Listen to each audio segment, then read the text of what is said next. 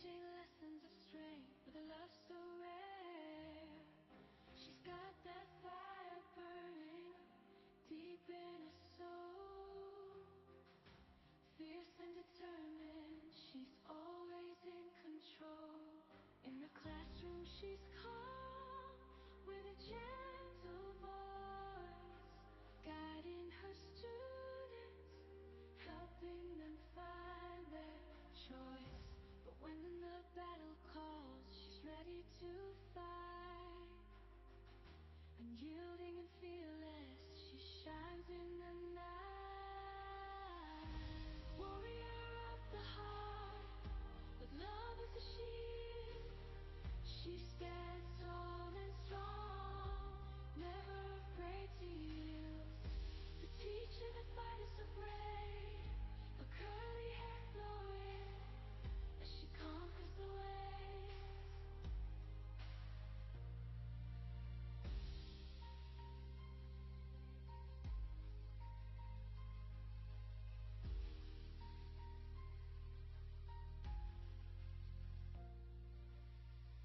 A warrior princess with curls in her hair, teaching lessons of strength with a love so rare. She's got that fire burning deep in her soul. Fierce and determined, she's always in control.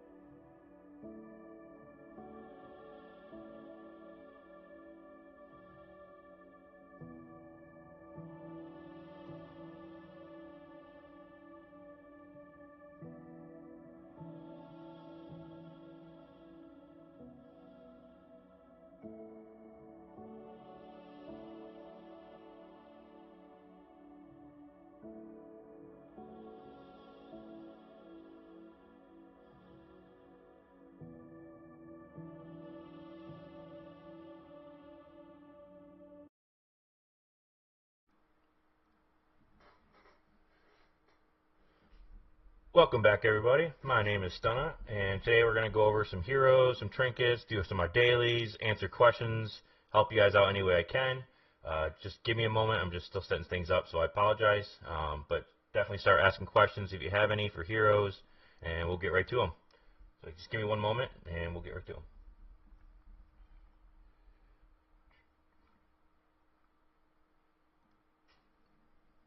Hope you're all having a good whole day so far. If it's very early for you, or if it's later in the afternoon or evening, hope you're having a great, wonderful day on this Thursday.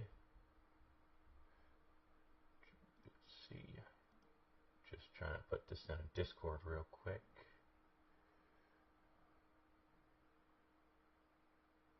I don't know if you guys just saw the announcement earlier this week through the Sea of Conquest Discord. I actually was selected to be one of the content creators for them with a few others.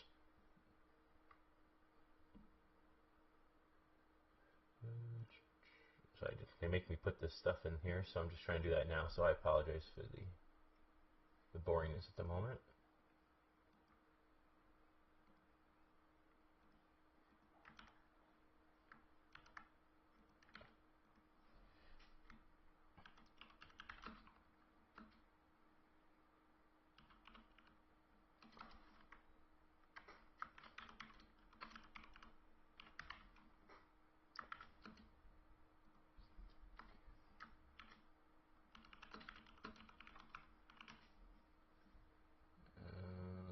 Tag English Season 3 post. Alright, sorry guys, sorry about that. Alright, so yes, thank you guys. So like what that really entitles, I mean, not really much special treatment, but hopefully we can get some stuff for you guys. They were talking about some redeem codes or like coupons for cheaper packages we can maybe get you to give out. They talked about, you know, some bounty boards for certain videos they wanted, so they'll post some bounties for videos that they want to see and get out to the public.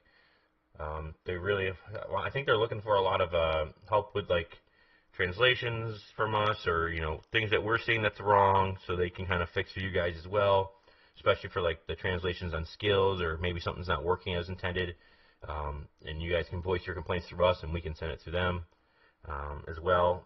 So thank you guys again that are here, and let's get into it. Anyone have questions so far? You already want me to pull some conjures, huh? Just for you, I'll pull 2 right now. I'll do 2 10 pulls. And we're going to pull trinkets, by the way. I don't really need any of these heroes anymore. I'm just going to grab the rest of these heroes through the PvP scrolls, or if I get them through just rolling them. I wish you got the points for rolling through trinkets, but right now you don't. So only heroes, so that's kind of unfortunate. I'm from the United States, Central Time Zone.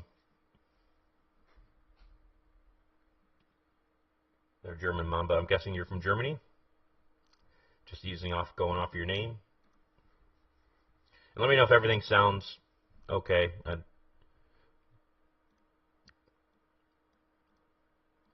I worked from home yesterday and kind of messed some things up, so I want to make sure everything's okay. Sounds good. Hey Storm, how are you doing today? Hopefully you're having a great Thursday. Oh, Brazil. Oh, your name threw me off. Your name threw me off. So we didn't get anything there, which I didn't expect this. But we'll definitely do some more through the stream, just so everyone can see some polls. But I do have 140, and then tonight I think I'm going to try to get Onimusha to 8 stars. I definitely have the trinkets to do it, so, or the shells to do it, not the trinkets. So I'll probably do that. I still undecided. I still need to pull.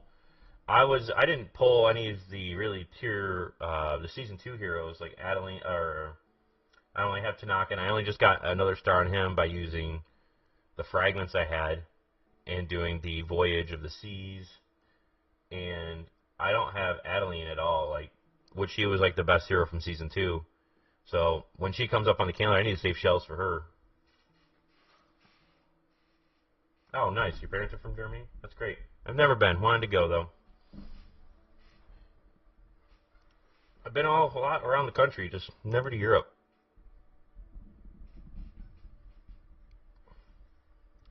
Alright. Let me know if the music's too loud too. I kind of have it, it's kind of loud in my ear, but I don't know if it's really loud for you guys.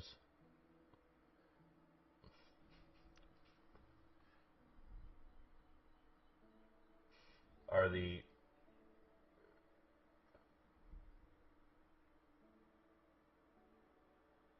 So you're server 309? We're from server 118.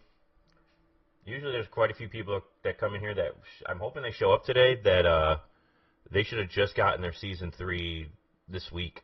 So they've been around talking in the stream, and hopefully they are enjoying themselves in Season 3, and I'm kind of curious how they felt so far. Because the first couple of days of Season 3, there's a lot to do. You're allowed to squad raids. You can grind the squad raids, which some of you might have known in Season 2. We didn't have that luxury in my season, where you already had the gem system. We had the old system still. Let me just click this real quick and bring it up. For season specialization, we had the old system for this, so we didn't get the cool gems, the grind squad raids, everything. So that was all new for us for Season 3. And hi, Synapse. Hope you're having a great day. Hopefully today's a better day. Ooh, going into Season 3 tonight. That's exciting. Nah, I'm fine. 125. Okay, so you're right next to us. We could have just played against you guys, but we're actually the youngest gang in this server. So in our server, go to the leaderboard for you guys so you can see. So we're going against server 111. We're 118, 114, 111, which I think I said earlier. Then server 100 and server 98 are some of the servers that we're going against.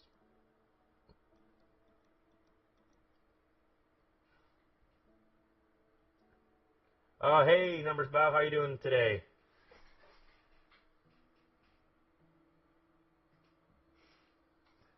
I'm glad you could make it. Hopefully, work's not treating you too bad today. But people are starting to get some power on our server, that's for sure. I'm at almost up to hit 60 million power. There's some other people that are already past that by a good amount.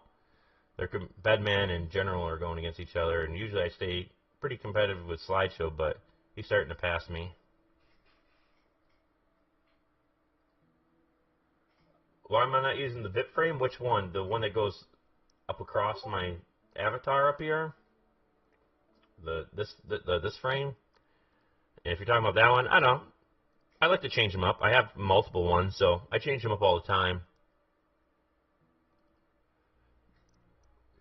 So I like to change them up. So I don't all use them, and then I don't use I have a special chat bubble too, but it messes up the chat, and then Synapse starts yelling at me because her text changes. They're like pink, and then maybe like yellow, it goes to like a pink background, yellow text. So I don't use that frame. I don't want to mess everyone's chat up. I'm not that kind of person. We have a server 188 in here, so you must be getting close, or you're already in your Season 3.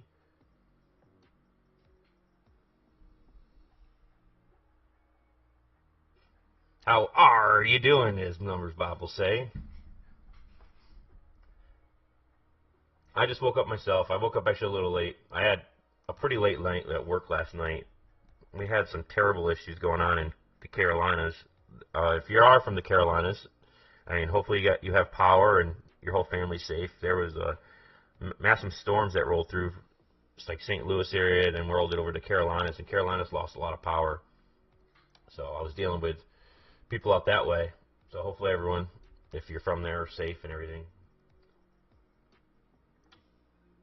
The LZ says he's going in tonight, Season 3. Well, good luck.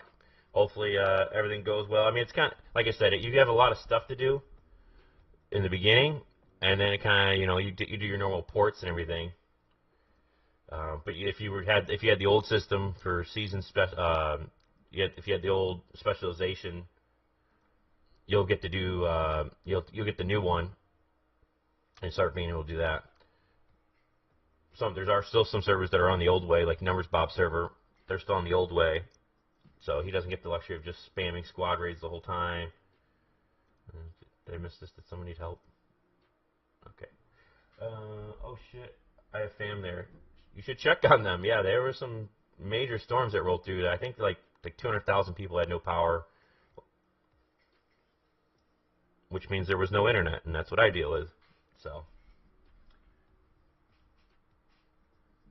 all right. So yeah. So still Mandy's. I am using the Trinket right now. I also have another video. I'm like halfway through it to talk about Wanda in depth and how I feel about her Trinket and how she plays. So I'm still trying to get some clarification, and maybe since Numbers Bob is here, maybe he's gotten some clarification exactly what her Trinket means for triggering her Rage Restoration effects. You know, her mana gains 10 times the Rage Restoration effects. That ship will then heal the fleet. So her heal between her self heals through her skills and their Trinket heals is pretty lackluster, and half the time doesn't even trigger. So we've been trying a lot of things. Last stream we tried a lot of things and a lot of combos for her. It's pretty much stayed the same. The only thing I haven't been able to try fully, which I think might help with that, is splash damage. So if you're getting attacked by multiple ships, that might trigger more and more frequently and add more heals to her. But overall, she's a great hero. You can put her on like any ship, and she's going to increase their damage.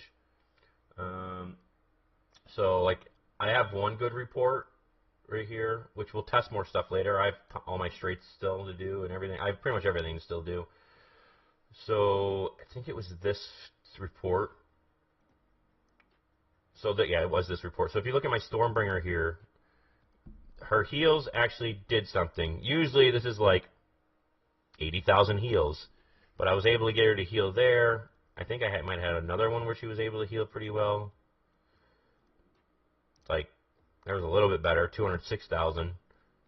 But I know she's not a main focus healer like Cordelia is, but with that Trinket, she should at least be doing some good amount of heals.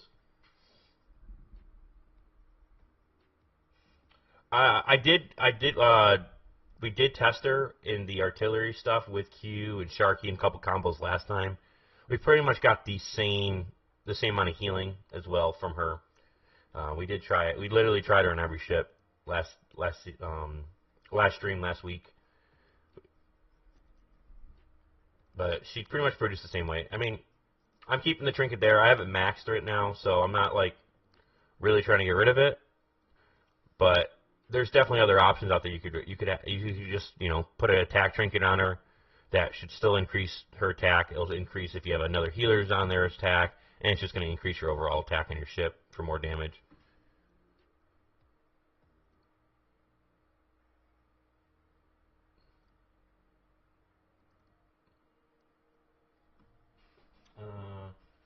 Wearing very good artifact specials.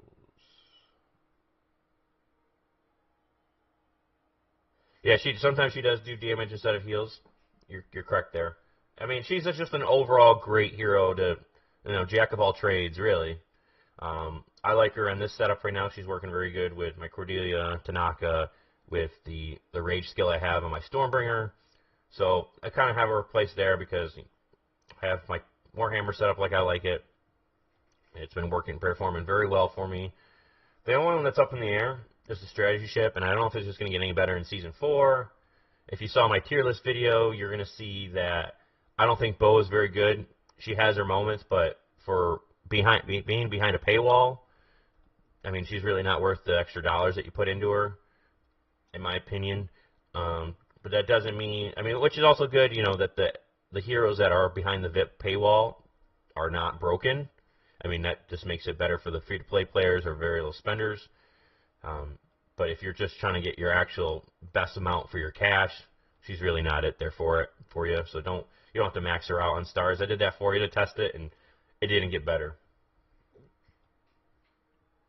Molly has really good damage. So we have a couple people running her on a flagship. Some people are running her as the first mate on flagship, which seems to be working out pretty well, and then they switched over where Molly was with Wanda. So that's a possibility as well. And we're starting to get these combos, which is nice with some of these newer heroes where there's a lot of different options out there, and it's not all cookie cutter. You can kind of run what you have, what the parts you have, which works for you. So it's kind of nice, a little refreshing that not everyone's running the same build, and you can kind of get competitive with it. Magnus was a very good investment. I actually, a good thing and a bad thing, I did hit VIP 13 last night, so I finally got him up to another star. So he's now at 8 stars. So I just finally hit that last night. I mean, will I see a huge improvement? Not really, but I did hit that. And if anyone was curious what you get for VIP 13, if you didn't really look, you get the additional armor bonus to 5%, an impact bonus, and an increase in Stargazing. And then this was the, what I got out of the VIP chest was of Magnus. Some gold shells, some purple shells, 100 of those, some master cigars,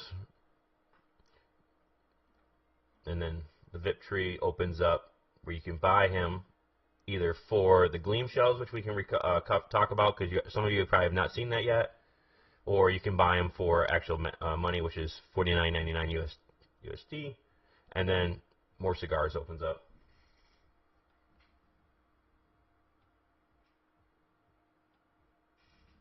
Yeah, true. It matters how many stars you have on all your heroes, but I like Delilah as the. I think she's better than Ed. Sorry, I just saw Synapse talking about it. Yeah, so I use Delilah, and the reason for that, which I learned from Numbers Bob, that he's here. I've been giving him credit every time I bring this up, but either he figured it out or he stole it from somebody else. But it pops the shields quicker from Ahab in the Straits, quicker than the other ships do, which pretty much protects you from the major damage off the first couple swings, which is very helpful, and then it'll pop it again. So as long, I mean, she's very good if you can, because with the skill that does that is her third skill. The ship under Delilah's command increases rage restoration rate by 22.5%. But she'll lose that bonus after 12 seconds of the fight. So the goal is to try to do as much damage as possible in 12 seconds with her, and she'll protect you.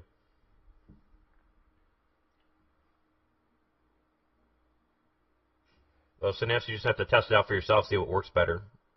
But right now I'm rocking Delilah, and I like it. So I'm going to still give you credit, though, Numbers Bob, because I learned it from you. And so try out switching Delilah back and forth. And like I said, it could work. Some certain setups could work better for other people than, say, like myself. And it matters what kind of ship parts you have. So you just got to test your, you can take some ideas. And if you like some of the ideas I have, definitely try them out and see if it works for you. All right, so let's go.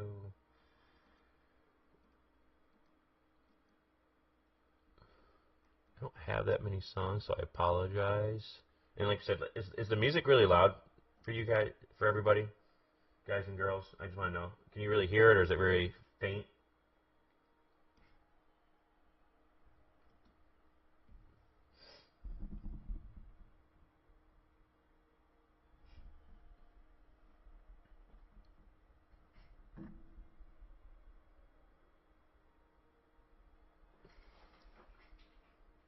That's good? Okay.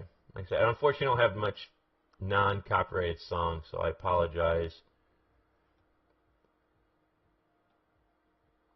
I could play our Narwhal song that I made.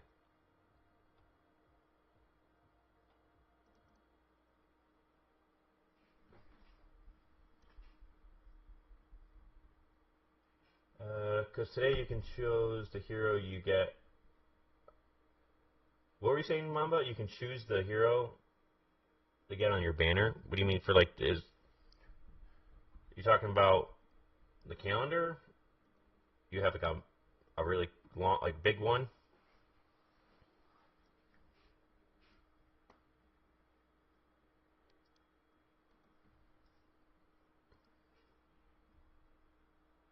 So you don't hear any music? I'm trying to keep it very light. So it's loud in my ear, but I just want to make sure it's not overtaking the stream or anything, or if it's actually coming through or not.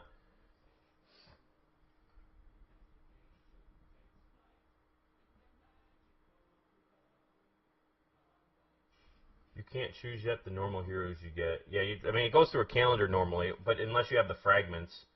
So if you have these fragments, you can choose who you want to put them at, if that's what you're talking about. You definitely do have these. But yeah, you start off with Onimusha, And if you come into season 3, then it's Wanda. And then, like I said, go back to my calendar. It should be back to him again with Griffin and his Trinket. So I'm kind of saving up for the season 2 heroes because I didn't pull really any of them at all. But I also probably want an 8-star Onimusha because he's been performing very well. And the build I have for my Warhammer, he works even better with the crit damage that he has already in his skills.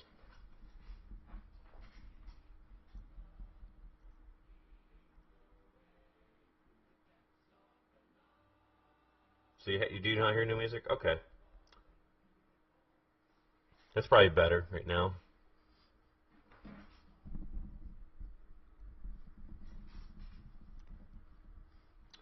Alright, so keep getting sidetracked, but that's fine. I'll at least start trading to get something out of this. I'm about to finally finish one of my season 3 here. I'm at for guilds. And if some of you people have not seen them, these are the guild reps. Pretty much the Sunrise Trade Company, the Grasslands, which is like an elephant, and the Monsoon, a little Mockingbird. I just call them Mockingbirds. So, almost there with the elephants. Should hopefully be there today, and then I can work on the others. But their wars aren't as good as the other seasons, in my opinion. So it's not very detrimental. I mean, it'll definitely allow you to build 3 ships with the materials you get and a couple shells to pull, but from all the other seasons, season 1 is still the best to try to get done as much as possible, which I didn't do much trading in the first season, so you get full heroes, and the game kind of rewards you, or says the reward for heroes is better than anything out there. So let's see what you guys got talking about. Why people use Delilah on the flagship. What I was talking about earlier was she allows you to pop Ahab's shield quicker, and I can show we'll go to the straight. I won't fight Bedman because I already know he's going to destroy me, but we'll go here. So watch my flagship and watch their flagship, and I can replay it too so we can kind of go over it, and it's at 1 times, but you'll see my shield go off quicker than his. So keep an eye on it and you'll see it, and this is why I use Delilah. So here's my flagship. He just popped his shield. He has no shield now. They just popped their shield. It's about a 2 to 3 second, a head start on shield pop on your flagship using Delilah than when they have theirs. Is why I use it. So earlier shields, and it avoids that. The bigger damage for the first. Once they get up to 800 rage, they can do their first big skill damage, and you usually have a shield up by then with using Delilah, which will protect you from that.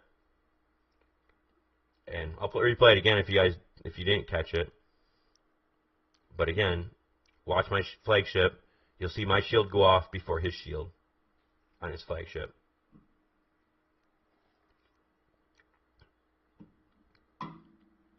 Shield's up. Now we look over theirs. His shield just came up finally. So that's why. That's why I'm using Delilah. And like I said, I learned that from Numbers Bob from his last stream. And I tested it out myself, and he was 100% right. I like the idea. And it's been working out pretty well for me. What do we have here? Season 3 heroes. I already did my clashes for today, so I'm going to swap Delilah at reset. Okay. There's nothing wrong with that. Then you can test out the aggro as well, by the way. Oh, snap.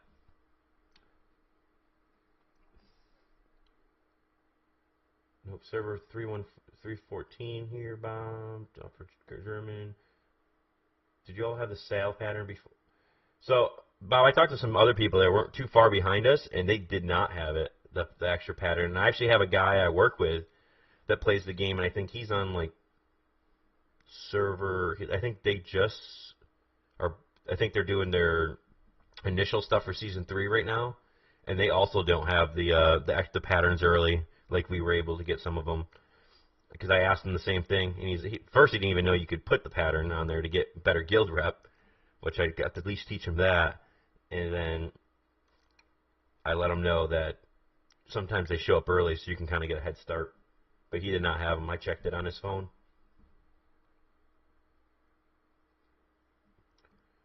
Alright, season 3. I might have missed it. I I know Bob was working on a Grand Line video. I don't know if he has it out yet, but you'll have this in Season 3. Kind of confusing. It's definitely starting off, but it's starting to get a little bit better. But I know he's got a video coming out for it. But you get these little quests to do, and it's pretty much very gang-focused to, you know, you're all working towards a goal, and the goal is to get more buffs through the islands. Some can last 30 days. I think some can last a week.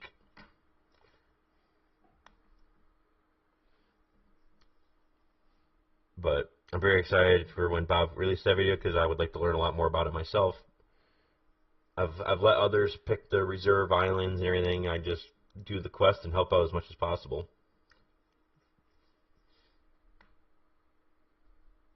Alright, so hopefully this weekend we can get the video of it, and it'll definitely help you folks that are coming into Season 3, so then you're not messing it up like probably a lot of us have, because if you change the reserve island, it pretty much wipes everything out.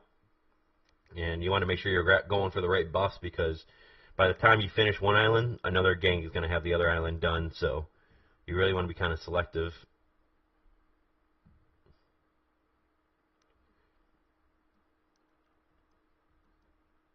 I guess if we don't have that, I can turn a little bit of the game sound on.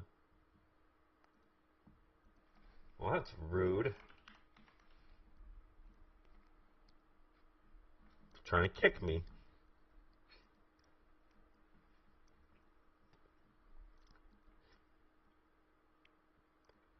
So you'll get these little. There's like about a rotation of, you know, I would say 5 different quests you can do that they give you. So it kind of keeps it a little bit fresh. Some's like collecting some's killing some monsters. Some is the one I like the best is the survival one, which is really good. You know, just survive a couple waves. I really like that one. But you'll get like these little islands, and these numbers will go up by, you know, how much contributions people done, and then it tells you like how far you are between everyone, or who you're going against, and it lets you know if you're almost finished. You know, much time spent. It's kind of, I don't know what the thresholds are for these little sayings, but you can kind of see how close they are as well. And then you kind of do the little claim down here that I did the quest, and then you have these donations. So like you can save them up too, and I'll just put them all in there. But I don't know when they pop up. I just do them when they pop up. I don't know if there's an exact time for them. Mega tip: go for the gold items. Which, oops, let me go back into it. You're talking about these ones, these gold chest ones, instead of I'm trying to see if we don't have one out. There's also like these little red ones, like the red like starfish, I'm guessing you could call them. So are you talking about these chests there, Bob? These gold ones?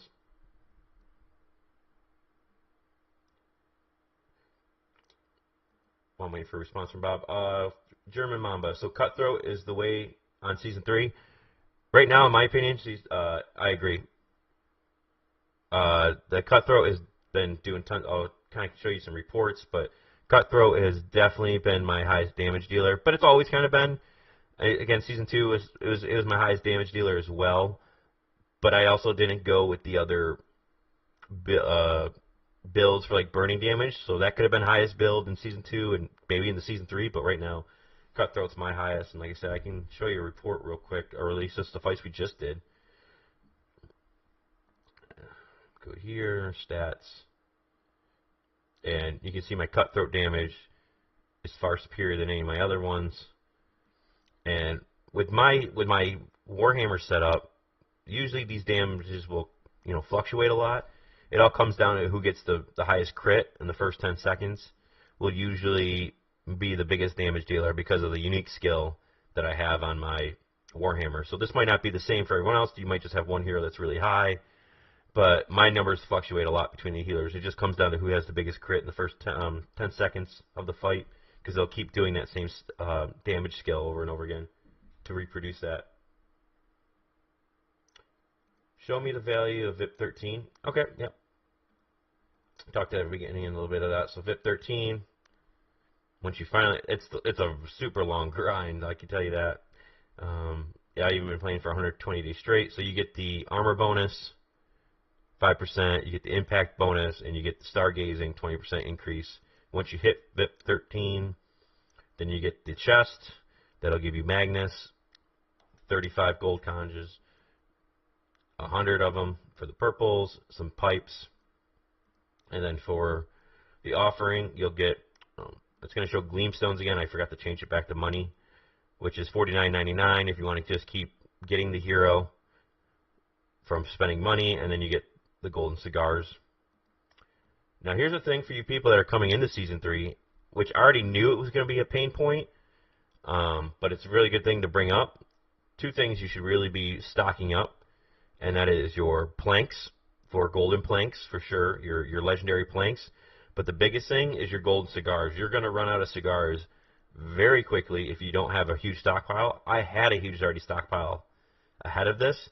I think I was up to like 800 coming into Season 3, maybe a little bit less. But once your heroes get up to like level 90, it's going to cost 70 of them, 70 cigars per hero to level up their skill. And then you have all these other skills if you get more stars on them. And then you have new heroes to level up completely, so you have to use tons of cigars for them. So I've already ran out of cigars with a huge stockpile I already had that I knew was going to be a problem, because then it needs 70 for each skill level up. I was able to get quite a few of my heroes' skills up to 9, but they're still missing a lot of them, and I'm completely out of cigars. So something you definitely want to be getting out of the Baron. Every time cigars pop up on the Baron fleet, when it does pop up, you should be getting them. Because if you look at the price of regular cigars, it's 100. Should you have 100 cigars, it's 9,090 gems to get 100 cigars. So you want to definitely be farming your frigates to get them, because just spending gems on them is not very good. So definitely want to grab them out of the Baron's fleet, because you'll 100% need them, and you're going to need them later on.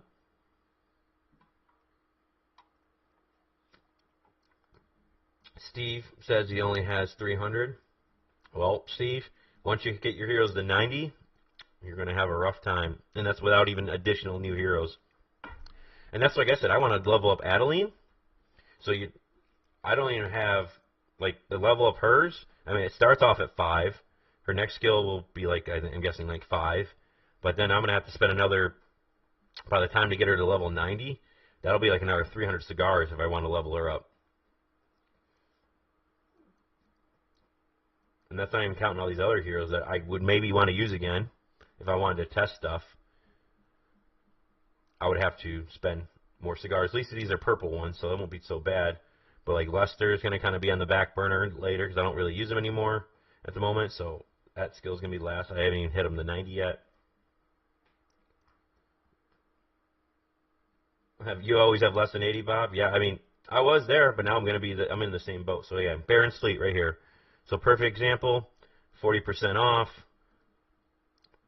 Just always get them when you can. When they're really cheap, they're cheaper because you're going to need them.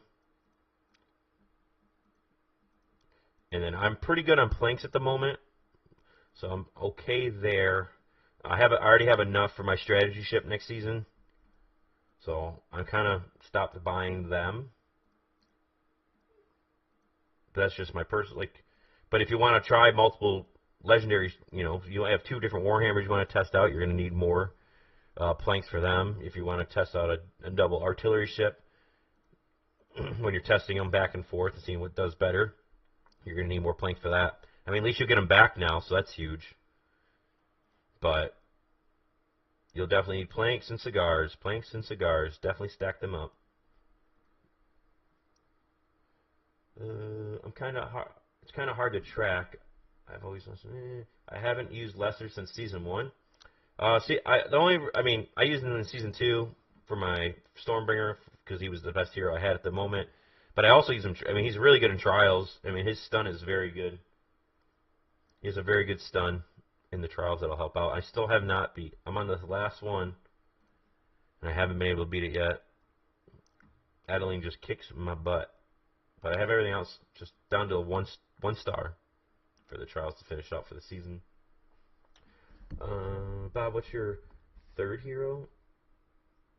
You can't build strategy? Wait, what am I missing? Lester is very good for the trials. So that's what I said. Okay, Lester is my main man with Tanaka, highest damage dealing ship I have in PvP. Yeah, like I said, certain people have better ship parts on there and had either had better setups for that. I did not, and it wasn't kind of what I was planning. I was actually planning maybe not even use my Stormbringer this season, and I was going to use the support ship. I was going to test them out between each other, but my season didn't get the support ship, so I kind of scratched that. So it kind of set me back a little bit on doing a lot of damage with the Stormbringer this season. Something you mean for blazing? Okay. Which season 1 hero would you recommend to get first if you had all other legendaries already? My biggest fan, and he's always been good for me and for trials and all the close combat stuff and in open seas, is Bones. I think Bones is the best season 1 hero. Now, that's my own opinion because I had the Warhammer ship. Early on, I actually bought it and then I remade it when the build system came out because I wanted a different, unique skill that was on it. So Bones was definitely my first hero I had maxed out, and he's done well for me, and I can't complain. And he's a season 1 hero. I think he does better than Griffin and Ophelia, but Ophelia is really good in close combat. She is probably one of the best. Her and Bones are probably still one of the best heroes in close combat. But in my opinion, it would be Bones, then Ophelia, and then Griffin. If anything, get them to 6 stars. Once heroes get to 6 stars, they have pretty much all their power. The additional stars are just a little bit little frosting on the top. Currently Ned, but even with Cordelia in season 2, it was the highest. Yeah, Cordelia is very great on Stormbringer, like what Bob was saying. I have her there. She works great. She heals very well off the damage. Adeline's a thing of the past. Oof, is she? I still see her do very good. I can show you. I think I should have a straight report where I probably got beat up by Bedman, where he still uses her, and I think she still has highest damage. Ooh, General did hit me, finally. Let's see, here's Bedman. Let's look at the report. Will it let me? No? Oh. What about these other ones? No? Okay. Game wants to not let me show you guys the reports of when Bedman's beat me. But I'll do you all a favor. I'll attack him now so you can watch me get my butt kicked. And then we can look at that report. For science, as they say. So I'm at 35 million power. He's at 38. I'll show you guys the formations. So these are our formations. He's rocking the Mali on his flagship, like I said earlier. And then he also has Lulu on his. He's using the Providence tank ship for his. Right here, if you can definitely see the difference there. So he has Griffin on there with Wanda and Lulu, and then he has the normal Stormbringer, Cordelia, Adeline, and Tanaka. Again, I'll let you guys see right here.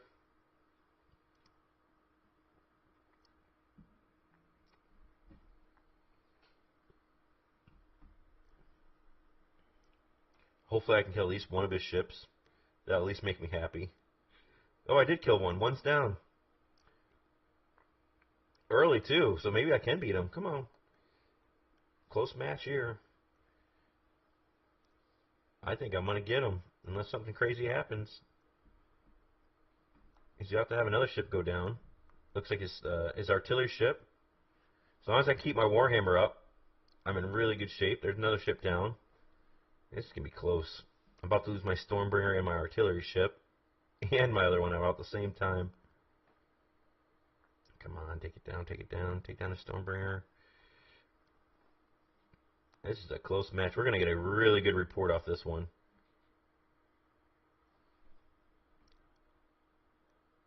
Look at this. Look at this. Bringing down the big man. See? Who needs all that power? This is a really good fight. So let's go look at that report. So that'll show you guys. That was a long, straight fight. So you're definitely going to see the damage there. But his somehow it still shows that they lived. So we'll break down each ship so you can see. So my Warhammer was definitely the highest, pretty much doubled my artillery. That was the second highest. And again, like I said, mine fluctuates. This time Luna did the most damage. It all comes down to who does the highest crit. So because it kind of keeps spamming that. My Stormbringer, you can kind of see the heals, so you can finally see some decent heals out of Wanda. She didn't do damage per the report. Tanaka was my only damage dealer in there, but had some really good heals coming from them on that. My strategy ship, you know, nothing too impressive from there, but you really don't at the moment for strategy. And then artillery, always the man is Sharky. He always does the most damage. So we have that. So now if I go to his Stormbringer should be down here. And Adeline still did really good damage, which he usually does. And he still got really good heals out of Cordelia with his setup like this on that. And then if you want to see his different ship than everyone else's, that's his Providence. So he's getting even more heals from here from Lulu, and his Wanda healed a little bit. And I bet, so you can look at his Warhammer 2, that went down really quickly, and that was his damage there. And if you want to check out, he has definitely much better trinkets and ships than I do. Like his flagship's much higher than mine. His Warhammer, I think we're pretty close on our Warhammers. I mean, the power doesn't look there, but for trinket-wise, we're pretty similar. His total attack compared to mine, and I think he is using now the Cutthroat set. He usually wasn't, but he's definitely got me beat. I have my max, I mean, he's got a little bit more crit rate, which you don't need anymore once after it's 100%. He has 180% crit damage. I'm at 164 for his biggest damage, and then you can kind of look at his, I'll break down his Stormbringer for you all, because that's what we were talking about. He's got some 92 trinkets maxed out ascended on here. So like we look, I mean, I can compare his Stormbringer with mine. Stormbringer. He has, we're both rocking Blade of Freedoms on this. He has 161 attack power, so that's going to be really good for heals. Definitely pretty close on health points, pretty close on impact. He's definitely got some more armor, which is nice.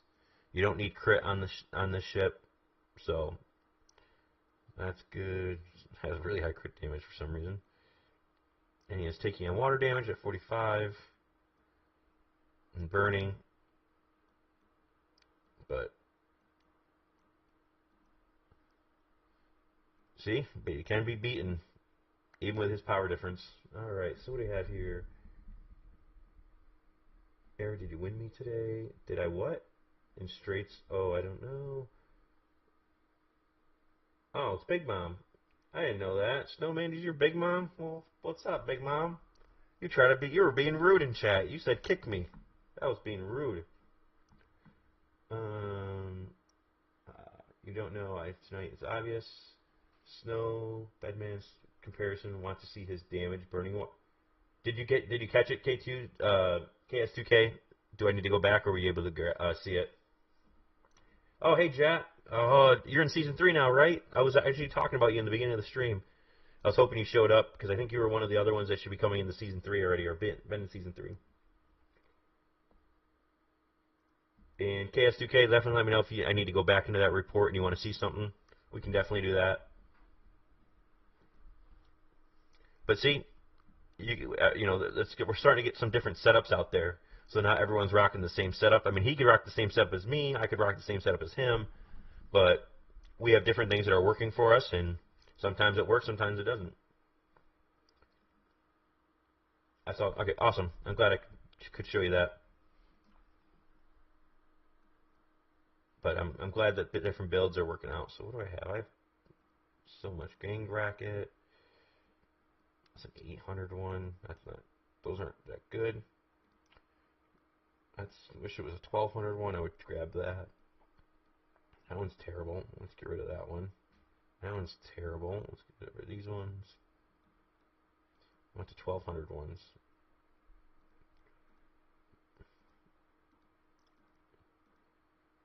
We lost our lead in this. Not by much, though. We're right there, neck and neck.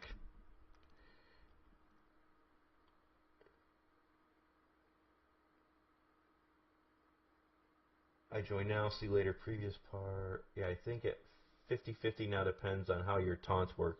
Yeah, it's taunts and you know who's if someone crits up really early and then they're like the main focus, it can help. And then it also comes down to your HP pool because Warhammers are always going to attack the lowest HP. So if someone gets hit off early, that Warhammer is going to focus that ship on its main attack and pop them really good. But that's why Delilah comes in handy, where Ahab will put the shield on that ship first too as well, so protect it as well. So that's where Delilah comes in again on that first mate spot.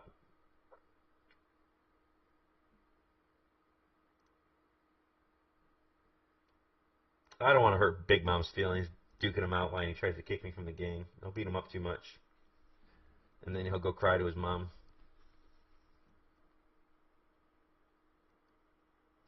I really can't wait for these gates to open. We're gonna have lots of fun. There's a gang we can't wait to attack.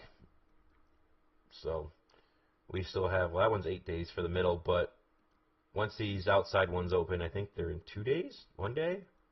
What are we at? We are at 4 days on that one. I swear we were closer. I guess I'm losing my mind. I thought we were like a day away. Maybe I'm just praying that it was, but I guess we have 4 days still. I apologize. I'm excited for nothing, but can't wait for those gates to open. We are able to already get our port 4s. We have 2 of them. Just the normal grabbing ports. I accepted that fate. Yeah, I think when the seasons goes on and they're heroes, you can save.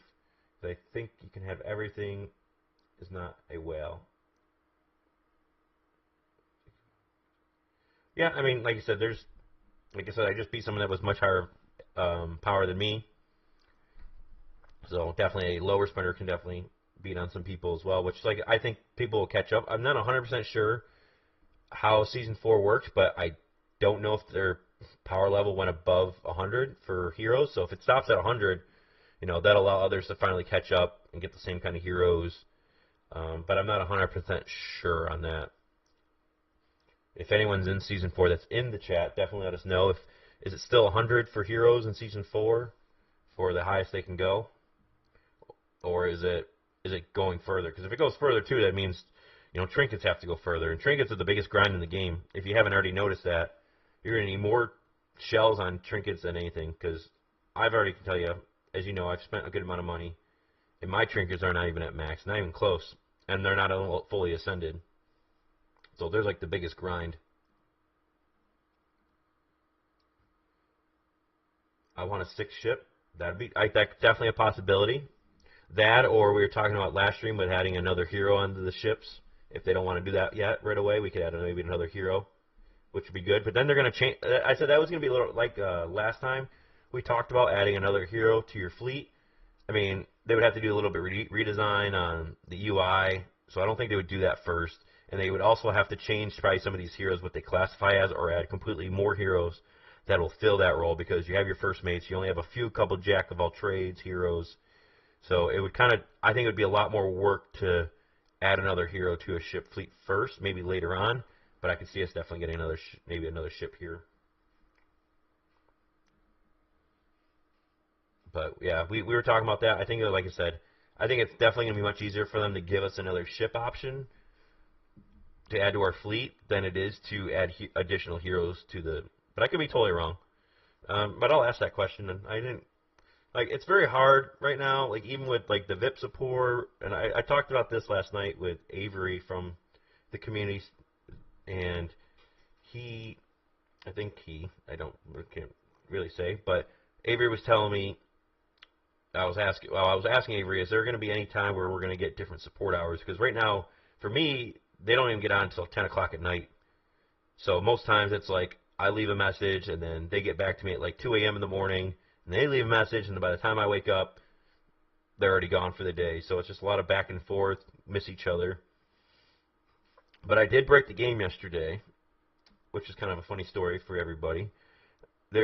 Like I said, I told you I was going to bring it up. If a lot of you don't have this story yet, but there's these gleam stones that they've added in, and they're gonna have a website and everything, and you can already purchase them and then use them for everything. You can kind of a little change up here, so you'll be able to use these gleam stones for like your daily packages, your subscriptions. You kind of save one stone, so you kind of get one stone extra, and you can buy every package with these stones. They're the same price, so if I go back to price, you'll see these prices here. They're the same price through in the game, but they're adding a website, which is already there, and I was able to get access to it, and I wasn't supposed to, and it doesn't work yet. So I did some video stuff for them last night for it, where they wanted me to show how I did it, so others don't run into that problem. But when on the website, you're going to be able to like put in coupons for additional discounts. I think the stock discount for these are going to be 5%. So if you go to the website, you'll be able to buy these stones, or you can buy them right through in game. But in game, I think it's still going to be the same price. But if you go to the website, the bypass like the Play Store or the iOS Store, you'll be able to get them a little bit cheaper by like 5%. And then if you have if they give out discount coupon codes from like either content creators, or they just put it in Discord, you'll be able to add those in there as well and get cheaper stones, which will maybe will buy things cheaper. And they also might give away those coupons for like 100% gleam stones for free for like competitions they do and everything. And then funny thing, you can if you have these gleam stones, you can buy these regular gems as well. So you technically, if you didn't have any of these, you could buy the gleam stones and then get these. You can get the free bonuses as well really quickly on these. But you can pretty much use these gleam stones for everything. You can use them for VIP. I tested that yesterday.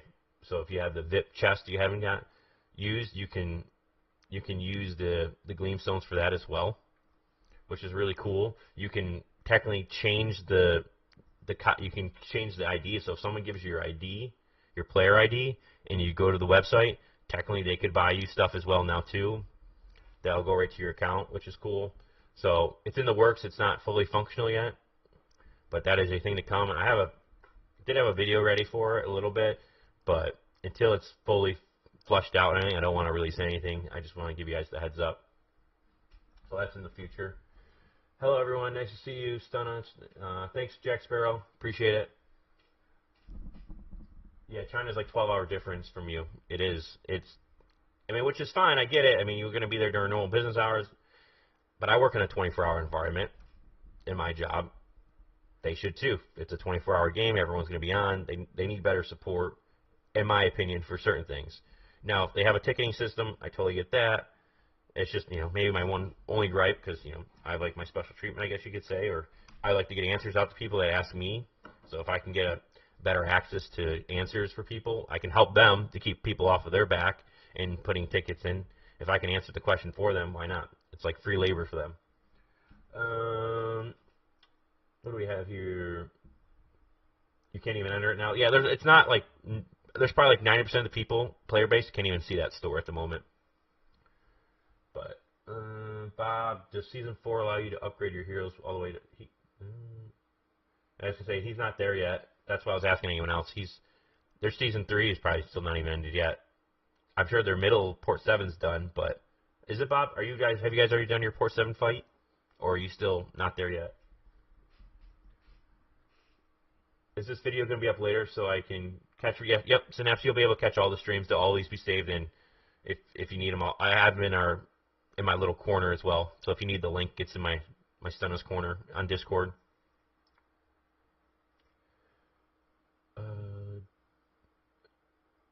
Numbers Bob says that there's an incentive to use their website to purchase and not given to Google. Yep, so they can kind of keep you buying through them and making them more money, of course, which is always great for them as a business. But also, there's a lot of third-party sites out there too that could stop from people stealing people's accounts or having the money go that way. What else we have? Jack Sparrow again. Sorry if this was already asked already, but I have a budget for Wanda at level 6 or Oni at level 6. That's going to come down to like what your Warhammer looks like for Luna, and like what's your Warhammer look like here? Do you have a really good Luna, and do you have a really good like Kojo? If you have like some really good stars on like Kojo and Luna, but you don't really have a jack of all trades like It matters, you know, you don't have like you're good on damage there. Wanda's going to increase. You're going to be able to put Wanda on any ship. So if you're lacking somewhere because you're on a budget, she's a really good. She can fill a lot of holes. Where if you're going to go for Onimusha, he's only plus is good damage, which is great. If you get him to 6 stars, he's going to have the most. But if you had to select, like if I had to just, you know, if I was lacking somewhere else really badly, I would go with Wanda first, and then Onimusha, because I would, if I didn't have Onimusha, I would still be rocking Kojo here. I like Kojo. I know he has a flaw where he can heal from his damage, but he still does really good damage, and for a budget build, he's great. I think he's a top tier hero for what he is and how cheap he is, because everyone's going to have him. So in my opinion, if you're just trying to, you know, save some money and try to fill a hole, like I said, you have a hole on one of these other ships, Wanda's the way to go. I wouldn't spend money on her Trinket if I had to go through trinkets. Onimusha's Palace Trinket is, as of right now, is like 100 times better than her Trinket. So I wouldn't worry about her Trinket. If you're just going to go for hero-wise, for stars, go her, get some stars on her, and then if you have some extra left over, I would go for this Crossbeard Palace, because you can use it on any first mate. It gives you crit, it gives you cutthroat damage, and regular damage. It's an amazing Trinket. So that's what I would do, Jack Sparrow.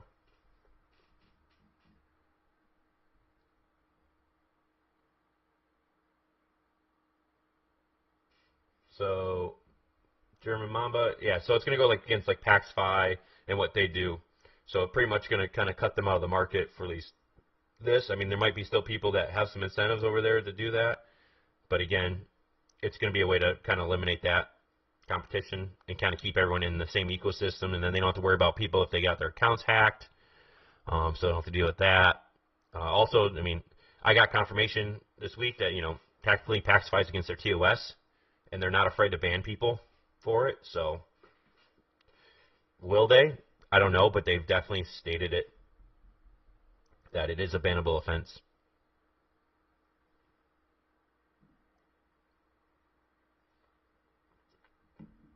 Yeah, just like Numbers Bob put in there, they did tell us that it is against their TOS, and they have the right to ban you if you're giving out your account information so they buy stuff for you.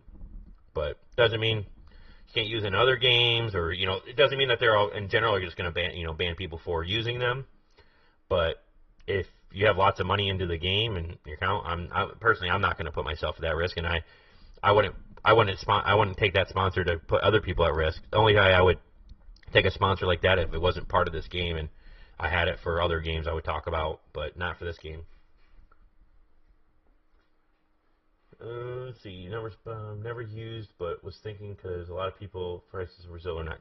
Which, I mean, like I said, use at your own risk, and if it's better for you, I mean, like I said, hopefully it works out for you. But it's just something I won't recommend. But hopefully maybe their prices change from on the website for different currencies. I don't know that. I only know for USD. So technically you could get there. I mean, you could technically see it. If I do this, they might yell at me for this, but let's see. If I go, what was that website called? Right here. Uh-oh. They might have kicked me out. Hold on. Let's see if I can get to it. I just tried, and I think they finally blocked it, which is good. So hopefully my stuff last night was working with them. They were able to block it. Let me just make sure. Yep, so good. They blocked it so you can't get there now, which is good for people that, you know, don't want them to get screwed over. It's better that I did and tested it out for them. So you can't get to it, but I don't know if I have a screen. I don't. Oh, I might have a screenshot. Hold on. Discord.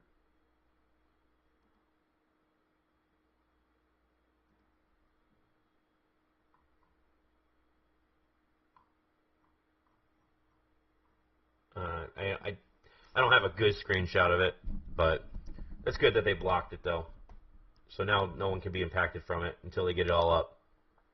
So I guess I did a little goodwill last night. I'm in server 313. I mean, so you should be sooner or later beginning the season, because where are they at with season 3? You can always check this by going, like you're going to create a new character, and it's all broken down by seasons. So season 3 is up to 216 right now. So server, if you're in server 300, you got a little ways to go still for season in, and then season 4 is still at 36. Season 2 is up to 372. And what are that season 1? Are they still at like 417? So not many new servers, but that's how you can tell.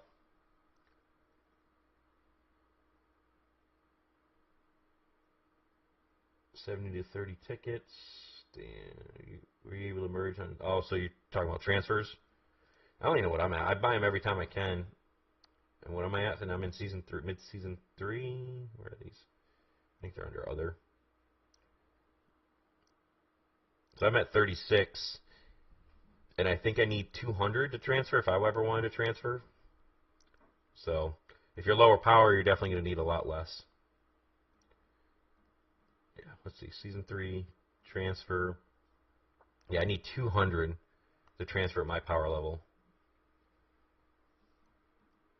So I am transferring it at no time soon. So here's the breakdown.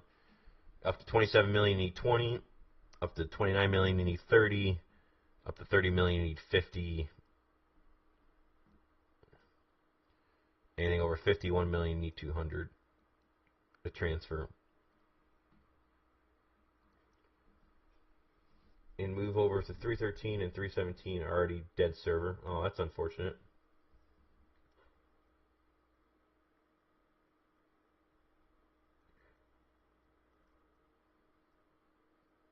Luckily, I think the servers that we got matched with are pretty active, and they're about the same as us.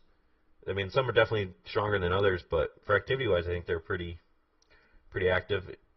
But we're all still have 2 servers that are definitely on 2 different time zones than us for sure. I know up here, 9P8 and I think Sin. I at least know 100% 9P8 are all Ukrainians. So they play at a totally different time. And I think Sin is, or maybe it's Rev. I actually think Rev is Ukrainians as well. So they play really at 2 completely different times than we do. Luckily, our gang is kind of split. We have a lot of people that play. We have people in like Hawaii that play with like people from Australia on nights for me. We have quite a few Russians that play with them. So we kind of have like 2 different crews. We call them night crew, but I kind of, when they're getting on, I'm kind of just about to get off. It's like 1 a.m., 2 a.m. when I finally log off, and they're just getting in their prime time. So it works out pretty well. Anything pop in here that I can use? Ooh, right here. We'll do 5 conch pulls just to get it out of the way. I know I won't get another Wanda, but obviously we'll probably spend it on, I don't need trinkets, so heroes, so we'll just do 1 at a time to get 5. I really don't want to pull a Wanda. I'm just going to use this for the pity and for the points for when I do decide to pull a hero. So there we go, there's 5. Hand that in.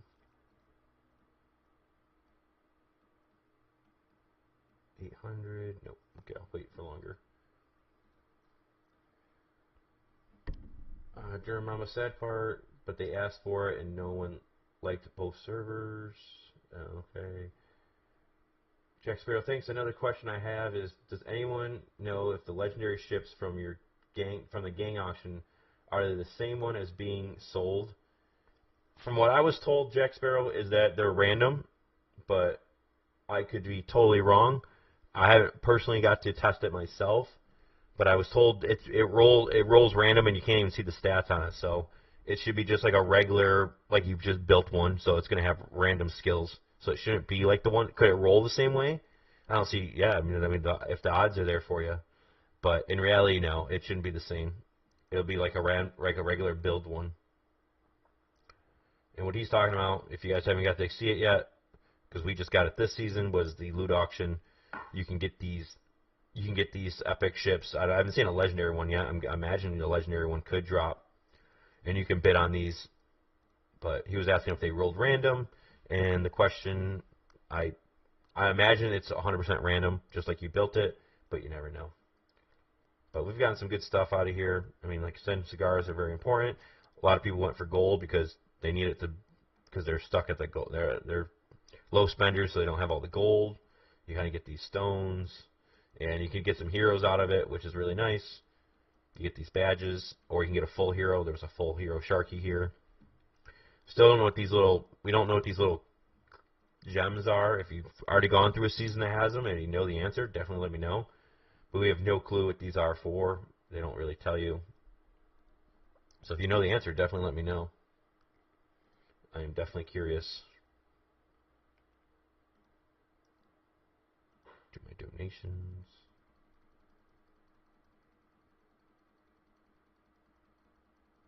Yeah, we have the gang auction. We just got it this season, just like the specialization as well. We didn't have it season 2 like where other people had it, where we didn't. But we have it.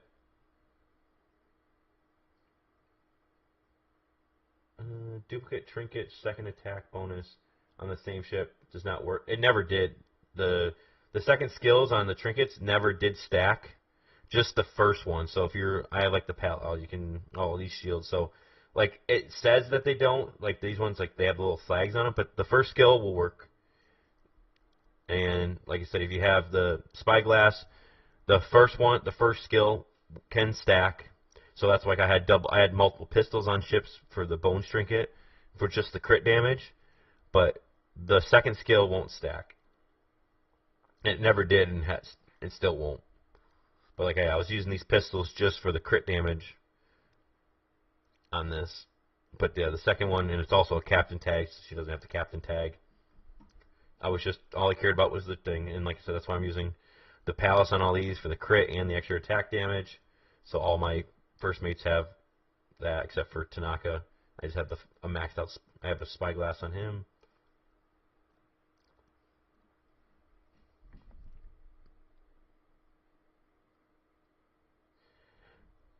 But Bob, are you really jealous? Because I mean, I know you're not a crazy spender, but there's some.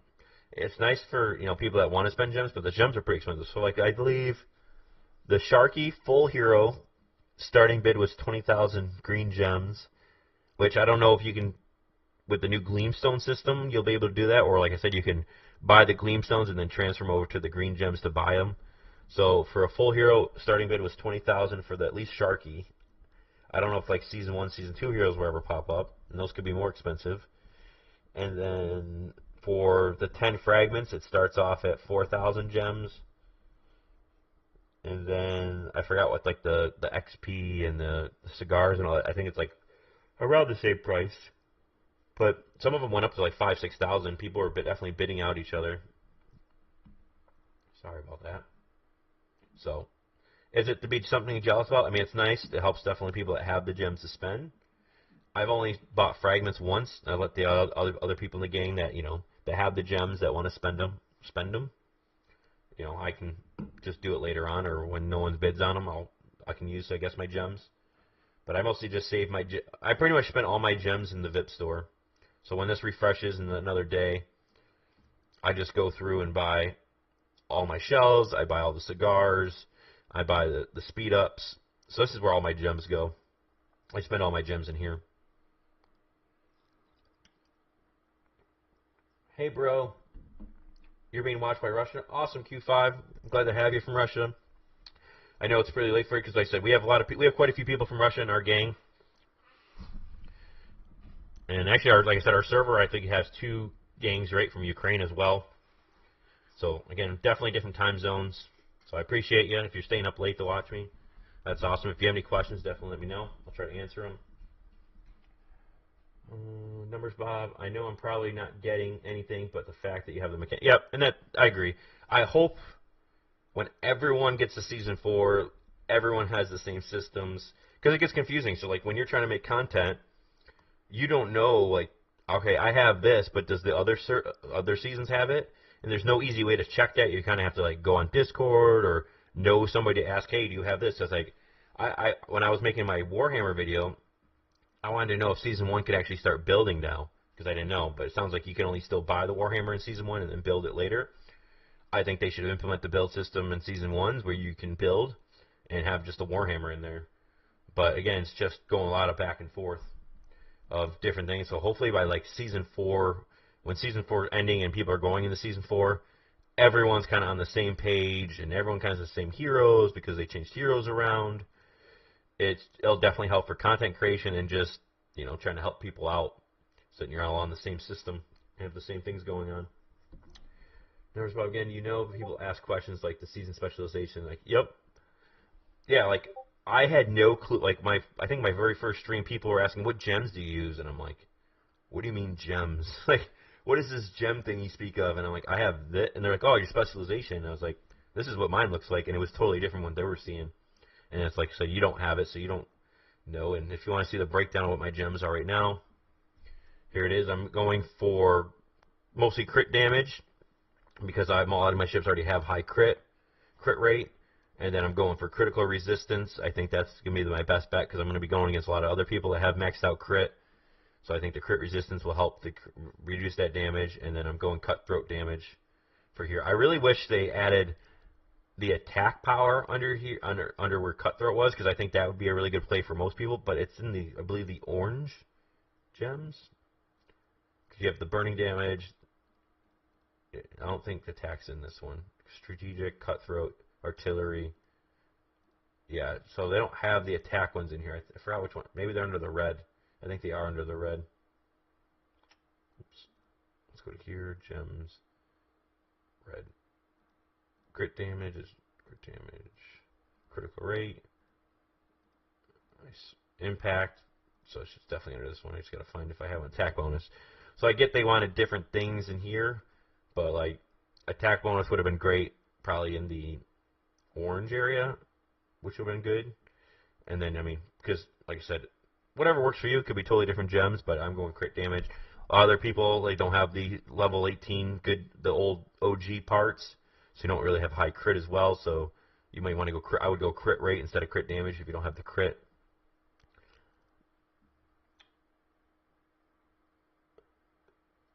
So, Numbers Bob says, I was trying to make content out of the full healing ship, but not every server has it. Yep, like I said earlier, I didn't know if I was even going to use my Stormbringer this season, and because I was going to go for the healing ship and test that out, but then we didn't even get it. So yeah, I had a lot of people like asking, like, you know, because I was all hyping it up, and then we got to the season and it wasn't there, and then I had to like answer for it, and it's like, it just makes you feel bad. It makes like you feel like you're giving out false information, but it really wasn't false at the time. Jet on top, Stunna, change special stone and see the difference. So you're talking, so you go back to where I was. So you're talking about these specializations, these ones? Because right now I have for each unsunk fleet, all ships with the ruby ones. So you think if you change this out, these will change? I don't think they will, but let's just see. Let me try another one. This one, I have the armor one already, I think. Increase the total.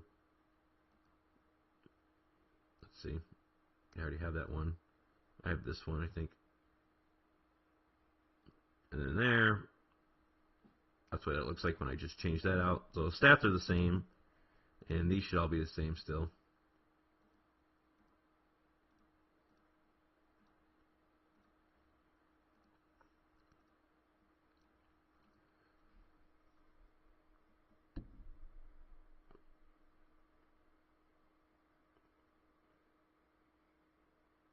Is that because people can reduce the crit rate?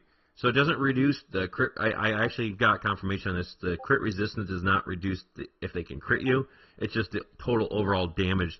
So like when you have crit damage percentage, it will reduce the max crit damage they can do to you. It lowers that percentage. From what they were kind of explaining out to me, it does not reduce. Because I was like, so if I have 100% crit and someone's rocking crit resistance, does that bring my crit resistance, my crit chance down? And they said no. So I did ask that question, and that's what the devs told me.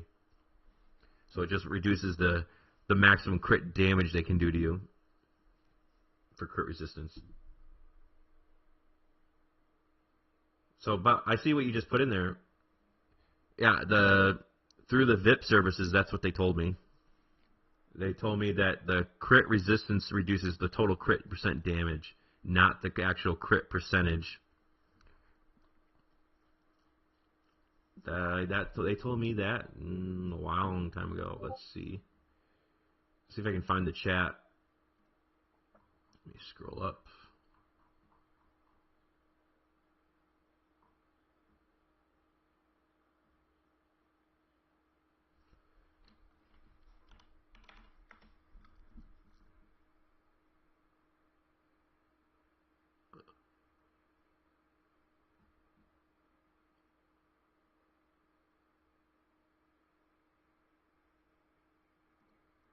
So I asked, let's see, I found it right here. So I sent a screenshot and said,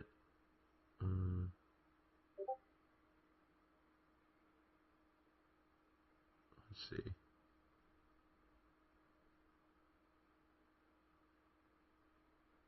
I'm trying to find out the exact, because we talked about it a couple times.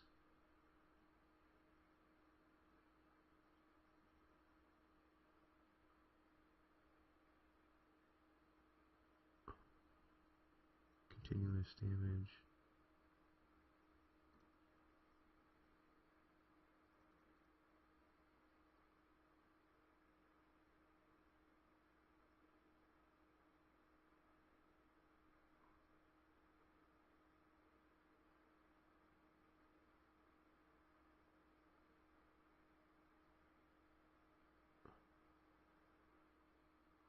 That was about crit rate over 100% doesn't mean. And then I thought it was right after that. I understand it being over 100% doesn't make sense, but the screenshot I sent you. Some of the times.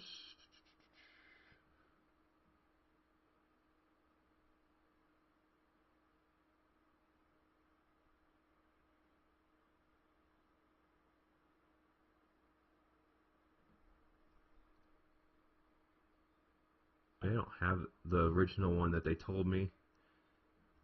So I was trying to go through Discord messages with the dev. Because I was asking, what really prompted it was like, talking about the crit resistance. About is crit resistance, and they said having anything over a crit, right? They can't, if you already have 100% crit, it can't be lowered. Even with crit resistance. Crit resistance would only impact your crit damage.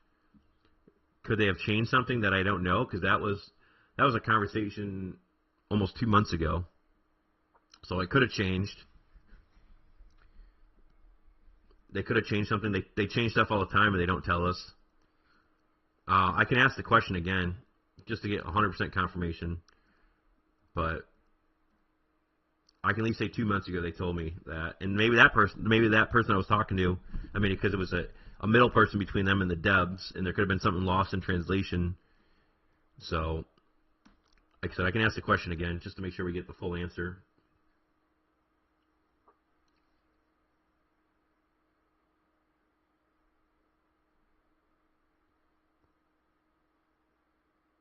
Like I said, I asked multiple times in different ways, and that's what the answer they gave me. Because they literally said, like, Captain, having crit rate over 100% doesn't make sense, and it would just be a waste. And I said, what about with crit resistance? And they said, well, crit resistance still wouldn't lower if you're at 100%. It would just impact crit damage. And I said, well, your descriptions need work on, and they agreed.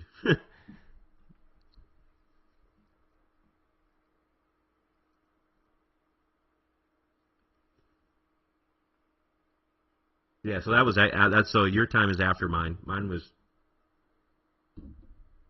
like end of March when I talked to them about it.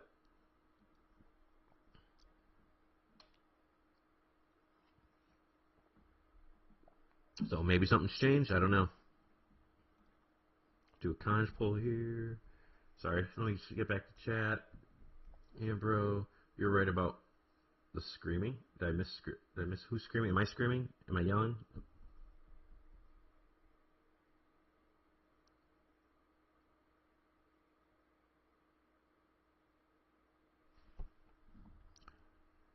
Q5 was I yelling too loud? Or was you're talking about screaming, so I don't make sure I'm not too loud.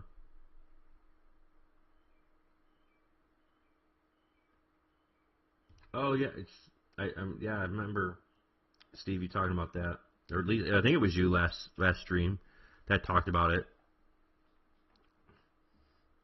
about losing power after upgrading your heroes.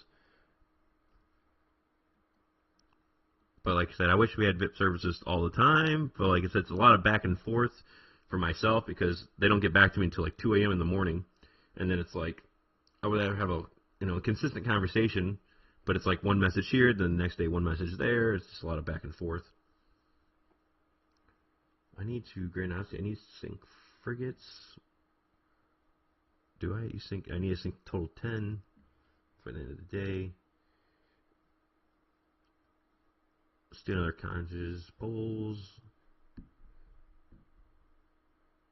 Rasky says, after the patch, we can't use the same trinkets as the skills. So that never changed there. They just gave a warning out to people because everyone kept asking the question. So the second skill was never usable.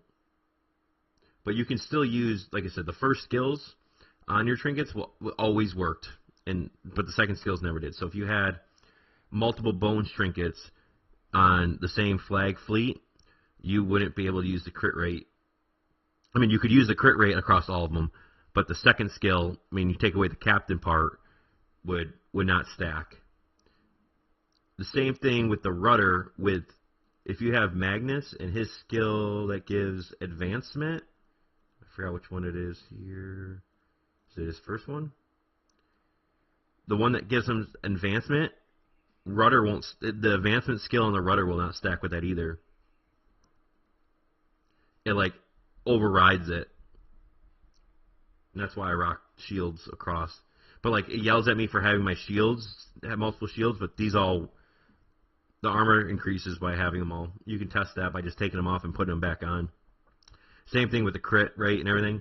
But like I said, if you had double spy glasses, the attack increase will work, but the second part of the skill doesn't work. And that was always the same. That was always it. Even in all the other seasons, they just gave a warning out finally for it.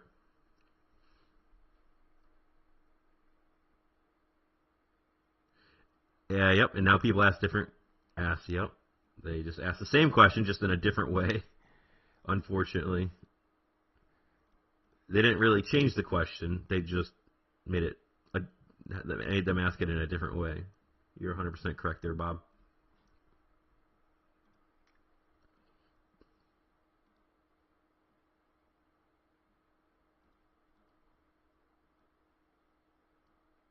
I usually don't do these, but I see 12s right in front of my face, so I guess I should do these.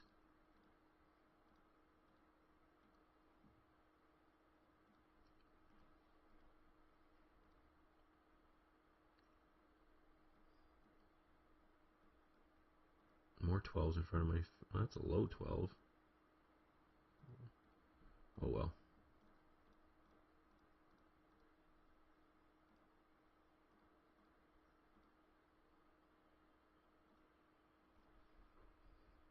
Okay, so we can use multiple epic trinkets. Yep. That's what I do. I mean, literally my shields are epics that just got upgraded. And this will work. It yells at you that says it doesn't, but it does. Unless they change something I don't know about. Let me test right now. So I have total armor at 5,559. So we'll remove that. And now my armor went down. So yeah, it stacks still. It just gives you the fake warning. That's how you can test it if it stacks, but it does. The first skill still stacks. It is the most asked question. It was the most asked question before even, really. Before they even put the warning up, they just, like I said, they didn't fix the problem. They just changed the problem. Now people ask the same question, just now in a different way. What is the best setup for Mind's attack? Pair them with their role. It's a hit or miss. Like if you're asking about like flagship parts, there, Dan. If that's what you're asking for a flagship, you just want to go with like what the best you have really. If you're starting off in Season 1, use the best ones you have. They've definitely buffed the more Pacific damage ones, so now everyone's just using Blade of Freedom. But you would definitely want to use what works, like you say, if you only have all Blade of Freedoms, definitely use all Blade of Freedoms. But if you have the other ones, definitely use the best ones for stat-wise. Like for me, I'm still using a lot at level 18 parts because they're my best. And the level 25s, which I think I do need to do all my Krakens still. So let's see if there are 68 ones that are available. I'll go. Oh wait, do we get new Krakens tonight? Through the Odyssey, I might just not do them and save them till later. Grand Odyssey. Okay, I'm going to save my Krakens then, so I can just do doubles. But the 25 parts, they went from the most amazing system for ship parts, then they went to a cookie cutter one for Season 2, and then Season 3 with the 25 ones, they went back to a lot more RNG, which the RNG doesn't make sense. I like the RNG where you could get the first skill that could roll could be like crit damage, crit rate, armor, or one of the or cutthroat damage, or taking out one of it. That made sense. And then the other ones it was in a different pool. Like you would get armor, attack power, you could get crit rate again, or crit damage, or damage flat. That worked. But now all the categories on the 25 parts are all random. You could technically roll all 3 cutthroat damage on it, which would technically be a lot worse than what you already have if you had the level 18 parts for the actual stats you really need. So they went from amazing to mediocre to just complete randomness. I know they're trying to try out what works best, but right now I can tell you the 25 parts are not the best.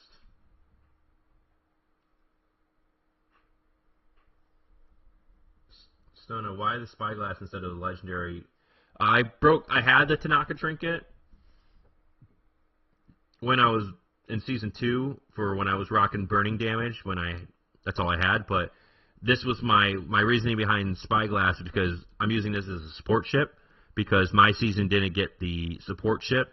They took it out of the game at the moment, so I'm using it as a support ship, so his Tanaka's Trinket will not work with what I'm trying to do here, so it's better to have attack damage to allow my heals to be better with the attack Trinket. That's why I'm rocking it. That's my reason behind it. Gathering Minds, choose the base-off cutthroat strategy. Gathering Minds? I just literally to me, it doesn't matter if you have the same cutthroat or strategy heroes in it. I just pick random. You should just treat it like Rogue's Rumble, really. Have you ever tried to use Armstrong as your first mate and Magnus as this? I haven't, but it could be definitely good. What I've been building, is it definitely could work. If you're struggling where your ships are dying way faster than your flagship, I think I would try that. Because you're gonna have a little bit more aggro going towards your flagship. But pretty much my flagship dies, pretty soon after, and it takes a lot of damage with the others. If I show a replay, see if I can play the one that I died against General, because I haven't seen this one myself. And let's see if my flagship should die, take a lot of damage, so I don't need the extra aggro. I have it. It definitely tanks, but let's see what he does to me, because I haven't even seen this report.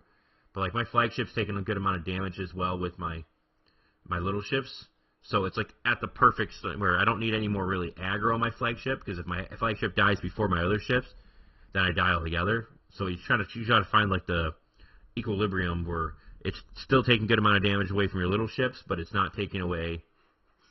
It's not instantly dying. So you gotta find that nice medium, and right now what I have is a nice medium.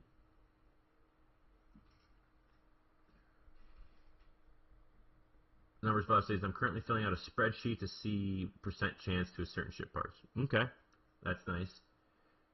Okay, I need to look at my parts. I've been upgrading to level 25. So yeah, to 25 parts, like I said, what I was mentioning earlier. So if I go into my ship parts, if people didn't get what I was talking about with the 25 parts, or just haven't seen 25 parts, so a fresh part kind of looks like something like this, and then you can enhance it And then it could look something, I think I might have got rid of a lot of the junkier ones, but we can roll some just to show you what happens. So you get, like I said, you get the first two, could kind of roll some things. So I'll try to level up where'd that one go, that taking on water damage. So we level this up. I really hope it happens where it gives me a terrible stat, so I'm not lying to you. So the first one rolled armor bonus. Next one rolled cutthroat damage. Perfect. So now I have taking on water damage, and now cutthroat damage. And then give me an artillery, and then a flat damage. But this could roll artillery, it could roll another cutthroat, it could roll another strategy. It's completely RNG now. Like where then instead of like my level 18 parts that I have, you kind of already had an idea what this could only roll certain things up here. There's my more level 18 parts. Like crit, it would have been like crit rate, crit damage, and then the stats down in the second ones were kind of already predetermined. Like you're going to either get like attack, impact. You couldn't roll like anything crazy. But with these 25 parts, you can. It gets really annoying. Like burning damage in there, just ruins it.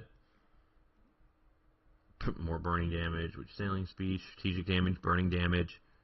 Maybe if you're rocking, the only thing that would this come out good is if you were maybe rocking like a taking on water damage and a burning damage set, and you could make one of those, which would be cool. But just ruins these parts. Level 18 parts are still the best, and then there's 21s. They were all cookie cutter. You already knew exactly what you were getting, and they were always the same. Where level 18, you had a chance to upgrade. You could have multiple bonuses on impact.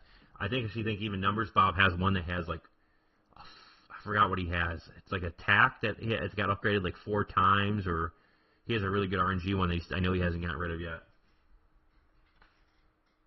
Shadow Knight. Hey, Stone, a question. After the latest update, straight clashes seem to last longer.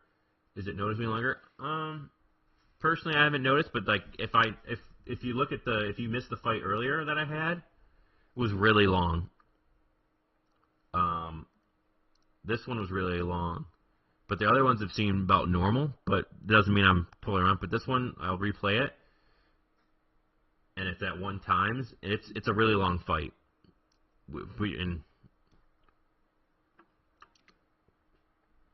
But it also could have been just how our ships were set up.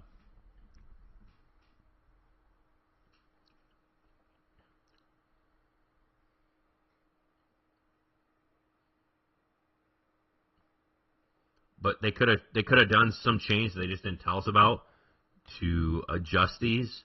Maybe something was happening that wasn't supposed to happen. Maybe things were triggering quicker than they were supposed to. They could have adjusted something like that, and they just didn't tell us. They're very good at doing stuff not in the patch notes, and then trying to figure it out later on. But yeah, this fight was definitely much longer than all my rest.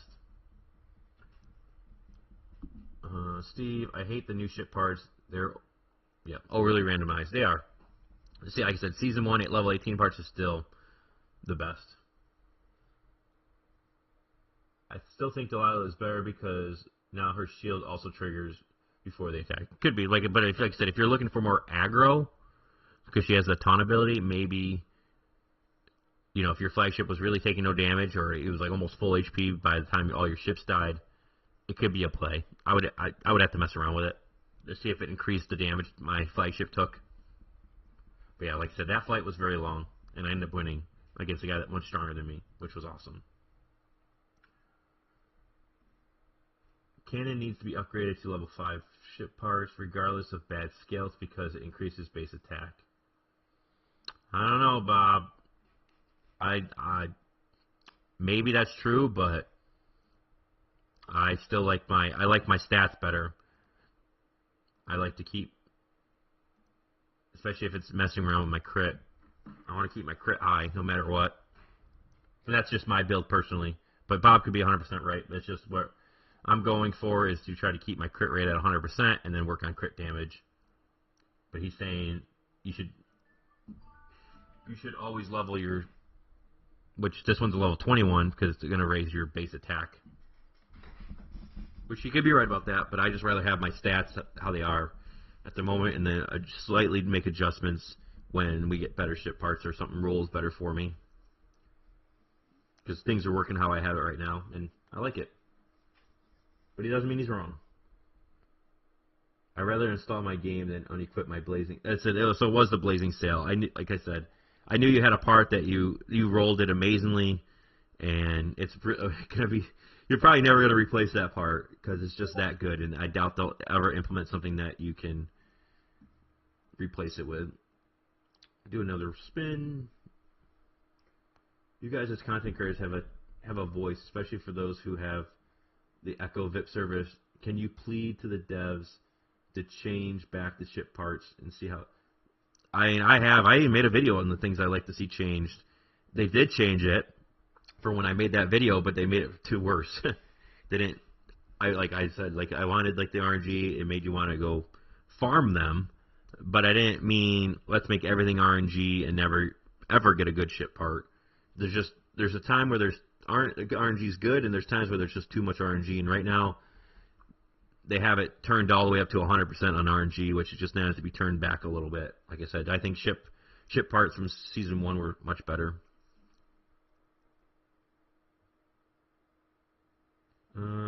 D-Berg says, hey, Stunna, first time catching the live stream. Thank you for joining. Question, is it worth spending the shells on getting rank 3 Tanaka or hold off unlocking Season 3 Oni? It comes down to what you're really trying to build and where you're really missing. If you're just going to get them to 3 stars, I think Kojo will play a better role for you because you probably have more stars on him instead of Onimusha. And then I think you're going to get a better benefit if you have a Stormbringer out of Tanaka, to be honest with you. If you don't have anything like him. If you have like a Will in there, I think Tanaka is going to be 100 times better than Will there. So if I had just using your scenario, my personal opinion, I would go for Tanaka over Oni if you already have a good Kojo, because Kojo is still going to do really good damage for you. And also, if you went for Onimusha and you didn't have a really good Luna, you could technically put Kojo in the Luna spot if he's really high stars and she's not, and he'll still do crazy damage there as well. Or if you don't have Bones, I just saw your Berg's other question for. I like Bones. He was my first year where I maxed out. But again, I would fill your roles first. Like if you already have a Bones at like a 3 or 4 star, I think you're going to get a bigger benefit of having like a Tanaka on your Stormbringer than having another Cutthroat hero and only having really one good ship. Now, don't get me wrong, my Cutthroat does the most damage, but you still need your other ships to do still good damage and have good survivability, because one ship can't just carry you. I mean, it'll definitely do good damage, but you still need your other ships to do pretty good.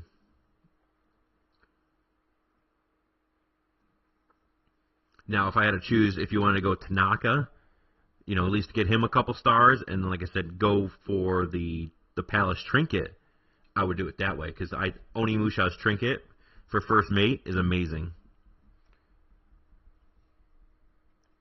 I'm saving for Bone. Cookie made easy. I'm saving for Bones. I need him. Who would you run if you don't have him? Oof. That's a tough one. Because there's not another captain for Cutthroat. You would have to either have, you could rock maybe like Cordelia there, because she's a jack of all trades. You could rock,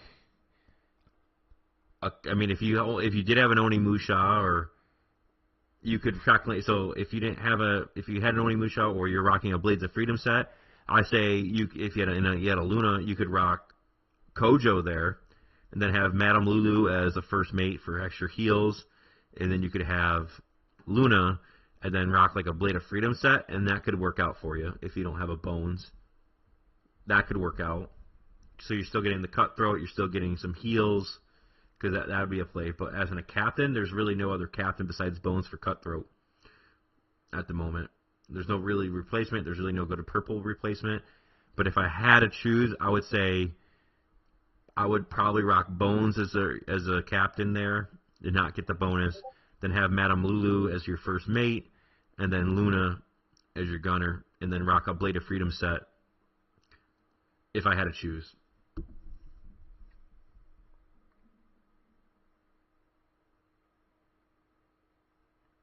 On strategy and Cutthroat build, which helm is better?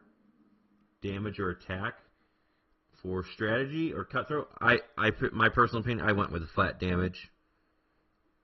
It does attack if you're rocking Blade of Freedom would be better in my opinion, because you're getting off a percentage of attack, so it's gonna go off the attack. So I would go off attack percentage if you're rocking Blade of Freedom. But if you're rocking like a cutthroat set of ship parts, I would go damage. Alexis says, I have a maxed out Ed on my flagship, and I'm asking, is it worth to change it up with a Delilah with 8 stars? In my opinion, yes, right now, because I have a maxed out Cursed Ed as well, and I saw huge improvements with a Delilah after learning it from Bob. My shields come up quicker, and it just gives me more survivability. I mean, you might lose the Cursed Eds, the curse that he puts on them, but overall performance increased when I had Delilah as my first mate. And again, that might be correct for me with my setup. Doesn't mean it's going to be correct for you, but try it out. Can't hurt. Definitely test it in the straights or on open seas if you can survive better against the same person.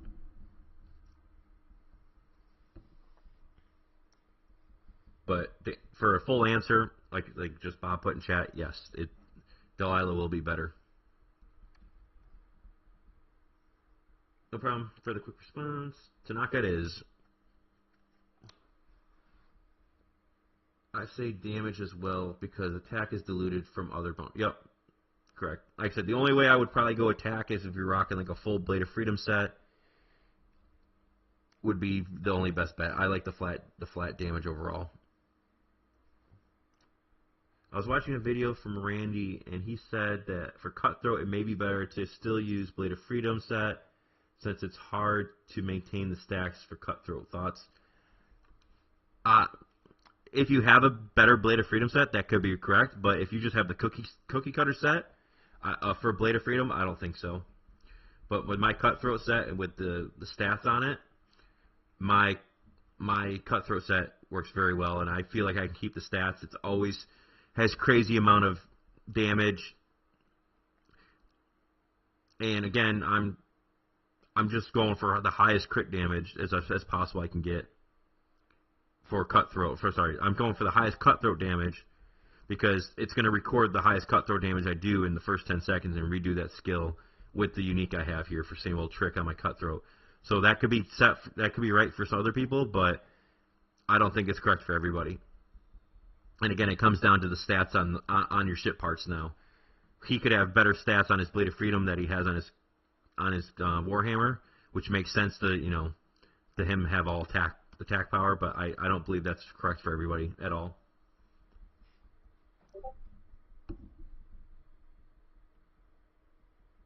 German Mamba, we do miss you, man.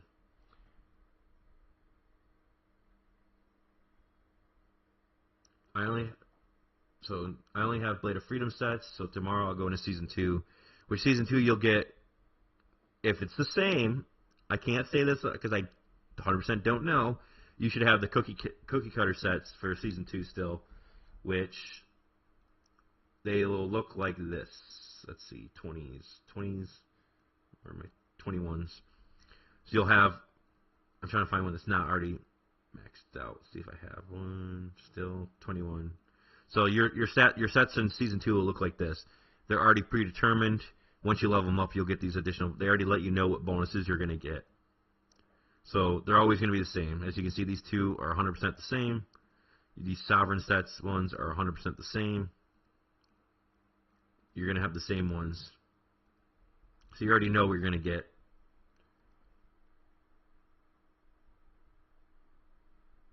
It's 4-star bonuses, yeah.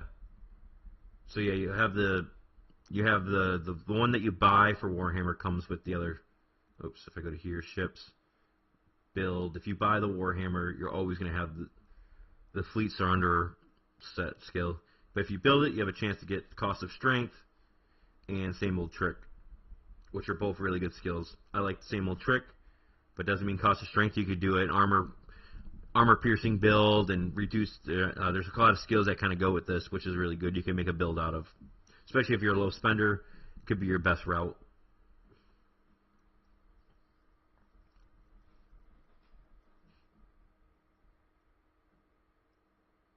Grand Mamba says, is what I can have, man. I don't have a lot of rewards from guild. So the rewards from I'm the same way. My guild rep for season 1 is pretty pathetic. I should be ashamed of what this is, but like my season 1 was me fighting nonstop. Like we had nonstop wars against the gangs in it. So I couldn't even trade. So my gang rep for that, lucky I'm a suspender, but the bonuses from season 1 are definitely the best. You get full, you're gonna get a full hero from worship, which is amazing. At least from the 3 here, you're gonna get that for worship. I mean, you get conjures for the other ones, but if you're getting full heroes for at least 3 of these, definitely max those out first to get your stars for, because Lesser's really good in the straights, and if you're doing a burning damage, he'll be very beneficial. Sharky's going to be your best damage for artillery for a very long time, and then Luna will fill the Warhammer for you. So these are really good for starting off in Season 1. I wasn't bashing you. I was saying 4-star bonus reduces the damage rather than enhances it. Yeah. It's always best if you can go 6-star. After 6-star, it's just, a little icing on the cake to make them better, but 6-star is where it's really at. So you get all their skills and their full damage potential. Anything like I said, anything after that is just a little extra fluff. Grandmamba Stunna, same for me. The fight nonstop. Yeah, we were fighting nonstop. And season 2 was nonstop for us. So like when we went back to when our season 2 ended, we had nonstop fighting in season 2. But when we went back to our season 1 map, we were nonstop fighting the whole time. So I didn't have time to trade then either. So maybe season 3, when it all ends, I'll finally be able to work on my rep for season 1. Once I finish season 3 rep, I'll definitely be putting my pattern back on for season 1 to start working on that rep again to get those extra heroes. Because I wouldn't mind an extra Luna. I already have her at, here. Another one wouldn't be so bad to work her towards another star.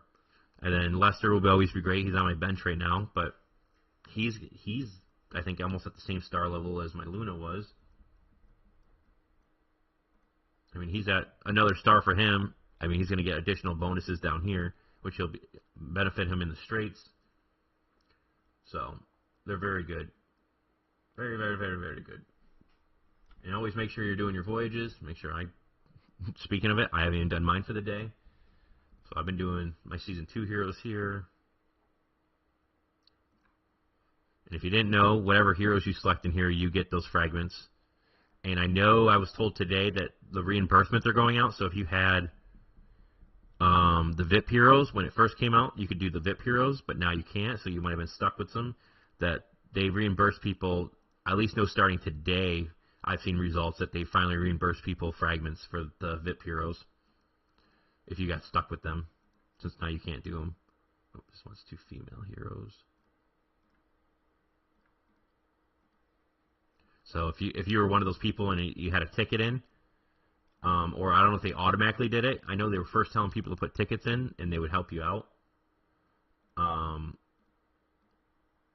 But I know I saw screenshots say that people said they got fragments in their mail for the replacement. So I don't know if they just did a clean sweep across the board for them, but keep an eye out for that if you fell into that trap.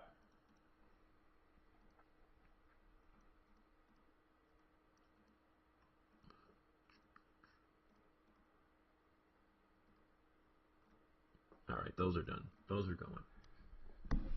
So do you think focus on him as a 6-star, then Onimusha? For Bones, like I said, if you have Kojo and Luna, I mean, if I had to make my opinion, yeah, I would go to try to get Bones to 6-star. He's going to help you in the straights. He's going to help you in Rogue's Rumble. He's going to help you just in open seas, PvP stuff. Uh-oh. Did I miss a game? Are we doing a gang raid right now? Do I need to help out? Might have missed that. Try to help the gang out. This is gang raids, by the way, if you don't have them. You try to get 30 people on. But the drop rate, like we said, for the gang auction, it doesn't count if you already did it. So the percentage won't go up if you have people that are already, I mean, it'll still go up, but it won't go up by like if the people already did it. But if there's people that haven't done it, the percentage can still go up, and you might get a drop. So you can do this 100 times. Just question is, do you have the people? So usually your first two gang raids for when it refreshes, you want it maxed out. You want it all 30 people with none, and then you want to try to get to another 30 with all brand new people, and then you after that you get the stragglers that haven't done it, and you can help them out. But the goal is to get this percentage up as high as possible for the drops, and you can have 30 people in here. Let's see. What are you guys talking about in here? You should have 4 bones. I'm lost now. So sad you had to bench Lester for Cordelia. I think dot build should be the most potential according to Randy. Molly Dan, it can. If you can. So the damage over time builds, the goal is to survive longer. So for me, I have the capability of having really high HP pools and everything for being kind of a whale, as people would call me, in my high flagship level. So I would be able to survive longer than somebody else. So that could be true. But the goal for burning damage is to survive and kind of kite. So you can keep the dot damage going on the people you're fighting. So yes, it definitely has the potential to do more damage than anything else. But again, it comes down to, can you survive first to keep that damage going? Because you have to get the maximum damage, you pretty much have to survive 30 seconds to get the max stacks for burning damage. I don't know about taking on water damage, but so you have to survive 30 seconds. If you can't survive 30 seconds, there's people out there that I've one-tapped with Cutthroat. I've actually been called a hacker before from people that I've one-tapped. Like, I've come up before, and this is before they changed the rage where you could change targets. Because I could have been attacking somebody and my rage was building up, and then I changed real quick to somebody else, and all my skills just went off on that one guy and one-tapped him, completely wiped him out.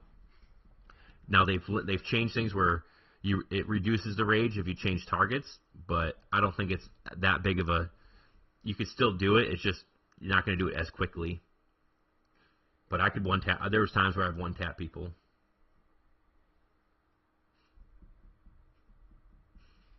I've got the badges for Magnus and Boa.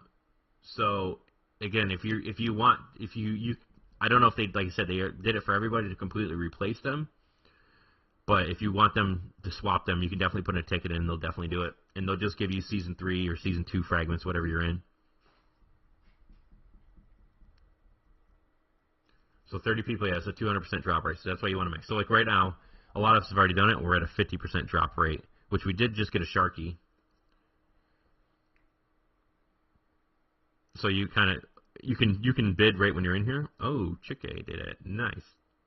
So you can, like I said, the starting bid starts at 4,000 for the fragments. And for the hero, it starts at 20. I kind of wish that person that got the drop, so if like she got the drop, so when people bid these gems, I wish the gems would go to the people that got the drop. That'd be cool. Or at least got a percentage of the gems that people bidded for. Need to go bath your dog? Well, you go enjoy a wet doggo. I'm actually dog sitting myself right now. I have a friend that went to Arkansas for a week, and I'm babysitting his German Shepherd at the moment. I have him till Friday. Yeah, the 12% cutthroat is good, but the minus 10% damage is also hurting your basic attacks. True. He is correct.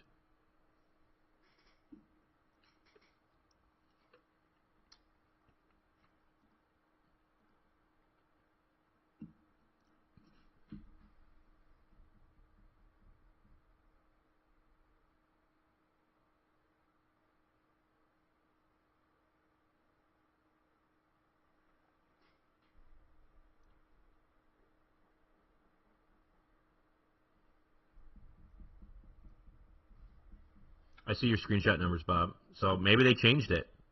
Or maybe the first person she, Echo, asked was wrong. And so maybe we just got to keep asking the questions, see what kind of answer they give us about the crit resistance. But hey, no matter what, it's still good. even if it does reduce their crit percentage. If it does, then you should have over 100% crit. So then they're wrong about that, having over 100% crit. Would not be worth it. So, I don't know. Maybe one day we'll get an answer. But all right, Bob, you have a good one, man. I'm gonna try. Are you still streaming Friday? Because I'm gonna try to catch your stream in the morning. If you're still streaming this week, I know you're really busy at work, so I don't know if your stream schedule's staying the same.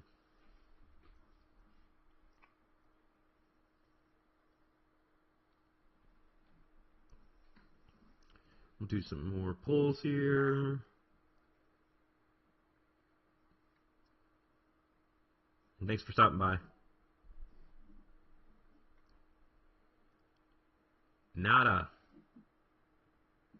It's going to pity me all the way. I have the worst luck on trinkets. About 90% of the time I get pitied. I have a lot better chances at heroes all the time than I definitely do trinkets. At least the trinkets, you can still kind of use them for the levels things up, but still, I always get pitied. Yes, I'm streaming every Friday. I have that planned out in my calendar. Awesome. I know you mentioned you have holiday coming up, so I didn't know if it was this week or a couple weeks down the road that you might not be streaming. So awesome. Thanks for the update. Definitely, if anyone's in chat, definitely catch Bob on Friday. He streams around the same time as this one is, so definitely catch him. It's a great stream. If you don't know who he is, his name is Numbers Bob. He has a YouTube channel. He's also one of the content creators for Sea of Conquest.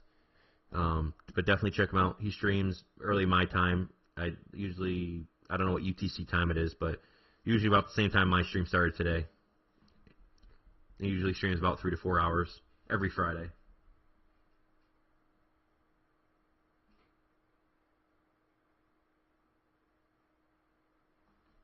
I'm going to be gone around that same time as well, so I'll be missing a stream there. I'll be in Mexico at that time, so but I'll post that on my community stuff, so I feel you there. All right, there you go. So he just gave you guys the time in chat, so definitely catch him on Friday at 13 UTC.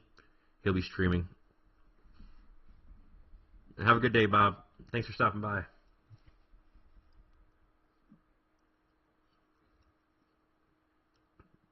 Especially if you're looking for percentages and numbers. He doesn't have numbers in his name for no odd reason. He's very good at spreadsheets and figuring out the numbers of the game, especially when they change something. He definitely can break that down for you. Yeah, Bob's an OG pirate, early servers, good oldies. Yep, he is. He's an oldie that doesn't get all the fun stuff like all the other servers do. But hey, we got just a gold one there. I almost want to keep a bomb just in case I decide to change stuff. But I always know I'm going to be rolling trinkets, so I'll probably get more. So I'll just break it down. Because I want to keep adding to my shield. Ascend my shield even more. Right here. Ascend. And then I've been level. Did my other palace? Okay, that did get to 80. Which one do I want to start? I'm gonna probably level my spyglass. Oh wait, that's already at 8. Nope. I just made it 81. That's already 80. I'm gonna increase my healing trinket.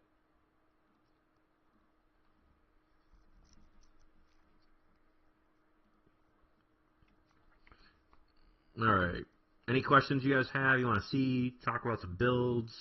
I said we can do some more straight testing if you needed.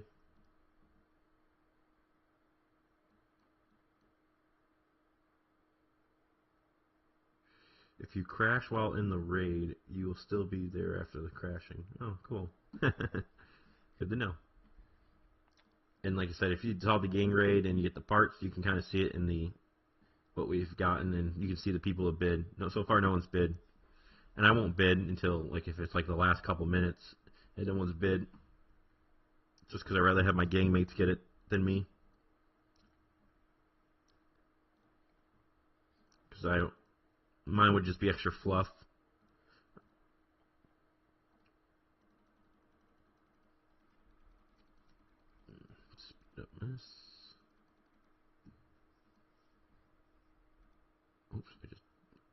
Donations. Did the store reset? Nope. Okay. I should keep checking Gang Racket. See what words come up before doing that. Still waiting for more. Pirate ships have ended. Level 5 ports will open in 2 days. Oh, so yeah, we have our port 5. That's right. So port 5 is in 2 days. I don't even know how that's going to play out. Where is our port 5? It's over here, right? I think we're just... I don't think EMP is going to attempt to fight us on this port 5. I'm not 100% sure. But I guess our port 5 opens on Tuesday. We clearly can't wait for the other areas to open up, so then we can start fighting some of these other gangs and work our way around. We really want to go for war over here. They're the highest power gang in our new season, but they think they can dictate everything, and they're not a very nice gang in chats wise. What do we have here? Lower cost. What do you suggest for skills on a Stormbringer? So it matters what heroes you're going for, which I think Stormbringer, my personal belief, I think Stormbringer is the best ship in the game for how they designed it. It gives you many options. Like I said, I'm using mine as a support ship. You can use it as a burning damage ship, or you can use it as a taking on water ship. And it gave you skills, unique skills for each one. So if you go to build and you go to your Stormbringer and look at the unique skills, I have Vargur's Fury, which is going to increase my rage on my ship if there's taking on water damage or damage over any kind of damage over time. We'll have a chance at triggering every 6 seconds to increase my rage. So I'm using this as a support ship with this skill. But then you have your Fire Intent if you're trying to rock burning damage. There's a 30% probability that the ship will deal blazing damage equal to 160% of its attack power to target the ship. Every stack of burning on that target will increase your attack by 16%. So very good skill if you're trying to do all burning damage on there. And then the severe damage will be the skill that comes if you buy the Stormbringer, but you can also build it and get this, which the damage over time, burning and taking on water damage inflicted by the ship deals damage. There's a 10% probability that the affected ship have an impact decreased by 48%, or its armor decreased by 48% if it's taking on water damage. So burning will reduce the impact, taking on water damage will reduce the armor, and that will go really well with the Warhammer skill that reduces armor as well. So yeah, Stormbringer has a lot of good choices. You can go a lot of different builds with Stormbringer. So the skills, it comes down to what skills you should have is really what you're trying to build. Are you trying to build burning damage? Are you trying to build taking on water damage? Are you trying to do support? Because then, like, if you're going all burning damage, you would want, like, blazing techniques for more burning damage. That'll reduce your taking on water damage, will increase your blaze. Then you pretty much want to find everything that's going to increase your blazing damage. So like this one, Unfettered Hunting will increase your blazing damage and drowning damage if you're going to go both. I think Deadly Broadsides, ship's attack and critical rate, so you don't really want that much. You don't really want shotgun weapons if you're going all blazing. So it really comes down to what you're really trying to build out. My server's on Season 2 and just got the first week in Season 2. We meet with the other server who had 60 million power. I wonder how much they spent. Only 60 million? So 60 million power is not very big. I mean, I'm literally at 60 million power just by myself. And the gangs in Season 3 are sitting at 5 billion.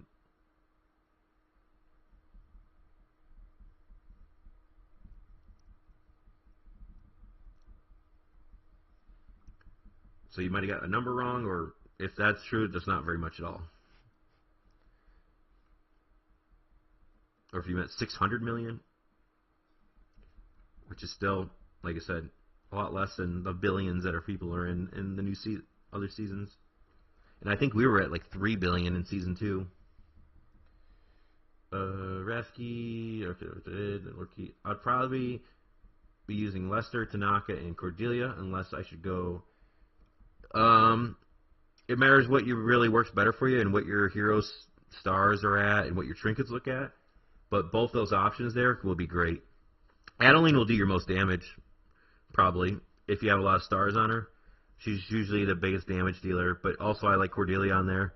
I like Cordelia as a captain, Tanaka as your first mate, and Adeline for your gunner is a good overall build for your Stormbringer. So I just love that the Stormbringer just gives you those options. Like I said, my Stormbringer is totally different than most people's Stormbringer, but the Stormbringer gives me that option to have this, which is great. Where like you wouldn't be able to do this on a Warhammer, you wouldn't be able to do this on an artillery ship, and when the strategy ship comes out in Season 4, you won't be able to do it. So like Stormbringer is just great. They did a really good job on the unique skills. Oh, you're saying one person's at 60 million power? Sorry. So yeah, 60 million power. I can definitely tell you it's not 50K because I'm there, and I definitely didn't spend 50K. But I'm also in Season 3, so I have a little bit more time in the game. But with a max person just in the Season 2, yeah, they definitely spent a lot of money. They definitely spent more money than me, I can tell you that. To be at Season 2 early on at my power level, they have definitely spent a lot more money than me. I don't think it's 50K. I mean, you could find out really by their VIP power. A good shot.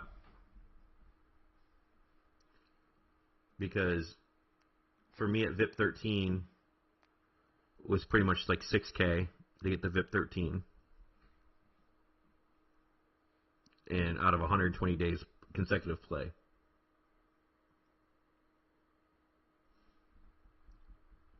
So, he definitely spent more to me to get to my level much quicker. I can tell you that's a lot more speed ups. That's a lot more shells that he spun in that short amount of time. Alright, I think I'm kind of forced to use Cordelia because I don't know where else I should use her. I could try to... So, like, I mean, just to give you a little more confidence in that idea, one of our top player rocks that, and he crushed us in Season 2 with that setup, and he still uses it today. I mean, I just finally beat him, but he rocks the Cordelia, Tanaka, Adeline build, and here's some like the damage and everything, and heals it does. It's really good. I mean, you're going to do good burning damage. Adeline does really good overall, pretty much doubles Tanaka's damage, and Cordelia does really good healing from there to support your ships. Another good thing is a good counter. Cordelia takes away burning stacks, so she's a good play. So you definitely want her out there, especially in Season 2, because a lot of people are rocking burning damage builds. She'll help you there. I can show you his trinkets and stats on his Stormbringer for that as well, to help you decide. These are his trinkets he rocks. He rocks Blade of Freedom set on it. He has the Elixir for Cordelia. He's rocking the Spyglass instead of Tanaka's trinket. And then the Blood Fang. And then his stats are right here.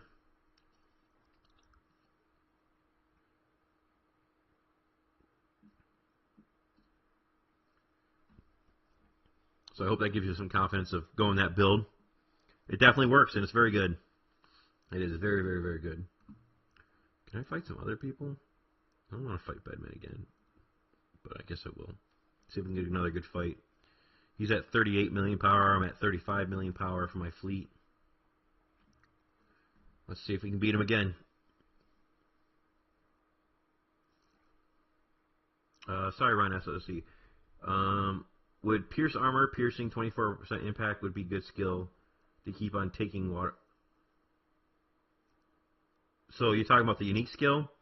Yes, I think it's really good, especially if you have the Warhammer that reduces armor by your impact. With that combo, I've been told that there's people that have gotten people down to 0 armor, which then if they're down to 0 armor, you do 2 times the damage. So it's a very good skill, especially like I said, if you have the Warhammer, the doubling down, the armor reducing. I'm gonna beat him again. Look at this. This is huge. This is huge.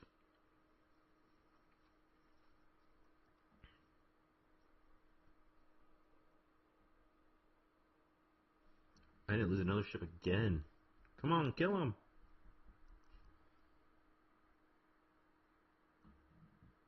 Big man goes down. Look at that report real quick. My cutthroat did the most damage, like usual. And it looks like Luna got all the crits off this time. Just because of the unique skill, whoever has the most crits. So like I said, Onimusha can be good. Especially if he gets the crit off. But like I said, Kojo could replace him and still do good damage in there. So he's not. I would go with Wanda because she can fill more holes than Onimusha can. I mean, he'll still do good damage. And then the healing here. Finally get some good healing off of Wanda. Again, almost 1 billion healing off Cordelia there for that longer fight. And then off of his, like I said, that build we were just talking about, he has 2 healing ships. He has the Providence tank ship. So he gets healing from Madame Lulu and Wanda there. He's rocking off the strategy. And then his Stormbringer, which we were just discussing, as that build right there, still doing really good heals. And it didn't even die. Really, it didn't even die. His flagship died first before his Stormbringer ship died. So, lots of options with your Stormbringer. Lots of options.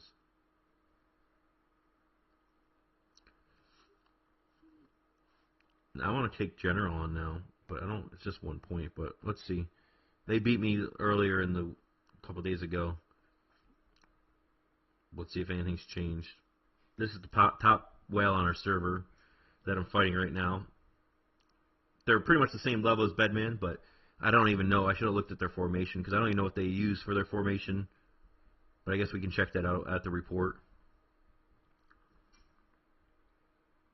Looks like my artillery ship's taking a lot of damage right now. Lots of damage. I'm about to lose it right here.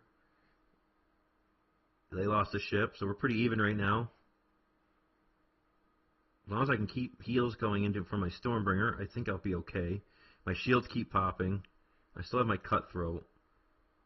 His flagship's not taking much damage. He's about to lose his strategy ship. He just got a shield off there. He's down. He just dropped flagship only. We're going to beat the top person on the server. Let's go. Here we go.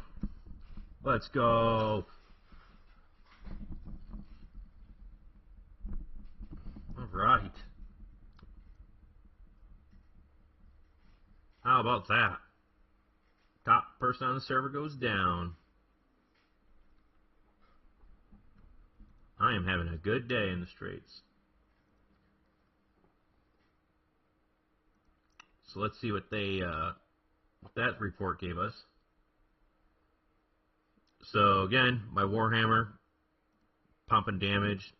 Luna's top damage again. She's just popping off some crits, which is awesome.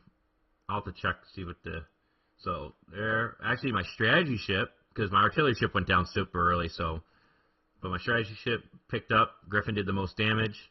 If you weren't here before, I say bow is not worth it, especially behind the paywall. His Warhammer did some good damage, but he's killed pretty quickly. And where were my heals? So I almost did 1 billion heals again. Wanda healed very well. She also did some damage, which was good. But Cordelia just pumping those heals. And then it looks like he had Cordelia on his artillery ship with a Wanda. So he's actually really using he's using his artillery ship as a support ship, which, okay. I think artillery ship is really good damage, so I don't know why you would do that. But it gives you, again, Wanda allows you to put Wanda kind of anywhere. His Stormbringer, he's rocking the more burning damage, but Adeline, he has a maxed out Adeline, maxed out Tanaka. He has a Lester. And you look at the comparison of power. My power is at 35 million power for my fleet. He's at 38 million power. So the Krakens can go down. Look at that. So right now I like my build. I can't complain. My current setup is working very well.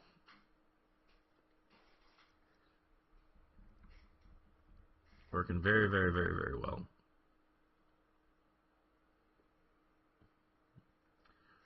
What's up, Bat King? How are you doing today? Hoping you're having a great Thursday. Or if you're in, I guess, Australia, I guess you're probably, it's Friday, but...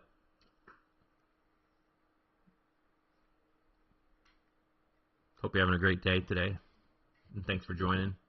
We were just killing some people in the straits and upsetting some stronger people than me. But like I said, I don't know if you guys caught, like I said, with Delilah, those shields go up much quicker, which is, helping with the bigger damage attack right away. Instead of Curse Dead. And I know the other whale, he rocks Molly on his flagship here, which we've beaten him twice now. So, but again, definitely a lot of options out there. You're definitely seeing some more different builds. Looks like we have some quests here to do. Help out the gang here real quick.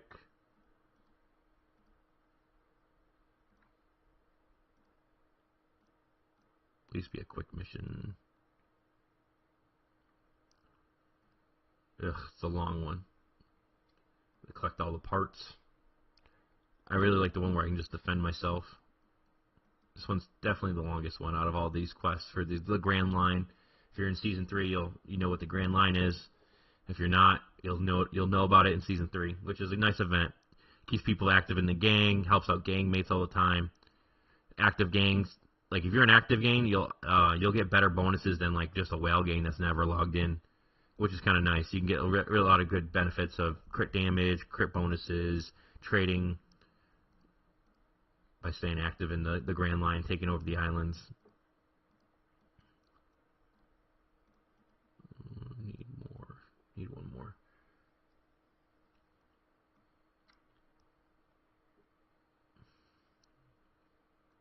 But there's about a rotation of these, about 5 different quests. I mean, hopefully, if they're going to keep the Grand Line every season, I hope they give us different quests every season to do, or like these little different events to do. Because then after a while it'll get dry. But at least they have 5 different ones, so it's not the same thing every time. Get rid of the monotony. Brig, you need to fix your trinkets. They changed it so you more than...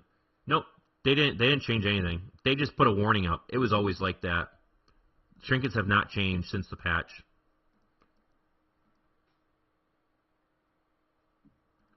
That was all. The second bonus was always the same. That they wouldn't stack. But the first skill will stack. Once I get out of here, I'll show you what I mean.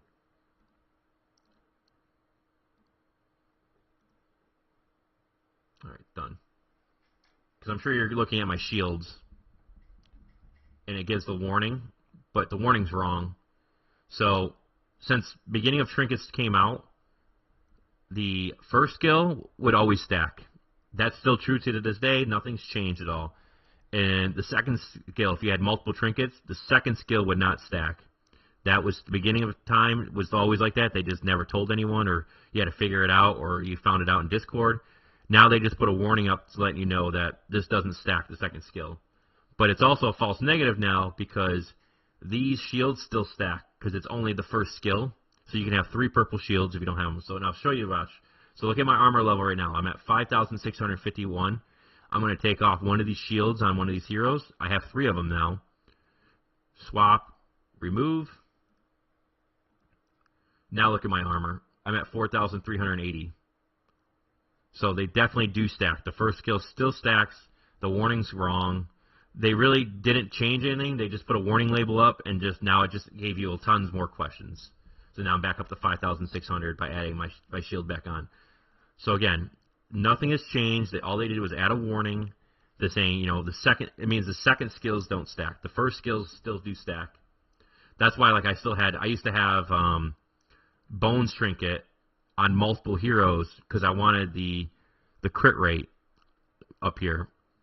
So I was able, with Season 3, remove that one. So because I get the crit rate on the first mate one and all the additional bonuses, now I get the secondary bonus as well.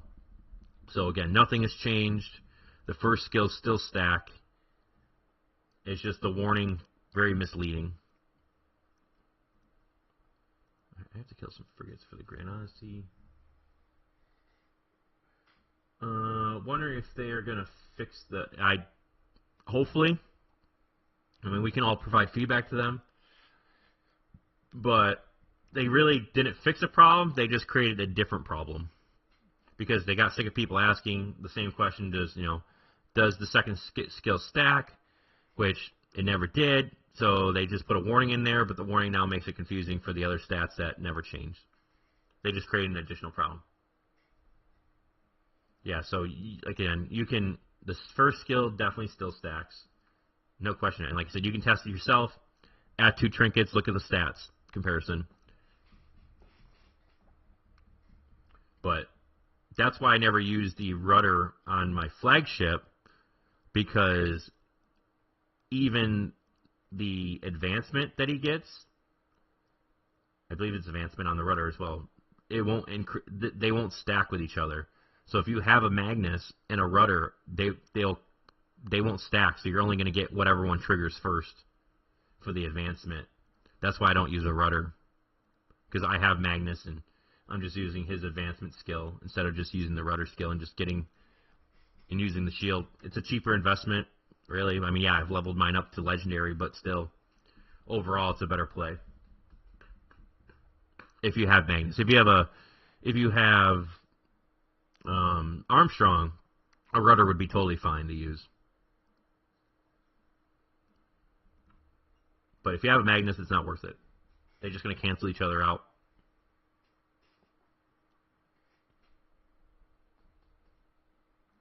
But yes, the warning's very misleading. I don't know how many times now that the question's just completely changed, but it's the same. It's just a different question now, and you answer it the same way. Yes, I did soon after the update. Check the attack bonus percentage stat, and it still had the 18% from max stance. Yeah. So, like I said, I used to stack all the crit bonus ones from the bones ones, and it definitely did stack. We need 4 more of these. I might go quest the hand in too. I need to do that. So maybe it'll give me another one to kill frigates. So let me go hand that quest in real quick. Trying to finish this guild out. But yeah, very misleading, unfortunately. Adding just more confusion to people. Bad implementation. Great thinking, just bad implementation, bad wording, bad design. Hopefully they fix it soon. But yeah, overall, gameplay and back-end stuff has not changed.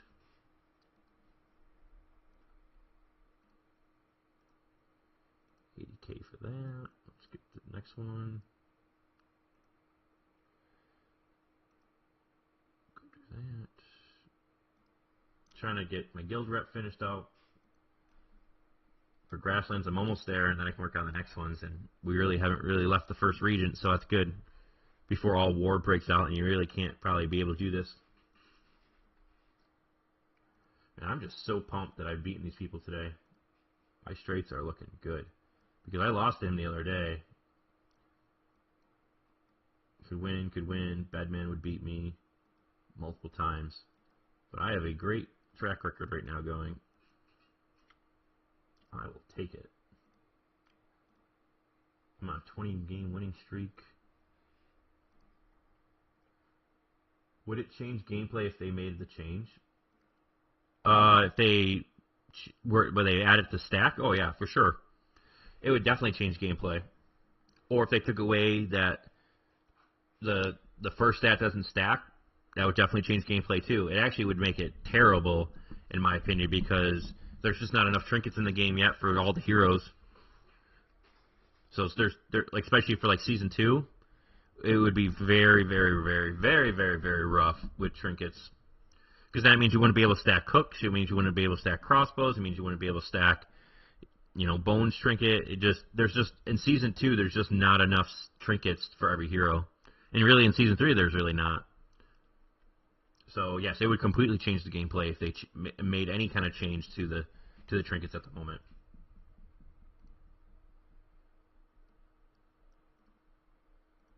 Pretty much there would be a hero that has a trinket that should never have that trinket at the moment. But just because they don't stack, so you have to put something on them.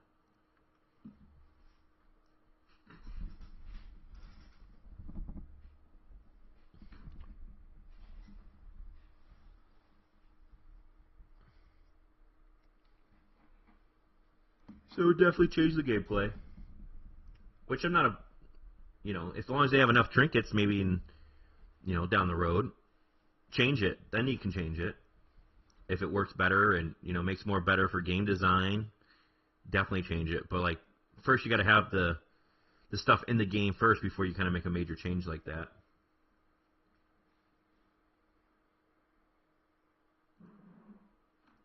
But then you would have to add all, like, if you have new servers, you would have to have it changed for the season 1 or like season 2, where they would have to have those trinkets available to themselves as well, because again, you're going to fall into the same issue.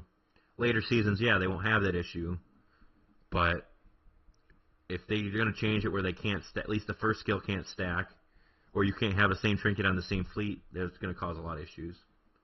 I'll help my gang member out here for the thing.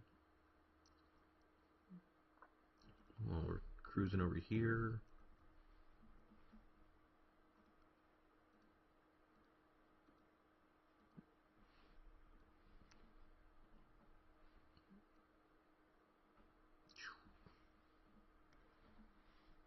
Did you ever use max blue ones over purple? No. I had the luxury of always had max purple until I had the legendary ones. So that's just the advantage I have from spending money. But if you have to use the blue ones if you don't have them, if you don't have more purple, you know, if you don't have enough purple, you definitely would use the blue ones. You got to use what you have available at you at that time. But personally, no, I never used any of the blue ones. It was always the legendary ones or the epic purple ones.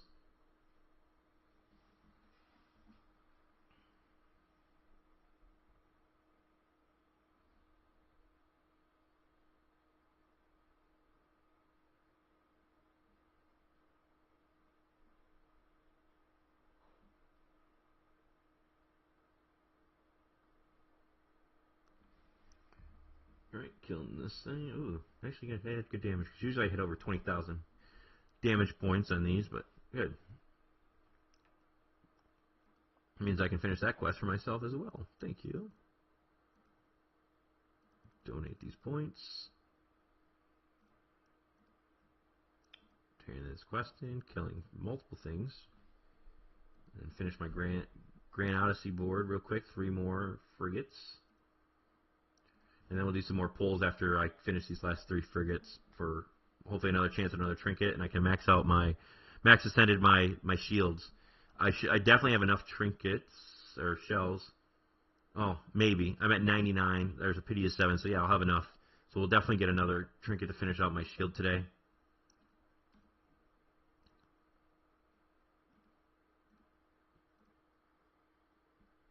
Bat King says he's in season 3. I just turned in to show your ship formation. If yes, to go back after. Yeah, I can go. Let me finish one more kill here, and then I'll go over my heroes and my ship parts and everything. Just give me one moment. We kill one more of these, and we'll go over L.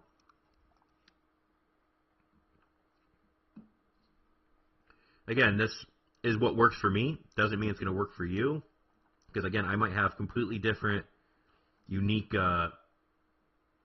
Unique skills on my ships than you do, which work better for my hero setup. So we'll go in here. So this is what I have for my flagship. I'm rocking the Sovereign set. I have Ahab, Delilah, and Magnus with all shields across. Now, if you don't have Magnus, I would definitely recommend Armstrong. If you don't have Delilah really high, I would recommend Cursed Ed. I use Delilah because she pops my shields quicker. My Warhammer, I'm using the Cutthroat actual ship parts. I have 100% crit on my Warhammer, so keep that in mind. That's what I was going for. I have the same old trick, unique skill, which this one can't be bought. You have to build it to get this. The hero skill that has dealt the highest cutthroat damage in the previous 10 seconds will be recorded. Every 10 seconds in the battle, the ship will launch a skill that deals the recorded damage. So it's like using that crit twice, which is really good. And this is why I have that. I have the Bones Trinket, the Palace Trinket, and the Spyglass there. Now, my Stormbringer is definitely the odd one, and it's what I like. I'm rocking the Blade of Freedom set. But I have Varger's Fury, which is going to give me more rage for any kind of damage over time I'm using. That's why I have Tanaka, at least as my first mate. I have my Wanda there as the gunner, and Cordelia for the heals. I mean, they're both healing. They're both pumping all kinds of rage to the heroes. Now, I also recommend, let me go back to my flagship, when you're doing PvE stuff, like port fights and squad raids, Django's really good here, too. He'll increase your overall damage, because you don't really need, you don't need extra shields. You don't need, curses, but you could use extra rage for sure, which Django will help here for PvE stuff, so I recommend him there. My Fearless Princess set for strategy at the moment, we don't have the Season 4 strategy ship. I'm using the strategy ship parts. I have Griffin, Bo, and Molly. You could have a Wanda here for sure if you need to, or you could have Molly on your flagship. I've seen. This is what I rock. I have Griffin, then I have the Palace Trinket on my Boa, and then the Bones Trinket on my Molly for more crit. My goal is to try to get to 100% crit. So my strategy ship, I think, is sitting at 65% crit. It was much higher, but I actually just changed the ship part out for my strategy ship, so I technically could get it back higher. I got a pretty good roll on a 25 part, so I changed it out. But I was thinking it was at like 89% crit. And then for my artillery, I'm rocking the artillery ship part. And then I have the Reluctant to Fall Behind skill. When an allied ship of the fleet launches a basic attack, there's a 10% probability that the ship will launch a basic attack immediately. This effect can be triggered at most once every 4 seconds. And then I'm rocking Ophelia's Trinket with Ophelia. Sharky, I'm rocking with the Palace Trinket on this. And then the Spyglass here. And that just works with the unique skills and everything I have, personally. And it's proved out with the Straits, where I've won, even against the highest person on our server. Right here, we just showed that fight. I was able to take him down. And there's my Stormbringer damage and heals. So I'm not putting out a lot of damage, but I've got great heals going on. It doesn't show how much rage restoration that their Wanda's doing, but it's happening. My Warhammer is just pumping on my most damage, especially Luna. Just like I said, this can change all the time because it just matters who gets the highest crit with my unique skill. Usually artillery is my second highest, but it got killed really early, so that's why it's like that. And my strategy ship did really good damage this time. But again, Boa doesn't do a whole lot of damage, so yeah, she's behind a paywall, but she's just a good filler spot for now until we can get something better to replace her with. But that's why I do what I do at the moment. The Stormbreaker skill, yeah. So the Stormbreaker skill, which Brig is talking about, is this one. Oops. Ships, build.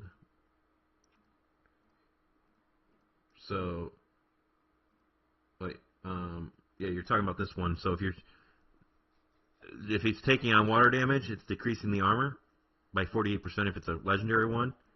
So you could use that with some other skills like armor piercing, that'll increase your ship's impact. Advanced armor piercing, increase your ship's impact. But those skills are going to be better in your Warhammer if you have the unique skill Cost of All Strength, because the armor piercing on this is based off your impact. So you would want to rock Blade of Freedom with this unique skill, and you would want to get these other armor piercing to increase your impact as well. Glass Cannon does that as well, increases your impact.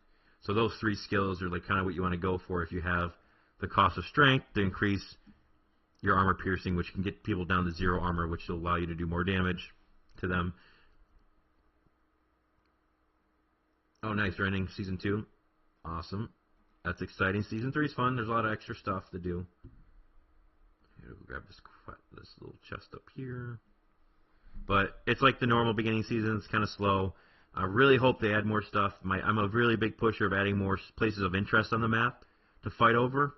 Like, world bosses to give us buffs. Just keep the starting regions exciting, because the first 2 regions you start in are pretty boring, especially if you're not fighting. Like the first region, you're only with your server. The second region opens up, you're with one other gang, and you might not be fighting them, or it might not be, you might be only fighting them for the Grand Odyssey boards or bounties. So it's just, take over this port. I would love to see more open field stuff. I'm a huge believer that they should be able to which I've created videos on, and I say all the time when I do talk to people. I think we should have the capabilities of locking the passes. I mean, it's already in the game. They lock them. It can be locked, and I think we should be able to defend these. It would create more strategy. So, when these ports open or when these passes open, you can try to go. You can, instead of easily coming right through here, you can defend this. But it would stop. You could create a strategy where you could be allies with them. You could work your way over here to this pass, and you could attack from multiple passes. So if someone's trying to keep you out of the middle, they have to defend all these passes, which would be very difficult. So it just adds a lot more strategy to the game and gives you more stuff to do to keep you active in the game. I know they keep adding stuff, which is really good, but I would like to see more stuff that can, already technically in the game, just make it better. Just maybe to lock these passes and defend it and garrison up. Because you can garrison in there. Why not? Will allow you to defend the pass. So I'm just hoping they add some more stuff.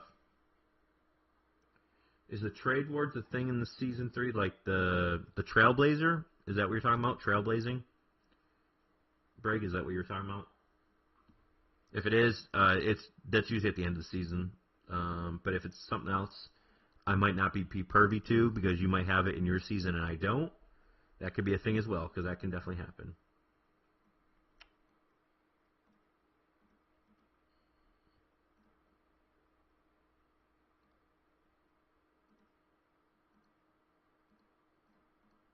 Oh, you know what I didn't do? I didn't buy these today. I'll use my gleamstones I have.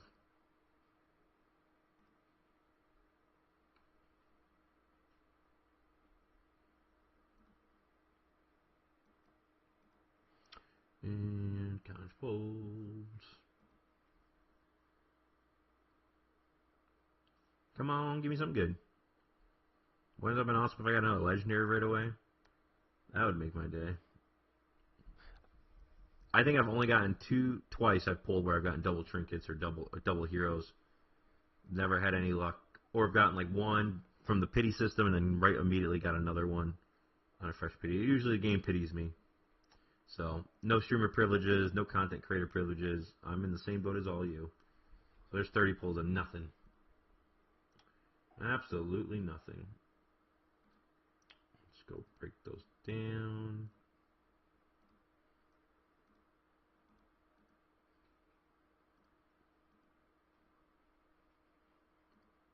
I think that'll give me 1 level for my elixir, maybe 2. 2 levels.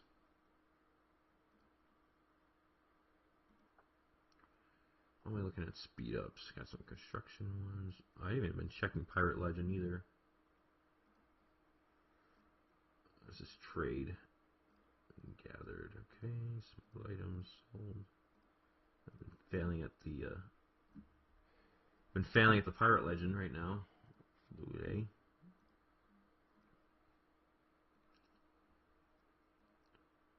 Do I have more quests for the Grand Line? Oh, nope, right here. Blammo. More construction. What do I need for this one? Build a legendary shit. That's not going to happen. Complete season 3 trial. Yeah, I'm not going to probably build another ship this season, so.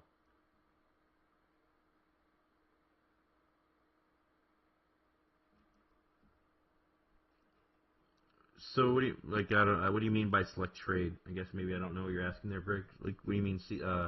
Guilds can control select trade. So you're talking about these guilds with the trade stuff for there, for the three new ones? Or are you talking about actual gangs controlling trade?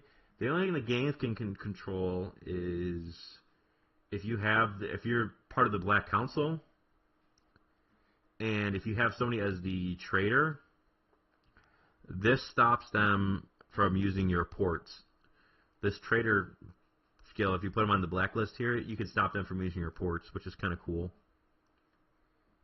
The Joker just changed their icon, and the mole doesn't really let you speak in chats. It changes your words every couple words.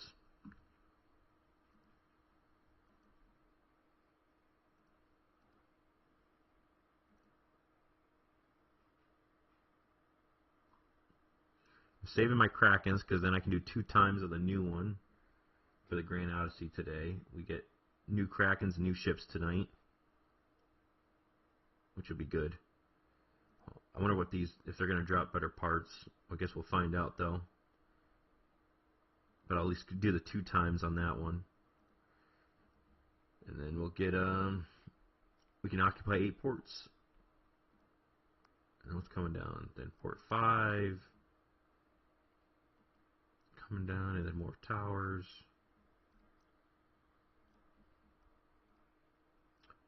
Ooh, I'm at 69. Nice. 69. Let's do another one. Why not? Come on. Oh, man, I was feeling good about that one. Felt good.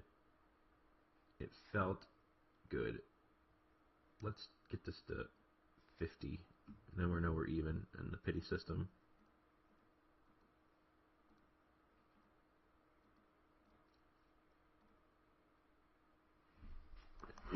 Sorry.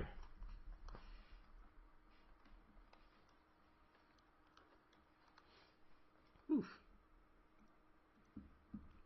And tonight I'll be able to get Onimusha to 8 stars is my goal, I think.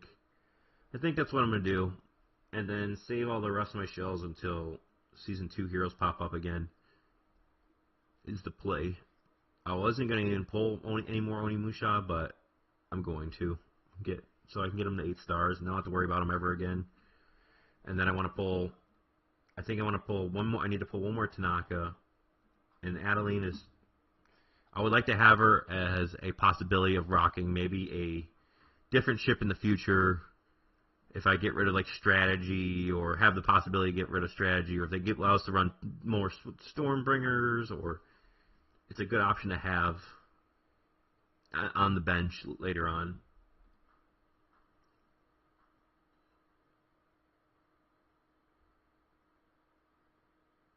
I thought they added where the game can control a select trade, experience like bananas or gems. Not that I'm aware of, or at least not in the season I'm in. Maybe it was implemented in a different season, or it didn't get implemented in mine.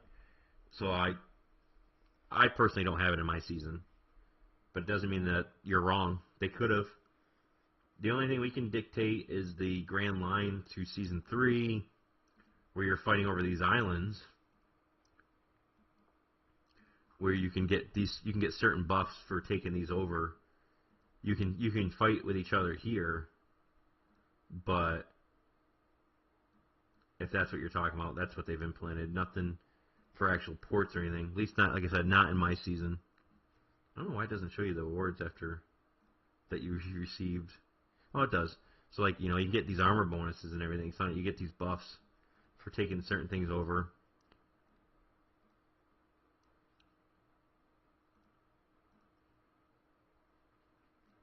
You get these chests, which is nice.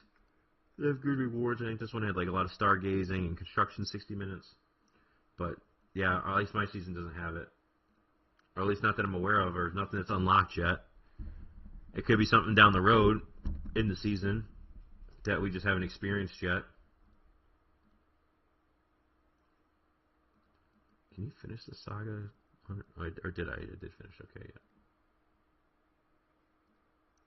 Like I said, it could be further down the Grand Odyssey that just hasn't locked yet, that doesn't show us. But nope, nothing that you can kind of really control with the ports, at least that I've seen.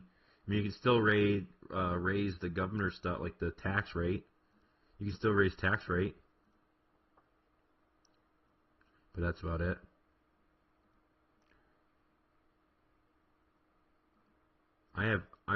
My personal belief, I really wish they would add auto trading for black market. I have so much of these black market stuff.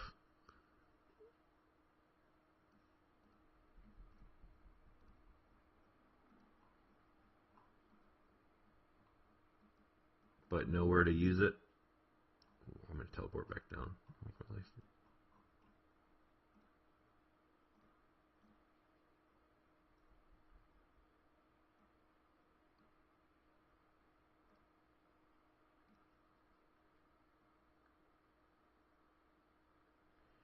as free to play, even as pay to play, I think trinkets are your major focus. So for the actual power gain, like the best power gain and the most thing, because like heroes will only be good till it's like, you know, if you can get them the 4-star, great. If you can get them the 6, even better.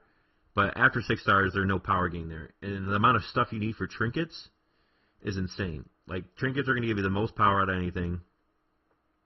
You're going to need tons of them to break them down to even level the trinkets up.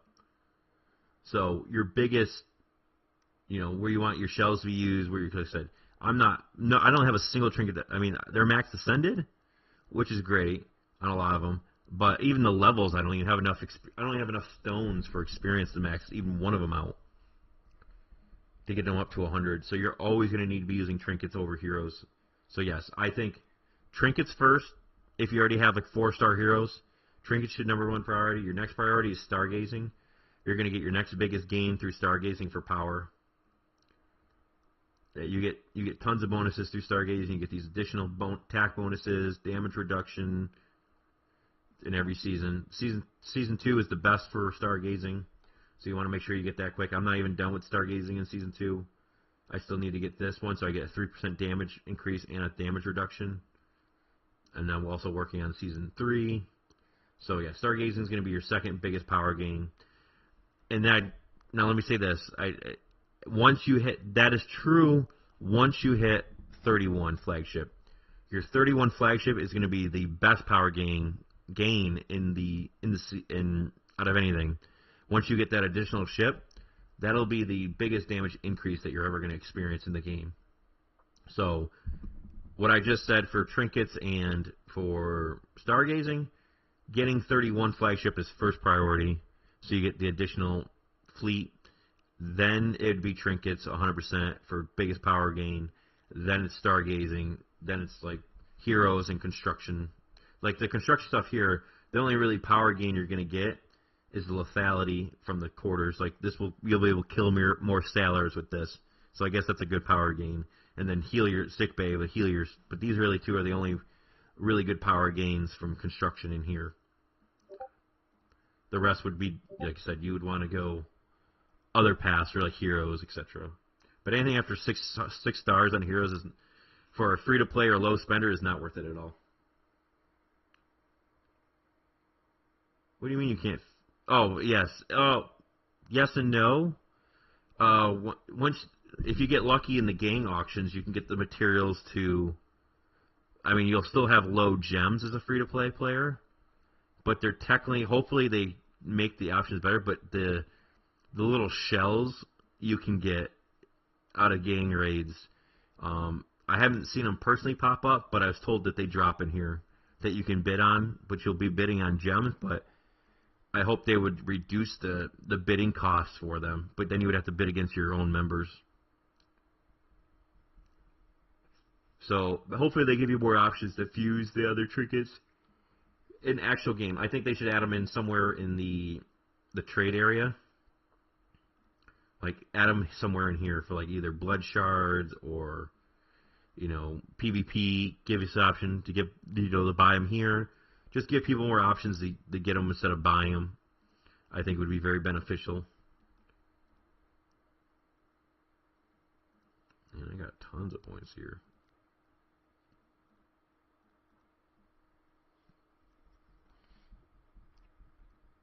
But yeah, I agree. It's definitely going to be more difficult to fuse as a free-to-play. You're 100% correct there. Yes, I went up 3 million power and just hitting 31. Yep. So yeah, hitting 31 is the top priority out of anybody. Or even prior before that, hitting, I think it was like 20 to get your other ship. That'll be your biggest power gain in the whole entire game. But then it adds a lot more stress because then you have to fill that ship with heroes. Then you have to get trinkets for them as well. So it's a double-edged sword. But it's definitely the biggest power gain that you can ever going to experience.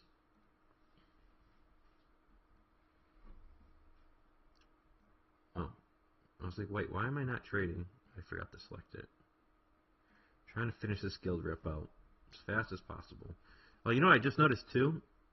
After doing all those straights, I know my sovereign set is not my main sovereign set. I have sailing speed on. right now. So I'm not even using the one I normally use right here. That's funny. Oops. Oh well, it's working. It's working. Rogues Rumble. I don't think I can beat Garp. So you go here.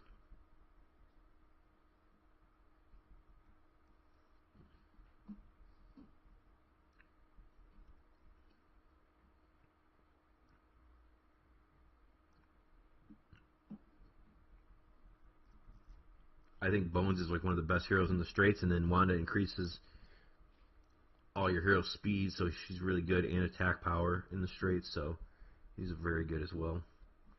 But Bones is just awesome. He can carry you for a very long time.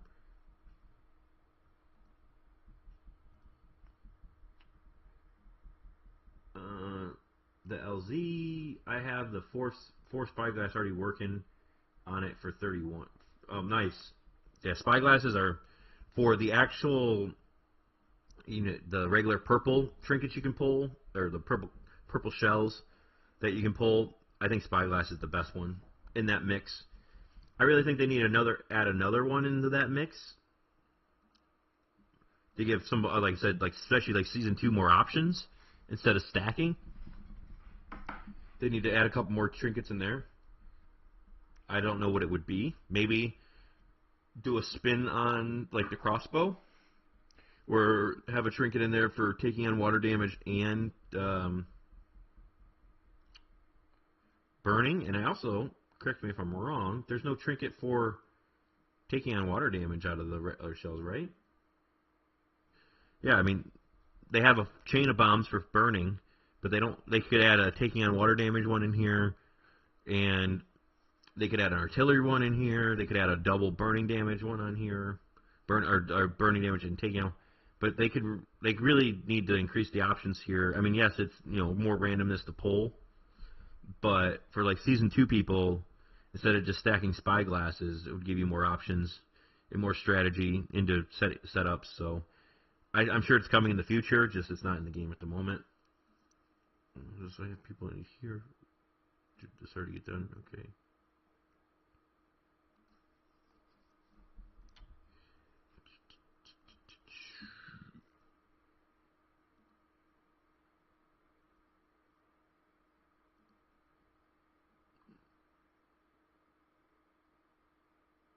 Oh, did I miss it? I guess we did a second. Oh wait, I had the second one, not the first one. LG, maybe the devs can't figure out how. That. How to fuse blue trinkets to purples. Yeah, and that was like my first thing. I wish they would do that, where you could work your way up.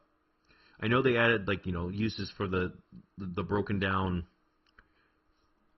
blue trinkets to trailblazing. They really give you a lot of stuff for trailblazing, but I really wish they would have just added a system where, okay, so let's go into trinkets real quick. Let me see enhance so I can see here.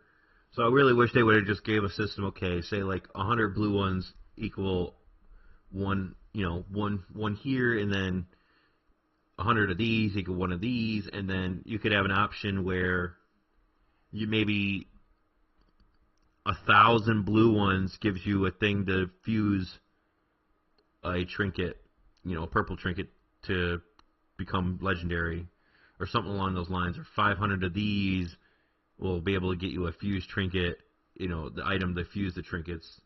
I really hope they implement something in the game like that. I mean, I think it makes sense. I mean, just to give people more options that are not spending money to fuse their trinkets and make them better. Because right now, yeah, there is no way. Besides the gang auction where you have to have extreme luck and then you have to bid out against your other people. So you still have to have the gems to even bid against them. So hopefully they do. It's definitely been mentioned. Hopefully they figure something out soon. Because, yeah, it's not fair for everyone else.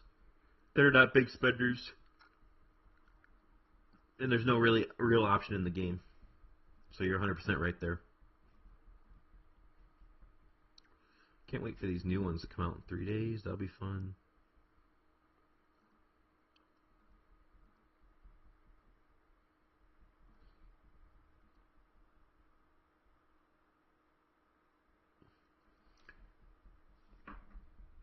Anyone have questions they want to bring up? I want to talk about more of my setups or other people's setups. I can, like I said, we can go through more reports. Definitely don't be afraid to ask. We'll try to figure it out together, or we can test stuff together. I still have a couple more straight options we could test. Try to help gang member here.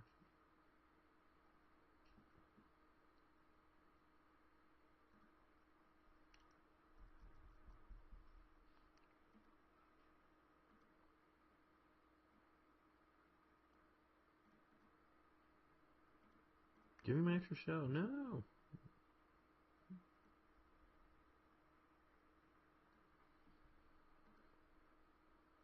Oops, wrong one. Oh, I can't get my mail from here. Okay. Juice Wayne, what is the biggest difference between Season 1 and Season 2 for a new player? Trinkets. Trinkets is probably the biggest difference, but also the season specialization will be different as well for you from Season 1 to Season 2. You'll also have the gem system with squad raids for your season as well. So that was different than I had with the squad raids where you can farm gems for the season specialization. So that'll be the biggest difference as well.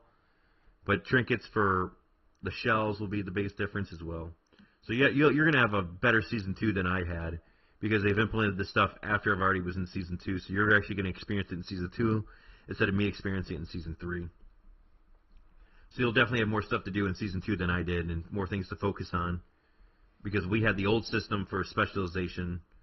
Like our specialization didn't look like this or anything kind of remotely like this in Season 2. There were just set skills you could select. So you should experience this now in Season 2 with the gem system, which is really nice, which is big. And like I said, trinkets. Juice Wayne. One good thing would be to give and use for Blue Souls teardrops. Like every 100 of them. You're right. And that's what I was getting at. Or, like I said, at least they gave a little bit use of it for the Trailblazing event at the end of the season to get buffs going into the next season. At least they're the most valuable. But, again, I wish they gave you more options to use them. I guess that should be for free-to-play people. So, yeah, you're going to have better options in Season 2. You're going to definitely have a better Season 2 than I did. Rumble. Do I have more to do? I do have more to do. Like, I don't think I can beat Garp.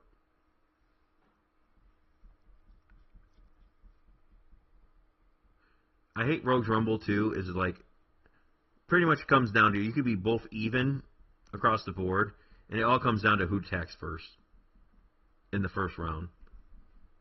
It's kind of annoying. There's really not much way to come back after that, but maybe I can. Or maybe I'm going to lie, but right now I'm definitely against the wall here. It all comes down to who attacks first, in reality.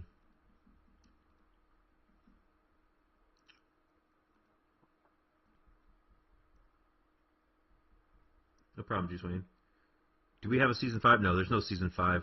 I think the Season 4 is only about 2 weeks into it. And I can show you how you can see all that, too, once I finish this Rogue Rumble. Did I max my points out? Nope, I need to do one more.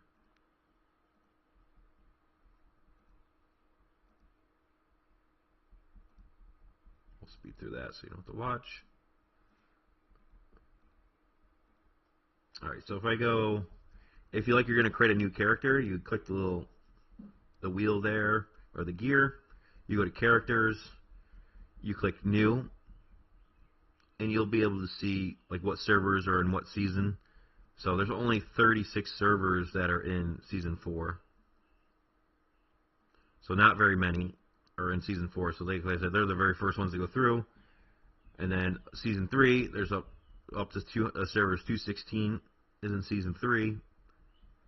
Season 2, up to 300, 372 is the freshest one going into Season 2. And you can kind of, like I said, you can kind of scroll and see the new servers that are coming into Season 1. So that's a way to check, where the seasons are. But yeah, nothing, and they haven't said anything about season 5.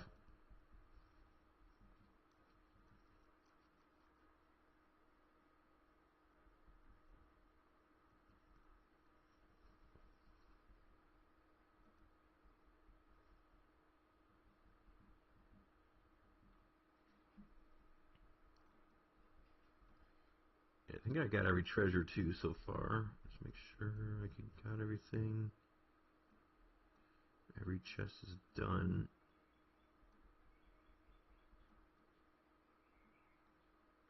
Yep. Cool.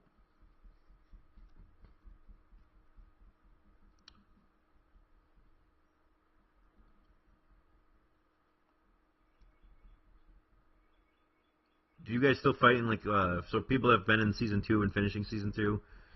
Are you guys still, is it just like one big gang now on your server, or do you have multiple gangs that still, and are you fighting still in season 1? Because my season 2, after season 2 ended, we were still fighting in season 1.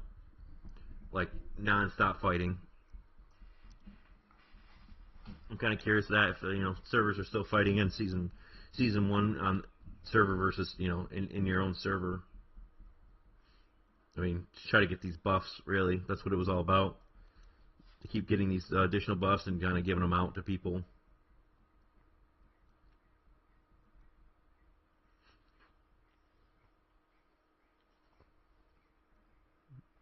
But we were definitely still fighting in our season 1 after season 2.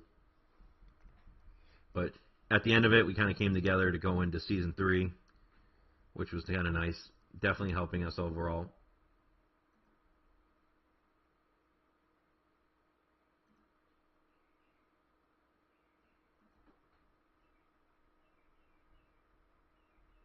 Help a gangmate here.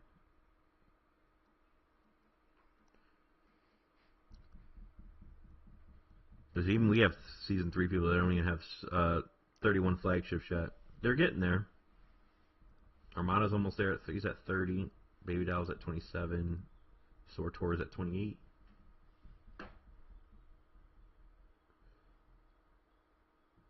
We gather top 3 gangs in the season 1 into season 1. Wait.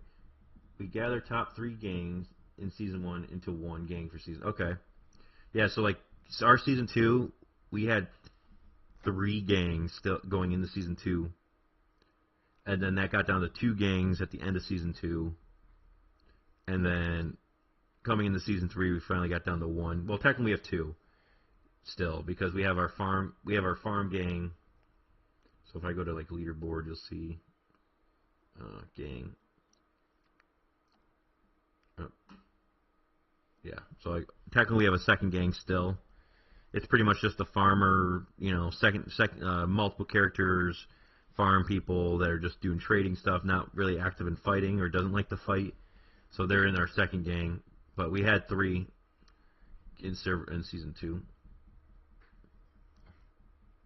But our most active people are in the main gang.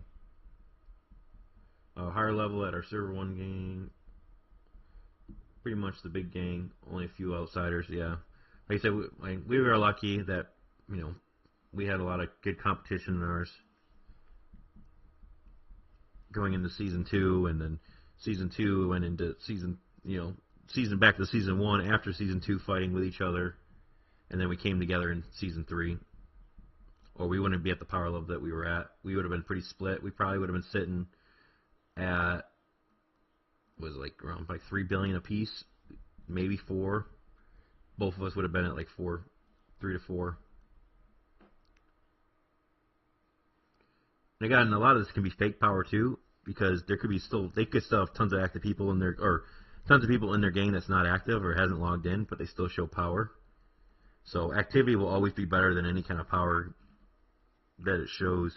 If you can have 100 people on at all times versus a gang with tons of power that only has 20 people on, the gang that has 100 people on are going to be much better and be able to defend themselves much better than just a couple whales online with nobody around. So always remember that, especially when you're fighting, when you're not a whale or anything or a whale starting to attack your people. Stick together, stay stacked on top of each other, and all attack at the same time, and you'll be able to bring down that whale. I mean, of course, he's going to kill some of you, but he could kill you all one by one if you all try to fight him one by one. You just want to attack together. You can bring down a whale. And you'll do a lot of damage to him. Most people transferred servers. We had 2 really strong gangs. You had really 2 strong gangs and people transferred off your server? Or did they transfer onto your server?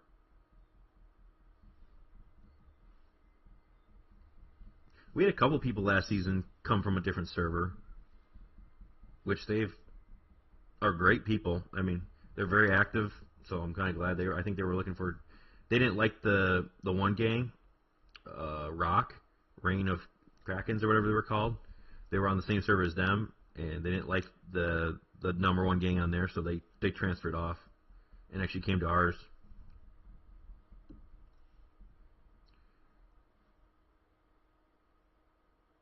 Yeah, so like, I mean, I could see that because, like I said, like last season 2, what was that server? Server 1, were they 117? Server 1, no, I think they were server 116. Reign of Kraken, but yeah, they made a lot of people mad on their server, and a lot of people transferred off. They did a lot of sketchy things, and they were the ones that backstabbed us as allies. So hopefully they go down. That's all I can say. And hopefully we meet them again. And we'll have a really good fight in the next season if we ever get to meet them again. But we had to take a 3v1 when we got backstabbed. And that's very tough to do. Taking on 3 huge gangs versus 1 is very rough. And then now it kind of makes it more difficult to do that in the next season. Because season 3 you have more, you're going to have 6 servers instead of 3. Additional servers. So if you backstab somebody else, I mean, there's a lot of other servers that come back and fight you as well. It's going to be quite interesting once these open up, how it's all going to play out. And then I really like Season 4. Season 4's map's completely different. It's not everyone racing to the middle. It's everyone racing to the side. So if you go to here, your map, and you click the little map icon down here, and you go to Season 4. So everyone starts on the left-hand side of the map. And then you all fight all the way to the right, and like the last port's like over here somewhere, where my mouse clicker is. So everyone's kind of merging, still towards the middle against each other, but you're all coming in a different way. So you got to come up with at least a couple different strategies, which are really good. And I would love if we could lock these passes, like I said. Then you can kind of keep people, locked away, and maybe they won't be able to get in. Maybe maybe they would have to come up across the top and then down, which would be really cool to see. Then maybe you can block them out from coming straight to the middle, to the side. So, again, I really hope they implement something like that. That would be really cool and add a lot more strategy to the game. We are playing a strategy game. Give us things to do more strategy with. Is what I really, really, really, really, really would like to see. And I've brought it up multiple times in all the channels I've had and all the videos I made for it. I would really love that. Just give us more options to come up with strategies, diplomacies.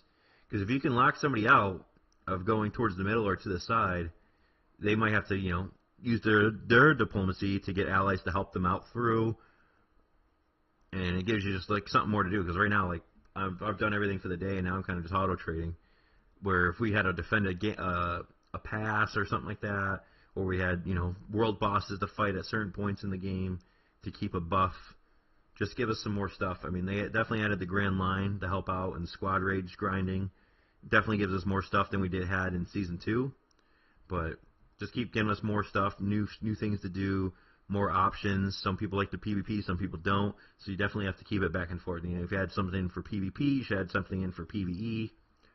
But just keeping more content in the game, keeping us more active, making us want to log into the game. And just then create those relationships with your gang members by doing those activities. You're going to be chatting while the fights are going on, just building relationships, and that's why we play these kind of MMO games.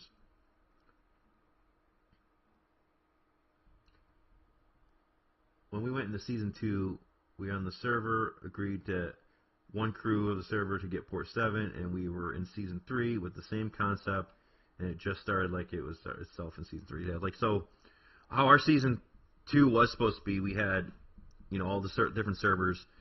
and we had the gang that we were in from our servers from season 1, and our gang, and we had an alliance together with the Rock. And what we were going to do is us three were going to get all the port 6s, and then we were going to fight over port 7, and then we are going to keep one of the other servers out of the middle completely. But what happened was that Rock and the gang on our server backstabbed us, and then they let the other gang that they had us keep out the whole time out of the middle. So then all three of them ganged up on us, and they kicked us out of the middle, and we were only able to get a port 5. So it definitely created a lot of fun and conflict. But that's that's a strategy. But give us some more options to do stuff. That'd be great for PvEP. Have a good one, man. Thanks for stopping by. Definitely stop by anytime. Well, like I said, we'll try to answer questions. I try to stream at least every Thursday. Sometimes if I do have time on like a Friday afternoon or early Saturday morning, I'll stream again. But definitely a guaranteed stream on Thursdays.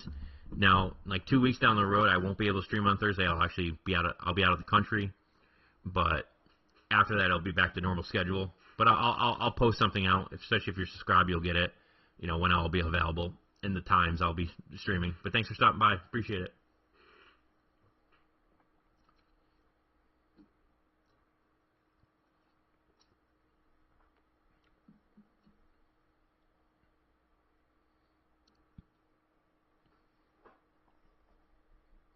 We gotta be close to finishing. Kind of close.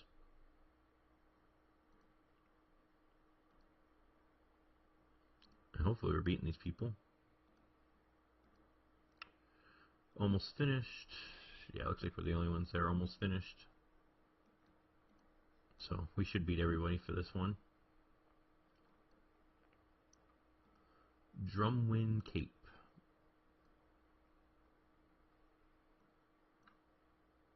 Huh, I just noticed they had a game that's got all the numbers in there.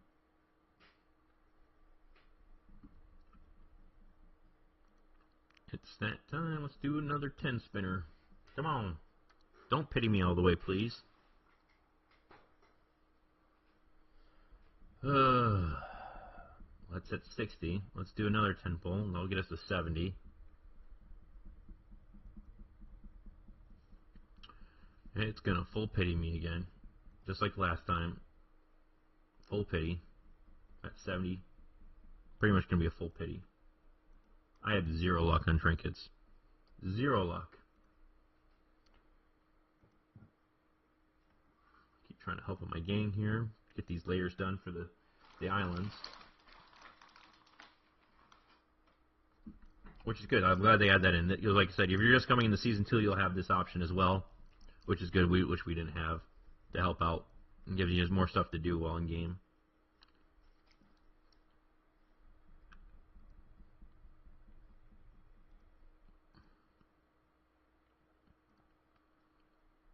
At least only one person's bid on these.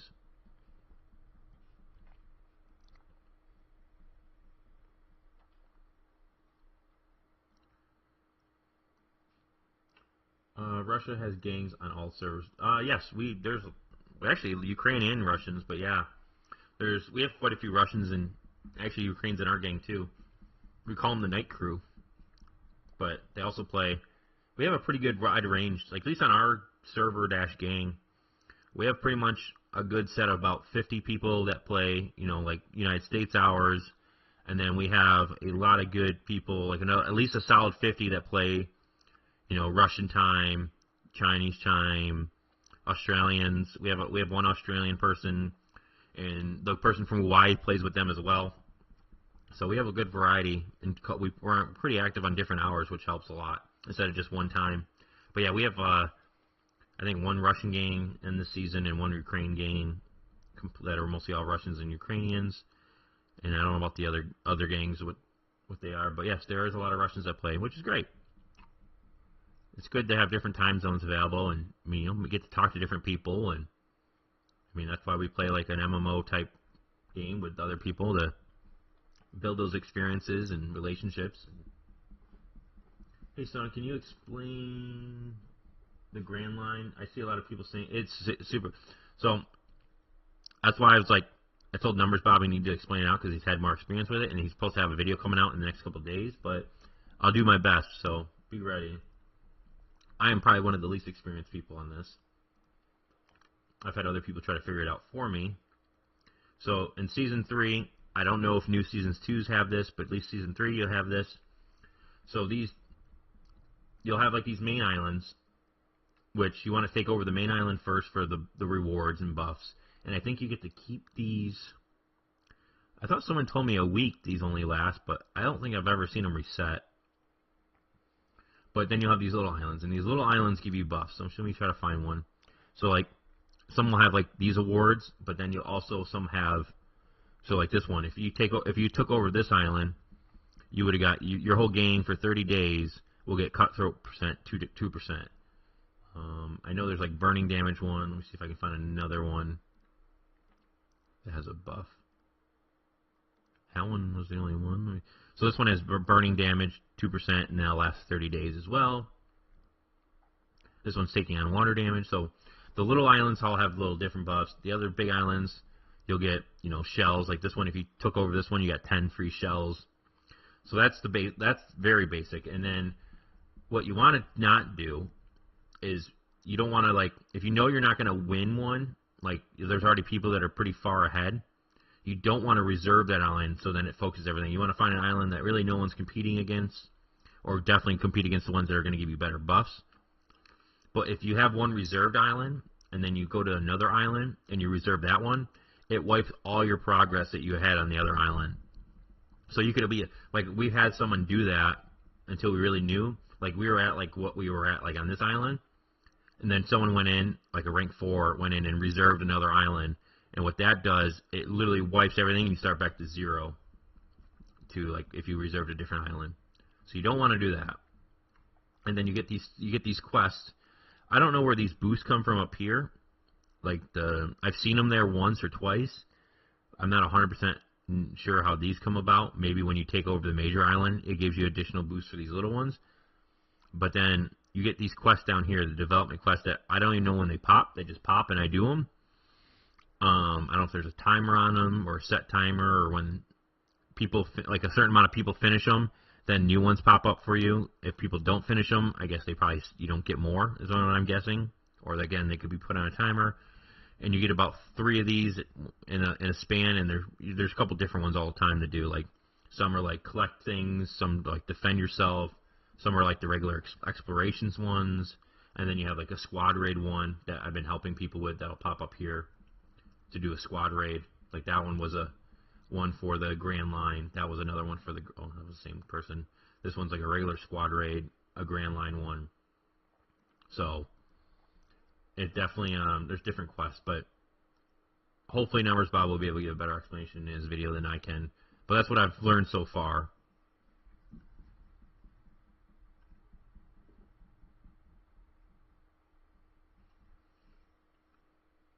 What products do on a grant? Like I said, you just get buffs for the season, pretty much 30 days, so it'll last.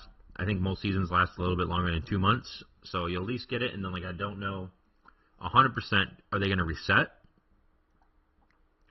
and you'll get like these different, like you'll see, like you go like, so where I just went, discovery points, and you go to blessings, and you can see all the blessings, like the islands we've taken over and all the buffs we've gotten. So we got cutthroat damage, which technically this just, I don't know why this doesn't stack, but it should be 4% cutthroat damage, artillery damage reduction, HP bonuses.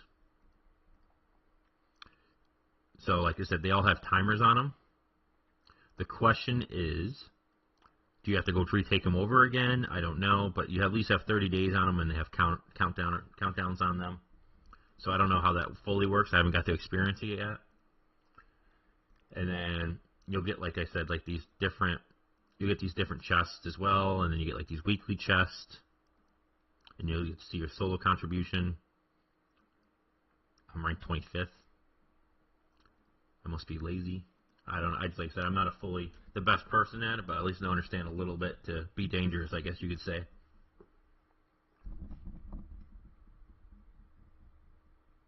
I took a banana yesterday, but I didn't activate. So yeah, like the gold ones or whatever. like I said, you can stack those up too. So like when you do the quests, you don't have to turn them in right away. You can stack up the points on the Grand Line too. So if you were here, and where it was showing here, these little map stuff can stack. I don't know what if they can stack up to, but you can at least have them at like 8, I think. And you'll be able to push them all into one area if you. That's what you guys were goal was, to push one island all together on one. Yes, you can only do one island at a time. That's correct. Yep. Only one island at a time.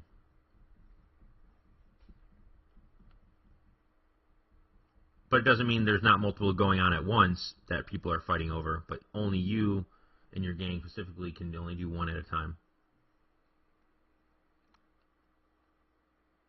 So do the servers and gangs fight over islands in a back and forth? So, like I said, right in the beginning, I know you do. You fight over these islands to be the first one to get the rewards. Now, when those timers run out, does it wipe you out and you have to redo it and you refight over them again? I'm not 100% sure because we haven't experienced it yet. We haven't been in the season long enough, but the buffs only last 30 days, and the server's definitely going to be, the season's definitely going to be going longer than 30 days. So hopefully I can have an answer for y'all when Bob comes out with his video, because he's had a little bit longer time in the season, and definitely he's been in 30 days in there, so he'll be able to give me a better answer there. But I just don't have the experience yet with it. It's a whole brand new system for me.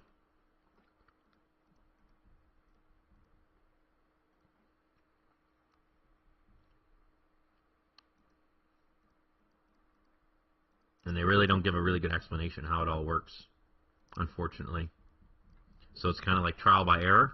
Like I said, we found out the whole reserve thing of how much we can screw ourselves over by changing the reserve, by losing all our points.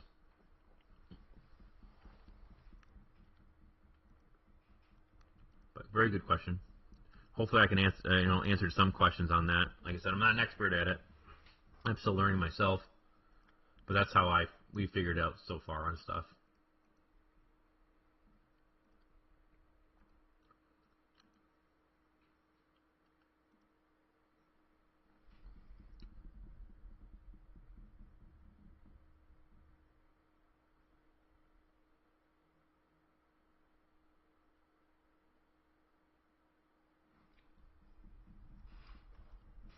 I said I've not done a single treasure map yet, which I need to pop these. So next time I'm done auto trading, I'm going to pop them down here. Well, actually, I should pop them somewhere else because I'm about to be done down here. Maybe I'll pop them up at port 5, where we'll be at more. But I haven't touched a single treasure map yet.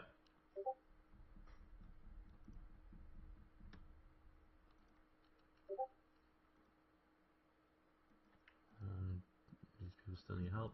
Nope. Good. I'm almost done with my first guild rep in season 3.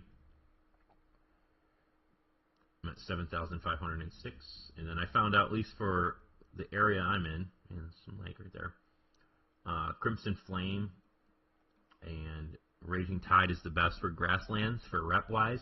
You can pretty much do it in an hour, out of 150 of them in an hour, and it ranges you like 60,000 experience for it. So spamming this back and forth is definitely a really good rep. And then doing the commissions, I haven't looked into the next one yet, but I mean, you kind of can figure out where you can find one that's really close to each other for the guild. So like, let's see, what's this one? That's Sunrise, and that's a Sunrise one. So this one could be really good. Rustbite City to Terra Fortress. I would have to look at some timers to see, to be exact, but that one could be a good one. That one's got an island in front of it. This one's probably not as good. And yeah, that's not. They're both port 3s. What's the port 5? Is there anything close to port 5? Where's my port 5? Am I blind? Oh, there's port 5. Yeah, there's a 4 there. What's this for? That's a. This so wait. So maybe this port 5 to 4 would be good for gold and prep. That could be a good in between. But I think this other one down here is quicker for sure. They look closer for sure. That one looks closer. But we'll figure it out for the guild rep. Am I building the defense, like defensive ships in general, or just the defense ship? So, are you talking about the Providence ship? This one? I personally didn't build it, but there is a guy on our server that's really strong that has built it out. So the Providence ship, he has it here. I can show you from fighting him in the Straits. He uses it as his strategy ship. He has it right here. So he has the Providence tank ship that he's using right here with heals and Wanda. And he's using the Shelter of the Yamada set on it. So yeah, I mean, I'm personally not, but I know that people are. I was going to build the healing ship, the support ship, but they took it out of our season. So that kind of ruined that option. But I did not build this one. I could, if I want to burn through resources. I mean, I have the planks and everything, but I don't have the gold. Like, technically, I could go up to 36 flagship probably if I pushed my construction. But I'm not going to have the gold, so it's not worth it at all. And like I said, anything after flagship 31, it's not worth to push flagship anymore. So you might as well just run its course. I mean, definitely use your construction here and there when you have the gold, but there's nothing to rush flagship anymore after 31. It's just fake power. It doesn't do any benefit. I just upgraded to 36. I was at 35, and I was taking out 37 ships all day long. I just finally upgraded to 36. And if you're a paid to play, if you're a pay to win player, kind of a thing that you'll notice, like if you were buying the pop-ups every time you upgrade your flagship, after 35, you don't get those anymore. Those pop-ups don't show up anymore, so keep that in mind if you're a pay to win player. You're not going to get those $99 bundles when you upgrade your flagship. In the hero exchange token part for stalls, how many tokens did you get where you pulled Onimusha? If you get 20k for the legendary hero, is it worth?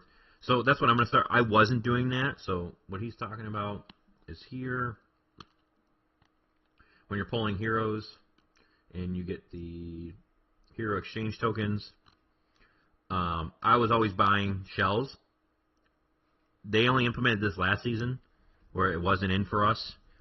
So I could have used this, which now I'm going to use this to get the other heroes that I don't have. So I'm saving these up now to use them. I'm going to save them up for the scrolls, but I also been saving up the scrolls for the PvP ones as well. I've gotten quite a few of these, but because I'm not going to be, for my shells, I'm not rolling hero anymore. I won't be rolling this at all, ever, probably, unless something changes. But it's just not worth. The shells are going to be more worthwhile for the trinkets because you need them for experience, you need them for ascended. So my purple shells are all going to trinkets. I'll use those scrolls to get the rest of my heroes I need, and then I can use the fragments as well to get the ones I want. But yes, so I'll be using those scrolls from rolling heroes to get the ones I want, which I'll probably use. Like I said, I need one more Ahab, or I could get them through the gang auction as well. There's those options now. If you have the gang auction, you can get those other heroes as well, just through the gang auction. But I need one more Ahab, wherever he's hiding. So they get the additional bonuses for him. And I mean, Sharky would always be good with those scrolls. I pretty much, actually, every scroll I've gotten from the PvP, I put in Sharky. I have not had any luck pulling Sharky. But yeah, for those heroes, I am not rolling anymore. And when I did roll those heroes, I got Chi every time. That's why Chi's maxed out. I didn't do anything special. I just rolled Chi every single time. I think I rolled 6 Chis in a row from those purple conjas for heroes. It was kind of ridiculous. When I wanted Ahab and Cordelia, I actually used some scrolls on Cordelia as well. And I used the Season 1 win one for Cordelia as well. It's just, I've had no luck at getting them. So now I'm just going to use those scrolls, save them up for the scrolls, and then use those heroes. And then use all my con shells to roll trinkets.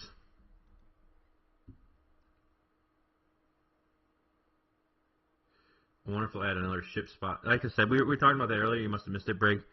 I think they'll do that first before they would add more heroes onto a ship, because they would have to change the UI of how the ships look. I mean, this would have to be adjusted. They would have to change. They would have to add more heroes in, for sure. They also would have to add in, different, so they would have to have the rest of the next couple of heroes to come in would all have to be jack of all trades, or they would have to change a name of what they want to change this one as instead of jack of all trades, because you have your gunners, you have your first mates, you have your captain, but okay, if you add more, heroes into a ship, you would have to change that, or change their their ratings and titles. So I think if they would add another ship, I mean, there's a spot here, so I don't see why they can't. I think it'll be a work in progress. I think it will definitely happen at one point. Maybe not next season, maybe not the season after that, but it'll definitely be a thing.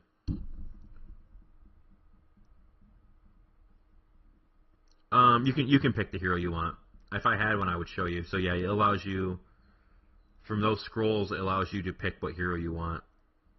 The one from the season, though, unless they changed it, I know my season 1 to going into season 2, the scroll that we got from there, it was random. But the ones from the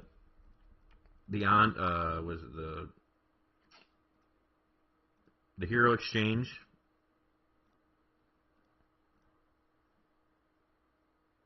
you get to choose one, and then also from the where are you hiding? Right here, the rogue. You can choose. So yes, literally. Oh wait, let me just make sure. This says selectable on this one. Let me check. I'm not lying to you on the hero exchange. Yep. So this is selectable to us. So yes, you do get to select them. So it's either Sharky, Ahab, Lester, Cordelia, Luna, Barnacle, Chi, or Molly. You'll be able to select.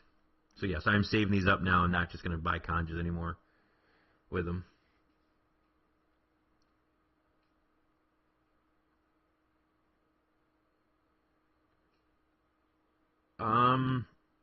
Maybe. Will I change my flagship to be less tanky? Maybe. Matters what heroes come out, what trinkets.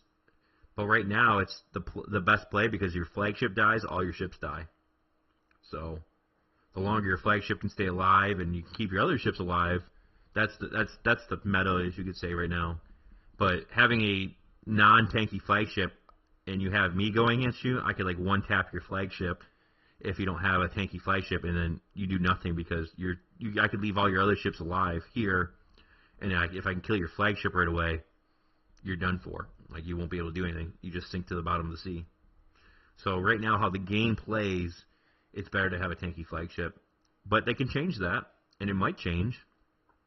We'll just have to wait and see. But right now, I'll keep my flagship until the things change as tanky. Do another pull here. Let's see if it pities me, or lets me get before the pity. Oh, it gave me something before the pity. Spyglass, best trinket. I actually would love to have the spyglass here instead of the bones trinkets, which it could be a play, but I wanted the crit, but I've gotten rid of some of my crit. So I don't know what would be the best play, because I'm getting 18% crit here, but it's not leveled up to give me 30% crit. I want to level it up, but also Spyglass is really good as well. That could play really well with Molly.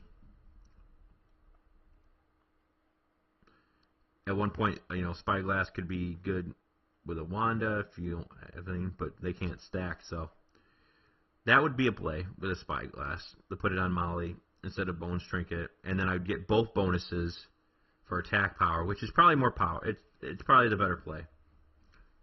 It is definitely probably the better play. Maybe I should do that. That would probably help me out, instead of rocking more crit and only getting the crit bonus. Since I did roll off some more crit on my decisions. Strategy ship right now is very underwhelming, and especially with Boa. She's extremely underwhelming. But Molly, I mean, it's hard to guess, because she's going to be doing debuffing, not really doing damage. She's going to be reducing healing and everything, so she's good there. But you could also put her. I've seen people put her on flagship. Griffin's really good, but yeah, what you have to do for strategy is just when you're attacking more ships at once, it's that's when it really shines. Like I had a report here. Let me show you for my straights. The longer the fight goes, strategy damage will do really well against PvP. So if I go to this report, I think it was my highest on this one, or second highest. So like right here, it was my second highest damage, but that's really only because my artillery died first. But like I said, Griffin does pretty good damage. Boa just does not do really much damage. And she's supposed to be more damage than Molly, and Molly does more damage than her. So right now, very lackluster. I don't know for Season 4, when it actually gets a real legendary strategy ship, if things will change. I haven't got to experience it yet. But right now, it's very lackluster compared to all your other ships that can be doing more damage for sure. I think his strategy ship did okay. But yeah, it's nothing spectacular. Is it still worth a have? Yes. But you could technically rock like another burning ship or taking on water ship, and it might even do better than your strategy ship with the heroes and everything you have.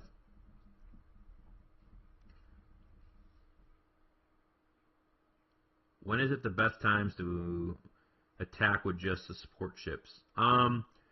Lower like towers are very good. So like when you're trying to defend sentry towers, they can be very good to attack those and just harass the whole time. When people are trying to take them over, you can take them over back really quickly. When you're trying to discover stuff, they're so fast that you can discover the mist really fast with them. And then attacking, it's only good when like you're going to overpower the person. So like my little ships will do really well against like people that are like under level 30. So you can kind of harass them much quicker if they try to run away. You can chase them down with your little ships if you pull them out away from each other. But besides that, it's not really worth it because they don't get the buffs anymore from your flagship when they're by themselves. Man, what should I do? Now you guys got me thinking about swapping out my bones trinket. What does other people do? Let's see what they do. Because I changed out, let me just make sure I'm not lying. I think I changed out a ship part yesterday on here. Because I was rocking 18s, 21. Yeah, I think here, I want, as crit rate, 7.5. So if I go back to Banquet of the Reaper, my little 8. So I had more crit rate here. It's like pretty much the crit rate is flip-flopped. But I like the damage reduction and HP bonus. This is the one I finally rolled a decent 25 part. So I took away crit from my strategy ship for more crit damage, a lot more crit damage, and damage reduction. So what one's the best right now? I don't know. This is working pretty well with it. But then if I'm rocking this, I mean, do I keep the crit rate on there? Do I go with the spyglass? It's a toss-up. I'm kind of curious what are these other people that I've killed and beat rocking? Let's see what they have.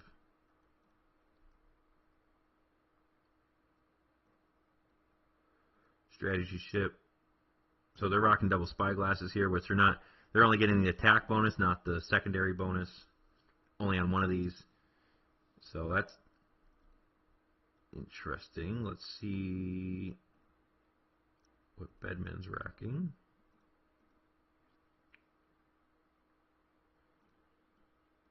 He does have a spyglass on Wanda instead of her trinket.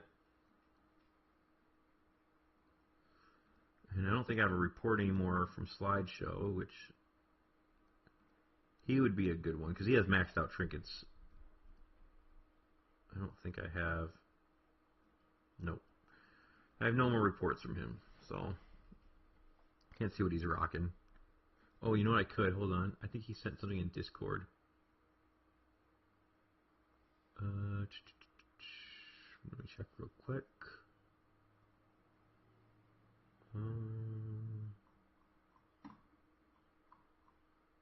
There's where you put it. It was in.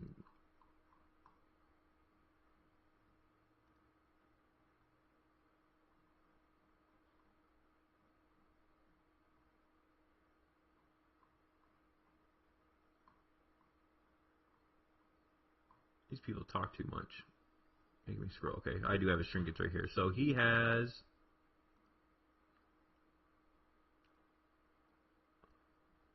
He's got Griffin's sword on his strategy ship, maxed out. And then he also has Molly with the pistols maxed out. So he still has pistols on Molly for the crit rate, but he's not getting the secondary skill. And then who else does he have on his?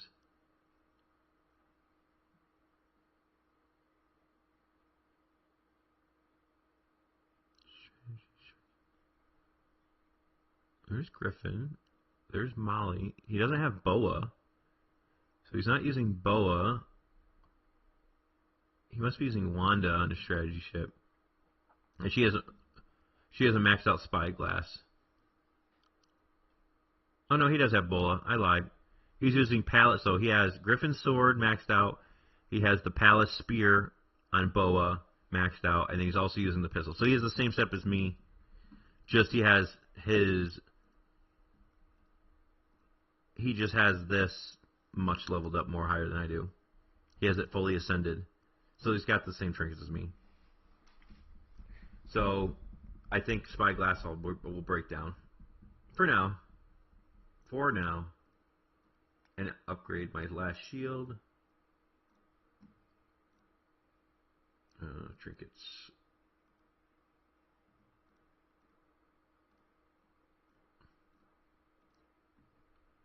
And then we can max ascend my shield here.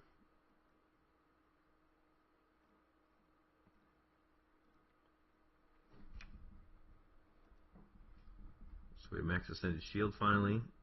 I still have 2 more to do, but I think the next one I'll work on is my bones trinket here for more crit for my strategy ship to make up that crit rate I took away. Let's get the elixir up to 70.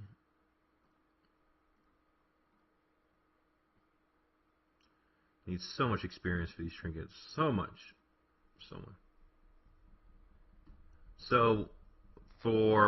the rudder is, so let's go to it and show it.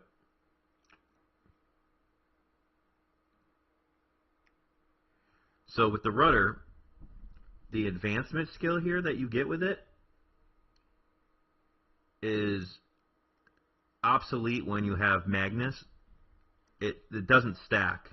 So whatever one kicks off first, either Magnus' skill kicks off or this trinket kicks off, will override each other. So if you have a Magnus, it's more beneficial to rock the shields and just stack the bonuses from the first one. It's cheaper, especially if you have the purple ones, you didn't level them up. You'll get more benefits out of the shields than you'll get the rudder if you have Magnus. If you have Armstrong, rudder's totally fine, because Armstrong doesn't have the advancement skill like Magnus does right here. So this advancement skill will override the rudder on the ship, or vice versa. The rudder will override Magnus's advancement skill. They don't stack, just like trinkets don't stack. So that's why I rock both shields. And don't look at the thing that's saying, these don't stack, or these, you're going to have an issue. Do not, trinket skills do not activate when equipping identical. That's false. That's only for the second skill. It's not for the first. I'll prove it out again right here. Look at my total armor right now. Is at 5,773. I will take away one of these shields, so it gets rid of that skill, and you reduce a lot of armor. I could even test it better if I had one. If I didn't just delete those shields, I could shield, even prove it out even more that, okay, you're losing the Constitution, but guess what? It doesn't give you armor on this at all right here. You're getting the armor increase from here, not up here. But I would prove that out too if I had more shields, if people didn't believe me. But the first skill stacks, the second skills do not stack. Nothing's changed. They just finally put a warning on it, and the warning's just wrong, how it reads.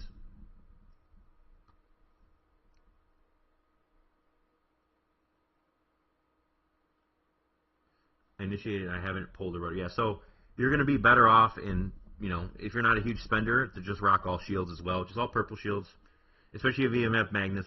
But if you do get a rudder and you've just been using Armstrong, you could rock rudder for a while, unless things change. But, yeah, rudder really, they need to fix it or, you know, give it a different option of what the rudder does so it makes it valuable.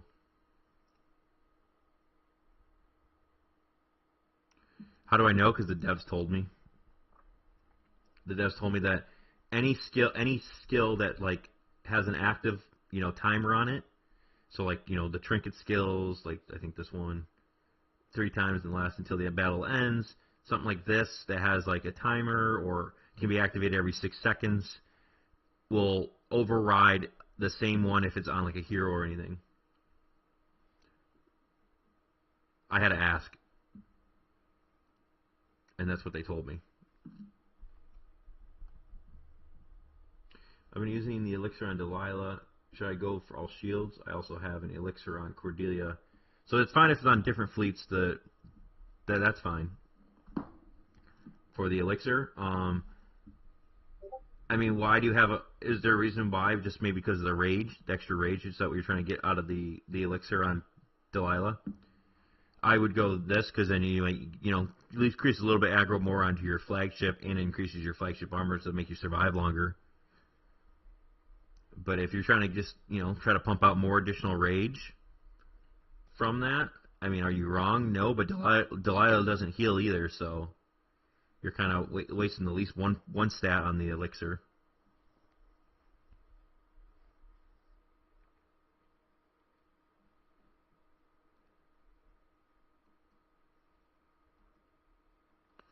But I wish they did more. Like I've told I told them this multiple times when I've been able to talk to some devs and or at least a middle person between the dev, is that they need to really add these explanations and descriptions in the game so everyone knows it, and not where somebody had the opportunity to talk to somebody to get a real answer.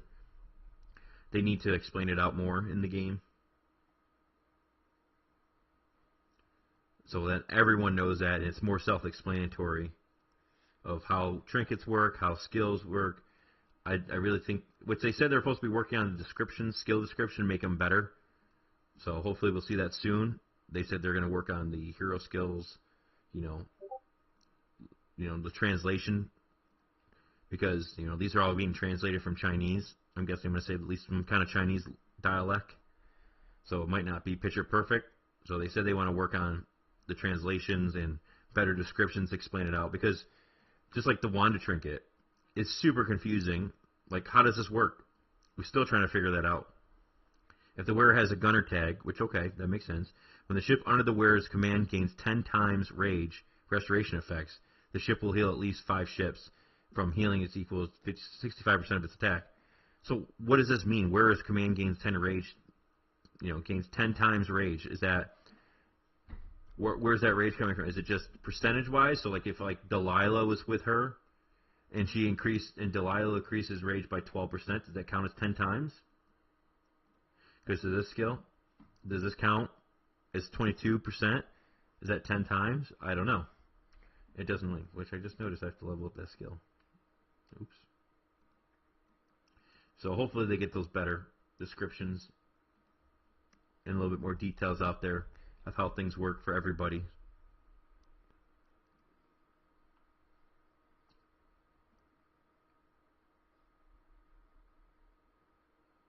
I'll give them the benefit of the doubt. I hope they do soon. That's all I can say. Hopefully soon.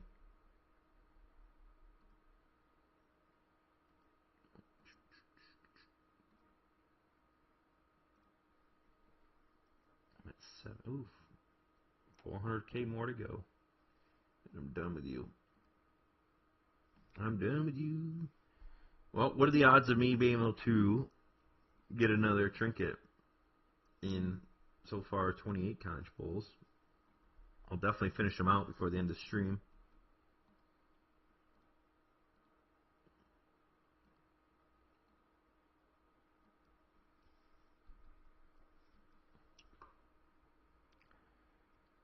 wonder if these work, but I don't have enough, I don't think, anymore. Do I? Gleamstones, Gleamstones. How many do I have of you? No, I'm not going to have enough.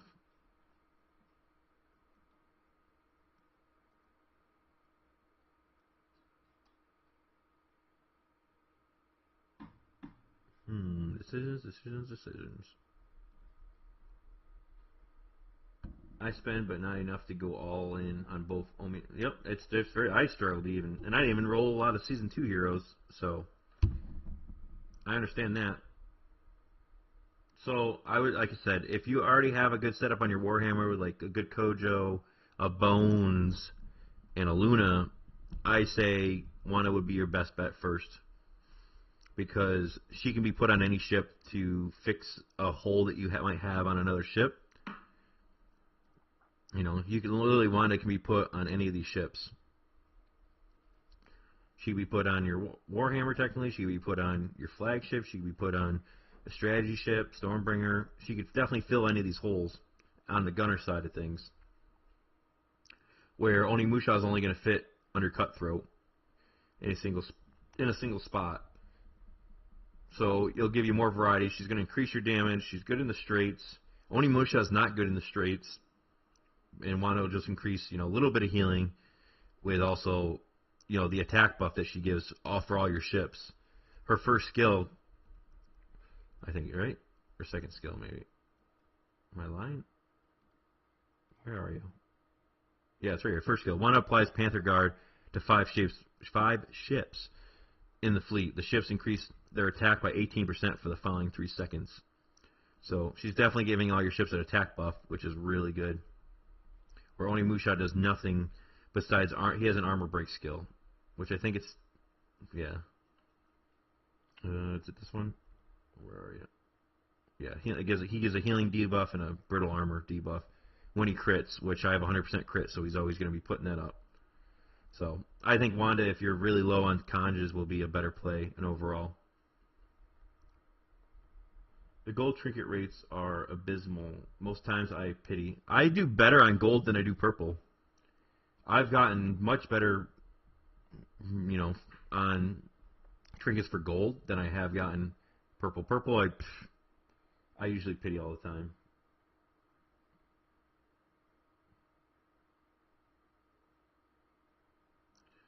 So, sorry, I say straights. I meant Rogue's Rumble. I didn't mean straights. So Rogue's Rumble, he's not very good, and he won't help. And like same thing as the trials, because they're literally the same thing. He's not good. He doesn't give good team buffs and benefits to survive. So I didn't mean straights. I apologize. He's good in the straights because he's going to be on your normal ships bonuses. But for Rogue's Rumble team setup, he's not going to be good. And same with trials. You're never going to use him in trials with the other heroes that are going to be better. I've tested him multiple times in trials, and he just doesn't work. But Wanda's very good. Bo is pretty good. Magnus is very good. Ophelia and Bones are usually a good go-to for trials and in Rogue's Rumble, where he's not. I mean, he does a lot of good single target damage. Like I could show you right here. Let me take out. I'll take out Boa and add Onimusha. And then I'll slow it down so you can kind of see them.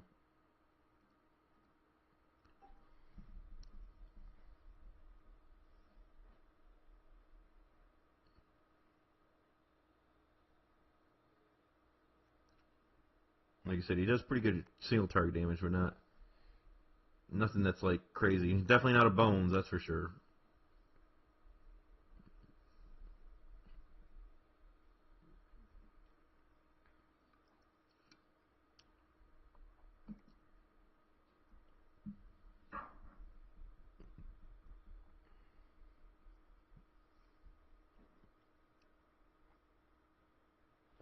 And he has a maxed out trinket. His palace is maxed out, and he still doesn't do phenomenal. Wanda does a lot more damage than him in the straights, and she provides speed buffs and everything.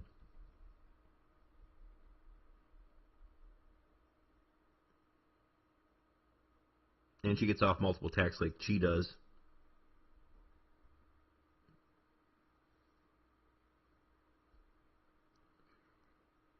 Am I actually going to beat this? Or I've been waiting to kill it in under 5 rounds? Can I finally finish the trial and just prove myself wrong that I survived with Onimusha on there?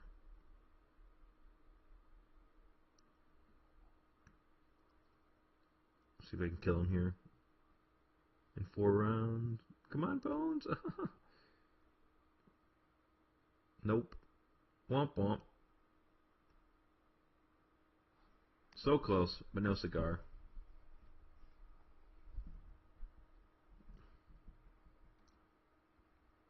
I sent a suggestion in game that they need to buff his second skill from 2 seconds duration is pathetic. What do you think? Onimusha? Is that the close combat one you're talking about? Second skill. Yes. If it gets wounded ship, he'll become enraged for the following 2. Yeah, I really think that should be increased. I mean, I really don't need it, but for overall skill for 2 seconds, yeah, that's terrible. 2 seconds is awful. And it can only be triggered every 8 seconds? Like, really? Come on. So really, it's only good every 10 seconds in reality. So, and yep. Yeah, I really think they should adjust that. 2 seconds is terrible. I agree. I agree.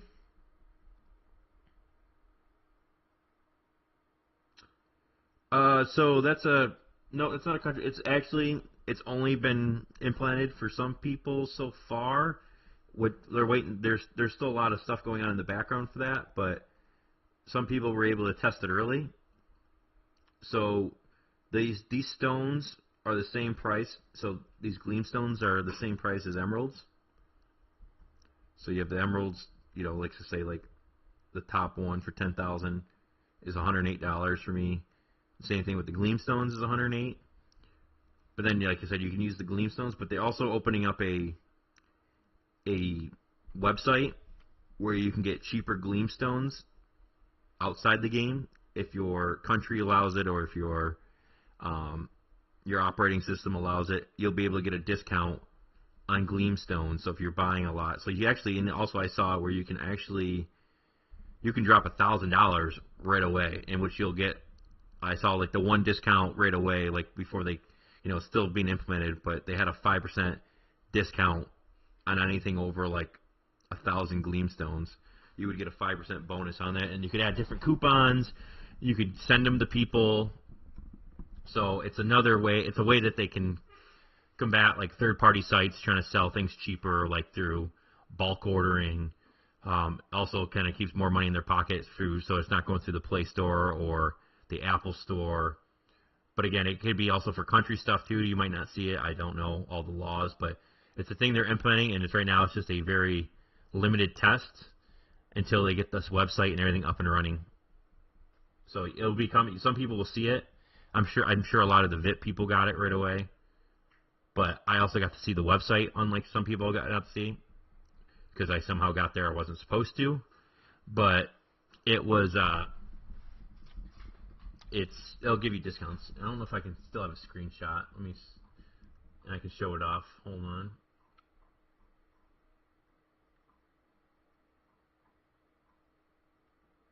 I don't think I do.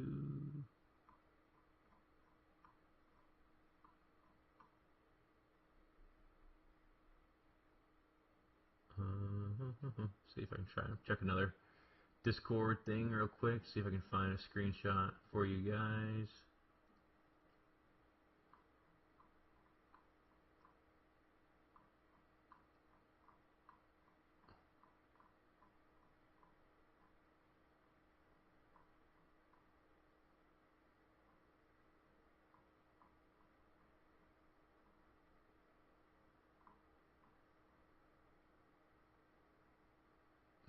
Nope, that's the other screenshot. Yeah, I don't have a good screenshot, unfortunately. Sorry, I don't. Like I said, I don't have another screenshot of the actual website front where it shows you. So Gleamstones, like I said, it's just going to be another pretty much green gem. You can actually buy green gems with them. So it's just pretty much their way of getting around, probably the Play Store regulations and all that. So it's like an outside. It's going to be like an outside because it's going to bring you outside the game to buy them. So, like I said, they can put discounts on them, and it'll be cheaper to buy them. But they're really going to be able to do the same thing, and you can also buy stuff in game with them. It's and I don't know about like currency wise, like how it will be for currency exchange rates. How it will be? I can only speak for USD. It's the same price. Now it could be different for different countries' currencies. It could be different when they get the website up and running fully. That the currencies could be different, or they could be the same price across all currencies. I do not know that answer. That'll be probably more to come. But like I said, then you can kind of change it up here, and you can kind of buy stuff. It's technically 1 gem cheaper than buying it with straight cash. Really, you get to save 1 gem, but you'll be able to buy everything in the game with them. You can even buy actually, can you even buy the VIP things? I know you can buy the chests with it, but I never checked VIP. No, you still can't buy VIP with them. But you could use the Gleamstones for those green gems to buy VIP. But yeah, it's just another thing they're doing where, like I said, to combat, third-party sites and, help people, if they're going to buy in like bulk to save a little bit of extra cash with coupons. And I think what they'll do for like us content creators, they'll give us like coupons that we can give out to people to get a cheaper discount as well on those Gleamstones as well, where they wouldn't be able to do for like on like iPhone, iOS systems. They can't do like coupons or redeem codes. So this gives them another way to help those users out to get cheaper items in the game.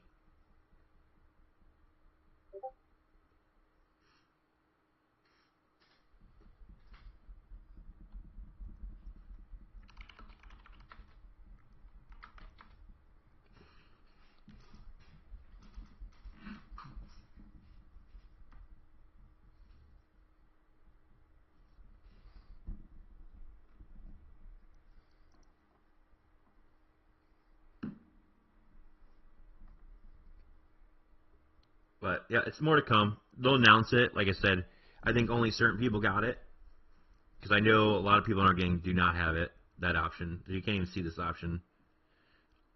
I'm sure they just added it to some of the spenders and, like I said, the content creators. But you can definitely buy them through this way, but you're not getting the discount through this way, like inside the game. Like I said, they're building a whole complete website that you'll get cheaper stones with these ones. But more to come. And when I know more, I'll let you guys know more.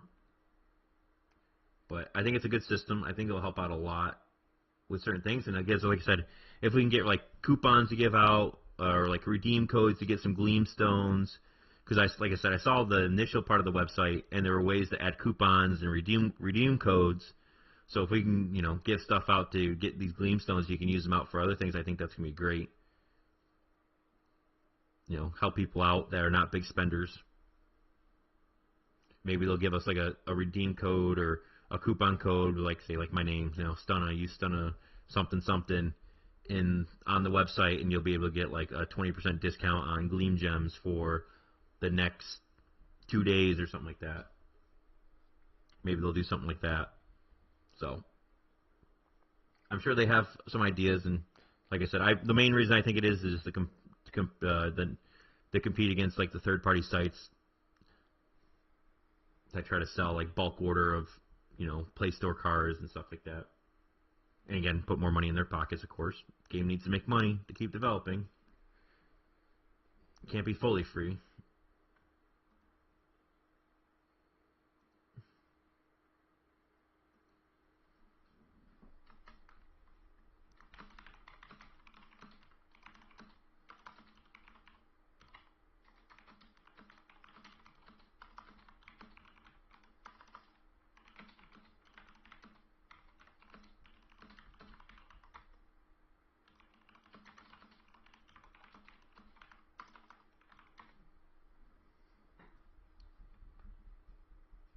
Holla, Tony. What's up, man?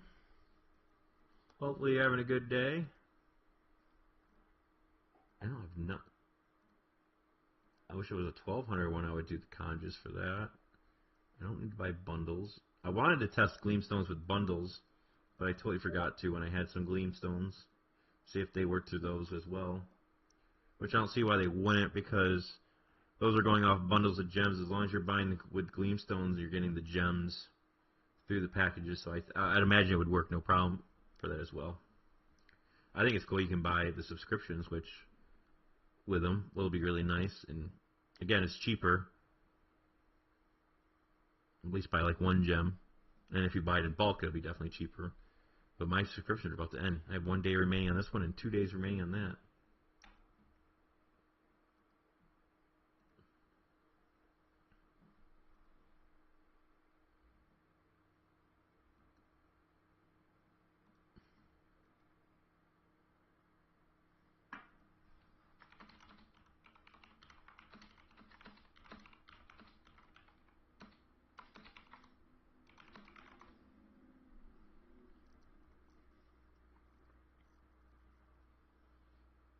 Let's see.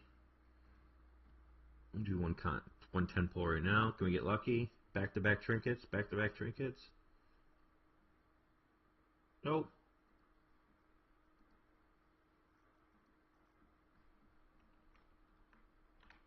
Game says, not today, sir. Not today. You have 0 luck. We're going to keep hitting you every time.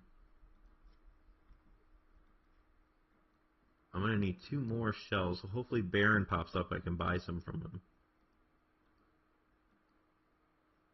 Hopefully soon. And then tonight I'll be rolling for Onimusha, which I do have exactly the... I'll have exactly enough to finish off Onimusha tonight once he pops in the calendar again to get him to 8-star.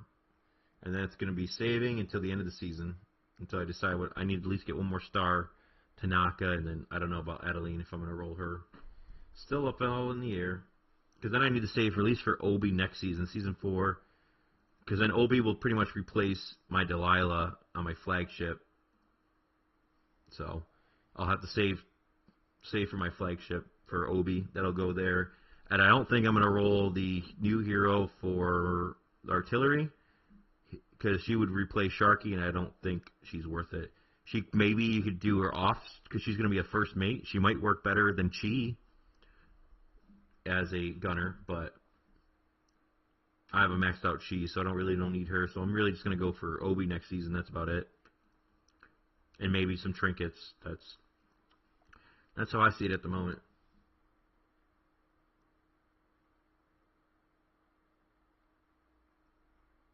We do have a gang that's named War. Their tag is War. They're on the completely opposite side of the map. Right here, server 111. There's War right there. And they're a little bit, I mean, power-wise, they're a little bit higher than us, but not much.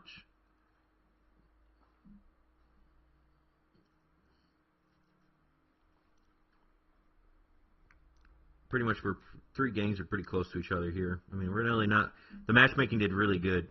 No complaints. The matchmaking went really well. With, like, you know, what servers we got matched up with.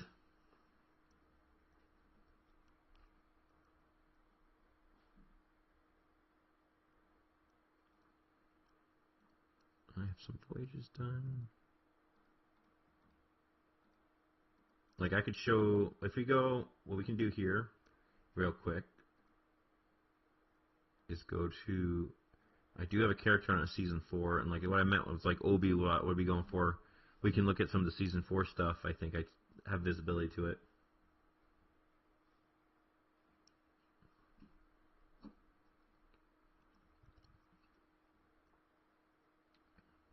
So we can look at some of that stuff.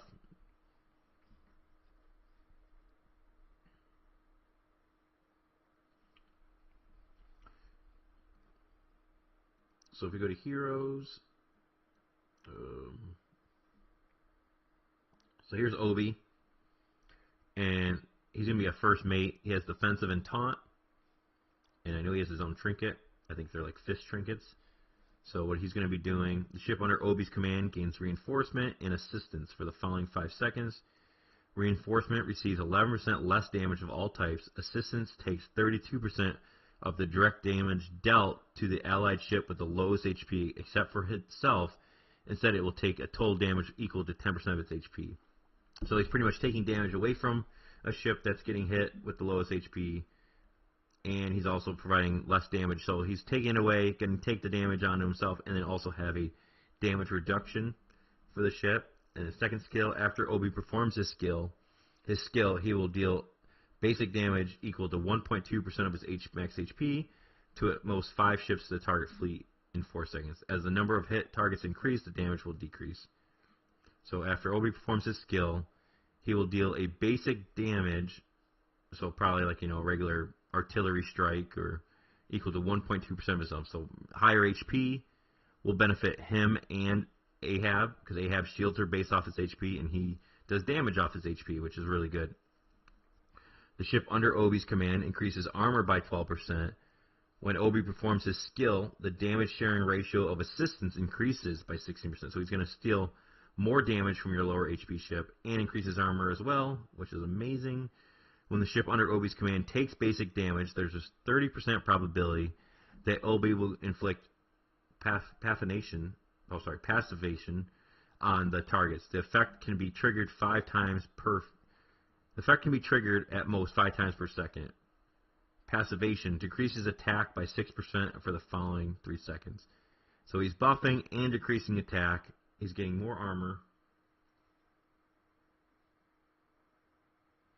RTS is not on. He's way behind on seasons. There's so many war gangs. I've probably seen 20 already. So just don't look at the tag. You gotta look at their gang name. The next skill, Fury Release. For every 42% drop in total HP of the fleet, Obi will perform a rage skill. The effect can be triggered at most every 10 seconds. So the higher he goes up, the less decrease. So he'll be able to he'll be doing this skill more often, because this is a rage skill. So he'll be able to perform his rage skill more often the more HP he loses. So he'll be able to send out more assistance and reduce damage coming in. So very good. He'll be paired very well with Magnus. But yeah, RTS his tag is war, but like I said, there's like 30 different other gangs with that tag. And he's like 200 servers behind me. I'm going to probably screw her name up, but Chizuru. I'd have to really look her up how to say her name, but I'm just going to call her Chiz. So Chiz here. Chiz orders the ship under her command to charge for 3 seconds. The charging attack will deal an artillery damage equal to 320% of her attack to at most 5 ships as a normal. So the most it'll get up to is 500%, and it has to charge for 3 seconds to be performed. Her next skill, Heavy Bolt. For every 5 basic attacks launched by the ship under Chiz command, Chiz will empower herself. Empowered. Deal 8% more damage of all types for the following 5 seconds. This effect can be triggered at most every 5 seconds. So it could be good with the artillery unique skill I have on my unique ship. Her other ones, Chewed Feathers. Increase your ship's artillery damage by up to 20%. Deliberation. During her charging, so her first skill, during her charging, for every basic attack launched by the ship under her command, the artillery damage caused by the upcoming rage skill will plus an additional 20% attack factor. The boost can stack up to 4 times. So again, this could go really good with my unique skill. So during her charging, so during this skill, which takes 3 seconds to charge, every basic attack performed during that will increase it by a factor of 20%. So it can stack up to 4, so it can increase this 500% up to 600% if you pop off multiple basic attacks during that charging time. So that definitely helps. It's kind of cool that one skill benefits the other. I like that they're getting more creative there. Hi, Xena. I'll do over Wanda in a second. I know you want to listen about Wanda, so give me a second. Then their last skill, when Chiz performs her skill, the ship under the command will launch a basic attack instantly. The effect can be triggered with most. So when performs her skill. So she can perform one of these skills and then instantly perform a basic attack, which also can increase this. So they all pretty much are working, all her skills are working to benefit her piercing shot, which during that charging time. So if you have a unique skill that allows you to instantly pop artillery shots off while she's charging, she can always get her max 500%, which if I did end up going for her, I would put her in your gunner spot for me, because I think she'd be better than she, but I don't think she's going to be much better damaged than Sharky. And I already know after they release her, they've already buffed her once already so far. So, and then we can look at trinkets that come into Season 4. You have this one, which is hers. So, Chiz's trinket, the Cry of the Golden Crane. The ship under the wheeler's command increases artillery damage by 18%, which makes sense. And then if the wheeler has the first mate tag, when the ship under the commander launches a basic attack, it will inflict vulnerability. This effect can stack up to 3 times, which I'm guessing is going to reduce armor. Vulnerability, receive 5% more damage of all types for the following. So it's just going to make her invulnerable, so all the damage to that one ship. So that's a really good trinket, especially on an artillery. On first mate, you could rock this on Sharky or her, which I think this would rock really well with Sharky as well. And then the last trinket that comes into Season 4 is the Lion's Roar. Increase the ship's armor by 30, which is kind of just like the shields or the rudder. But then the second skill, if the wielder has the first mate tag, when the ship under the wielder command deals a basic damage triggered by basic attack or skill, there's a 30% probability that the ship will gain a stack of shield. I'm guessing a stack of a shield. The shield will absorb all damage received by the following 3 seconds. The max absorption is equal to 420% of the ship's armor, and at most stacks 3 times. So you can get another armor shield like Ahab will put on there with this trinket, and that'll be based off your armor, where Ahab's shield is based off HP. So you're kind of getting more benefit with having more armor on your ship, which this can be counteract with the other skills, like with the Warhammer and the artillery ship that reduces your armor, which if it reduces your armor, this trinket will be less useful, technically, if that's how it's going to play out in reality. So something to keep in mind. Could be a counterplay, rocking armor break, so you can get through those, reduce the armor of the ship. So that's going to be for Season 4. What's this? The resurface of the trinket.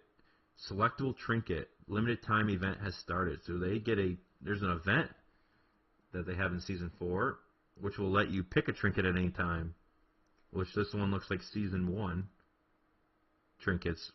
So that's kind of cool. Is that in the calendar?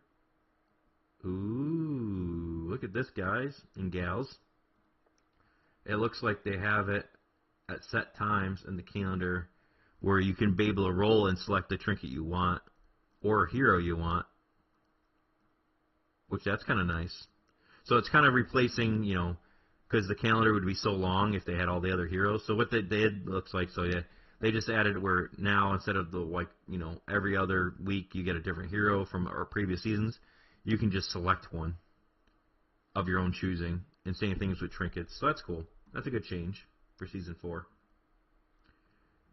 All right, let me go back to my thing, and we'll talk about Wanda, because that's what I know what Cena's here for. Character. That was kind of an inside scoop of the heroes and trinkets coming from Season 4, which will really good and benefit a lot of your flagship and your artillery ship. So, some really good heroes. Better skills on those heroes as well.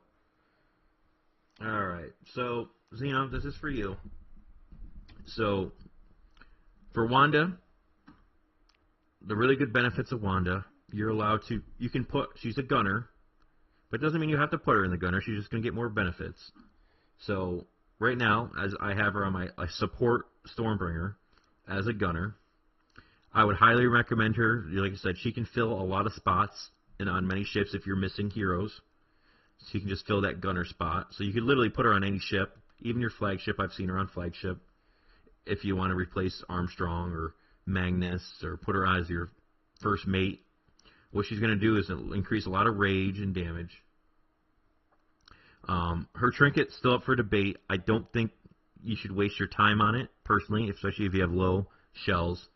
You could use other trinkets like Spyglass. You could use a hook on her that will still increase her, because her skills are still based off attack power.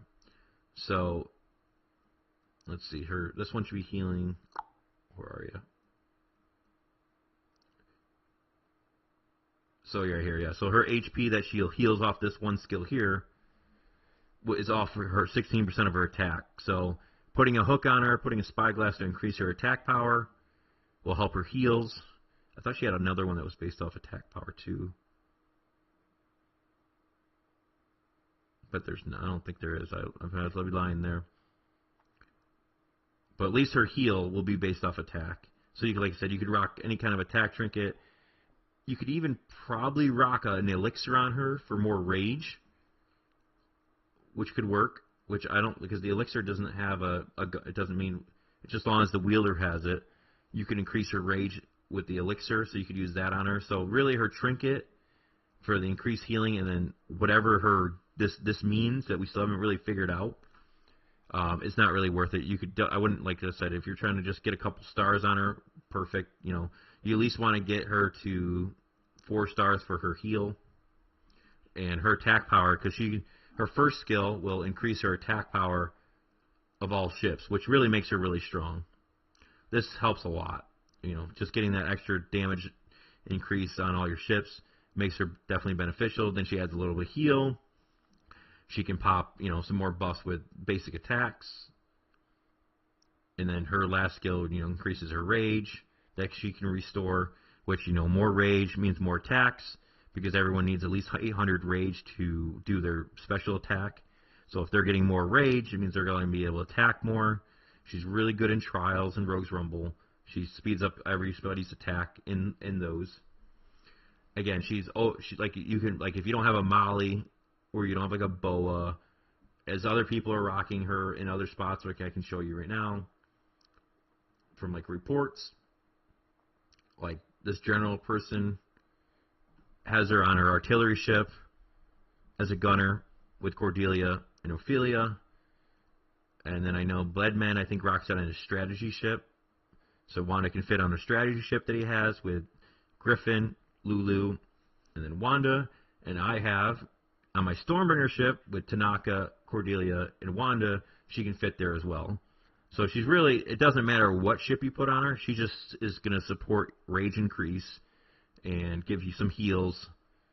So like, I'll show you, like, I maxed out, so my report here, and this is a good report, like this doesn't happen all the time, which we can show probably, is like her healing. This is a really good one. This is like some of her top heals I've ever seen on her, through her healing skill and her trinket.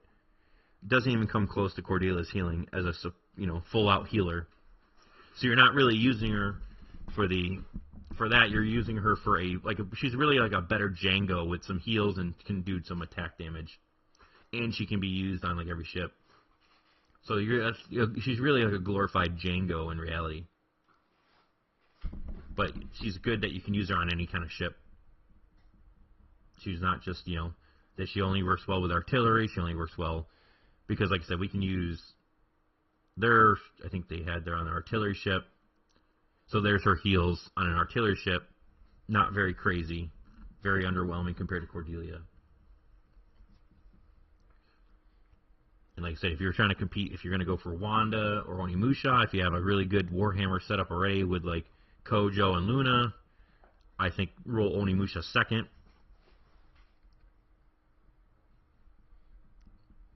Over Wanda. And then, like I said, but yeah, lucky for Wanda, you can use her on every ship so she can fill a hole for heroes that you don't have.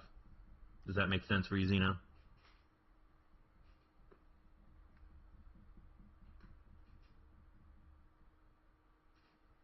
My Stormbringer loadout, does it only work with Wanda?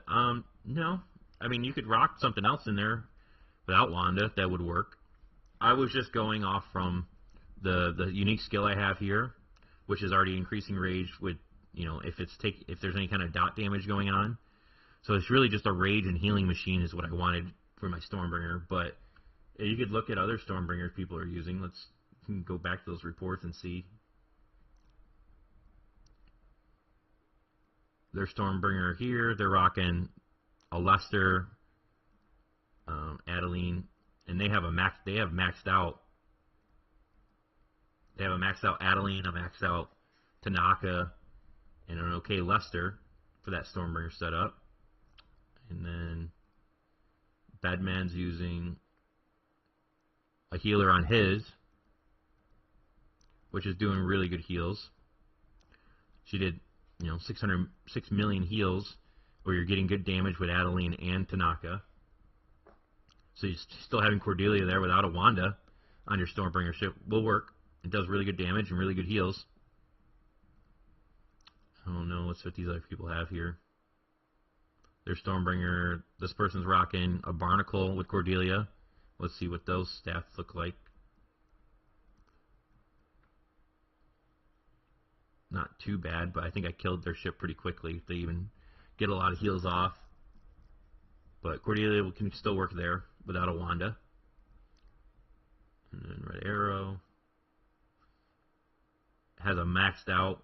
They're rocking all, pretty much taking on water damage on their Stormbringer. They have a Barnacle, Tanaka, and Adeline maxed out by that, by the way. And I've still beaten them.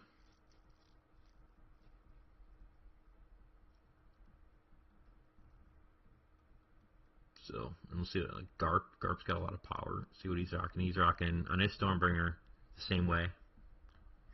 Same setup. So yeah, I mean, Stormbringer is definitely the best ship to be able to do lots of builds. And again, it also comes off your unique skill, because this wouldn't work with Fiery Intent, and this probably wouldn't really work very well with the other one. I mean, it could work with so it would be decreasing their impact if you have the other skill, or if you had a water hero taking on water damage would reduce their armor. But with the skill I have on my Stormbringer, I feel like my setup here is the best for that kind of setup. And it's working very well for me, as we showed.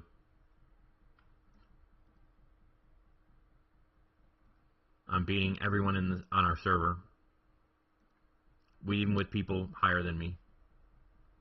Let's see if I can do it again. I'll fight Bedman right now for... So I'm at 35 million power for my fleet, and he's at over 38 million power.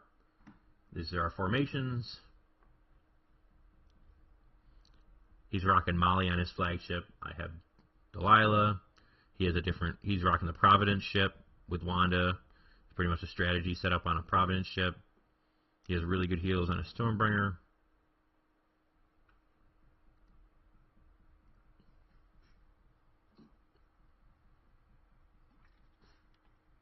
Let's see how it goes. As long as I can keep my Warhammer ship alive, I usually can do very well. Oh, I just lost a ship there very quickly. That's not good. He actually might beat me here. Alright, so we're even, but I have a lot more damage on my ships. See if I can come back here. My shields just got popped, which is really good. Saving my artillery ship. My Stormbringer, he's down another ship. I have a ship advantage now. My Stormbringer's still staying alive. Just got a heal off right there for both that and the artillery ship. Shields are popped. Another heal going out. His, don't know, his strategy ship with Madame Lulu, Wanda is staying alive really long with Griffin over there. Just very working down his flagship. Very slowly.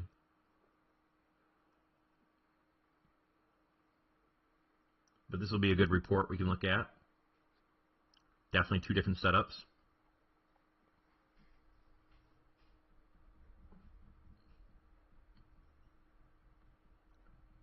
Just die. Die.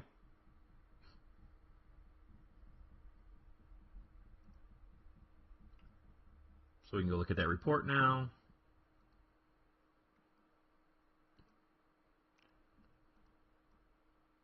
So, like I said, there's nothing that to talk about healing-wise, and she did no damage this time. But a little bit more healing.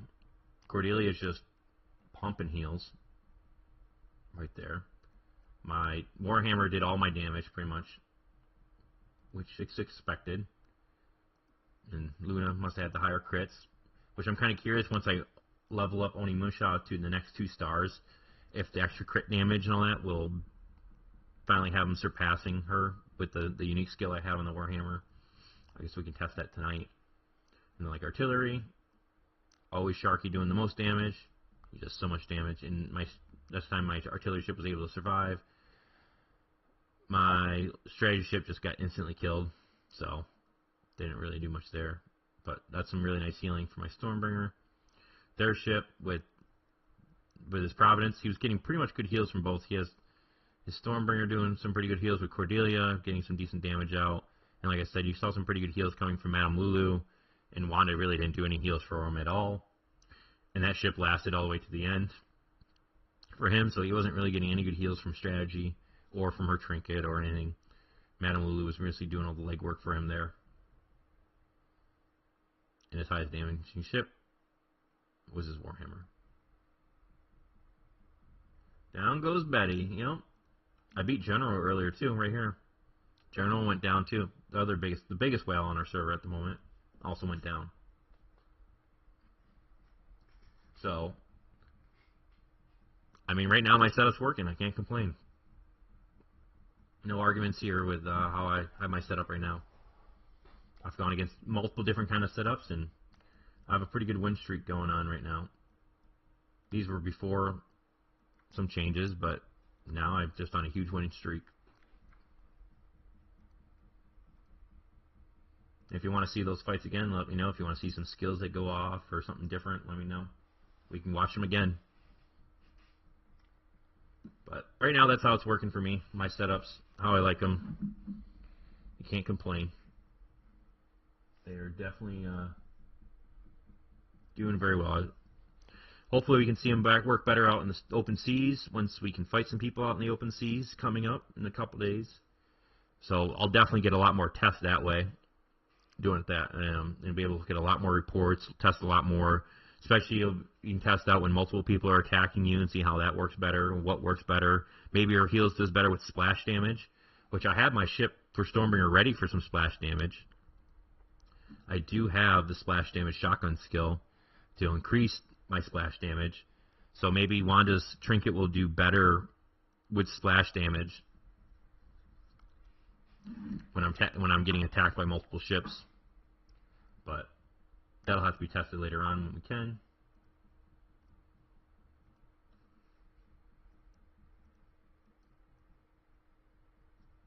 But my setup currently, I like it. Can't complain. Could it always be better? Probably. But it's working right now. And doing very, very, very, very well. Xena, I hope that helped, though, with your questions about Wanda. If you have any more questions, definitely let me know, and I'll try to answer them for you.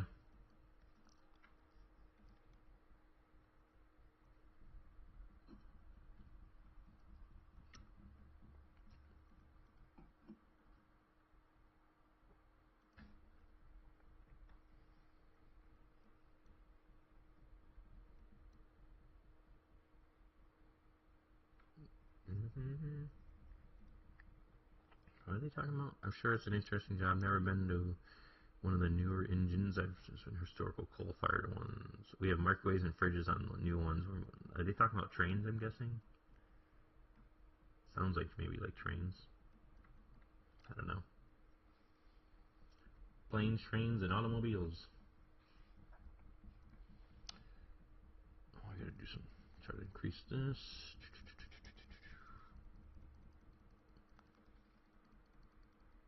I usually go up to 50 if I remember to do this.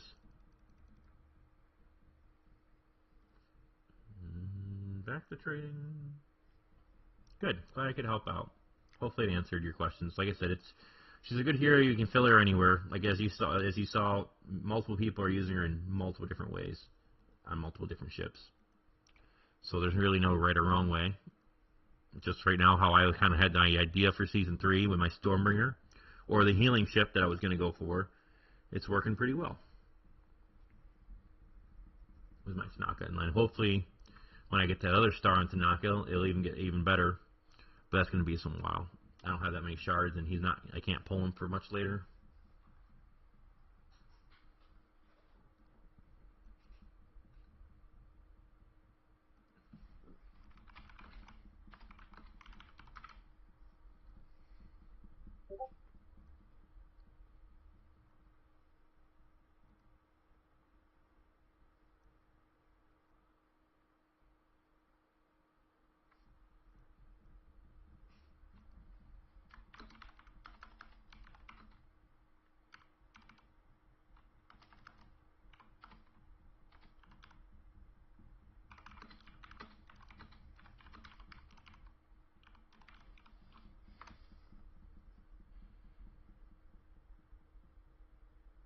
Yes, that actually got announced this week, Brig. I'm actually part of it.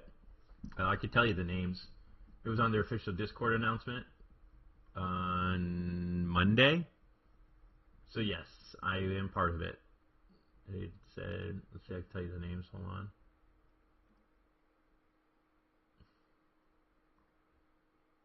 Come on. So on 5/7, they announced it that the creators. I'm on streamer mode, so I can't say all the names because there's some of them blocked out. But there's like Muck, Randy, myself, Numbers Bob, Black Bass, Allens, and these two other names are blocked because of OBS on right now. But I think they did a pretty good variety. Like there's a couple English speakers, a couple Spanish speakers. I think Numbers Bob can also speak a different language, and I'm sure there's other languages, maybe Russian or Chinese. I don't know all the creators. I haven't met them all, but there's at least quite a few of us. So yeah, when hopefully they're still trying to figure stuff out. Like I said, once they open up that store, that web page, that'll be one thing they'll probably add.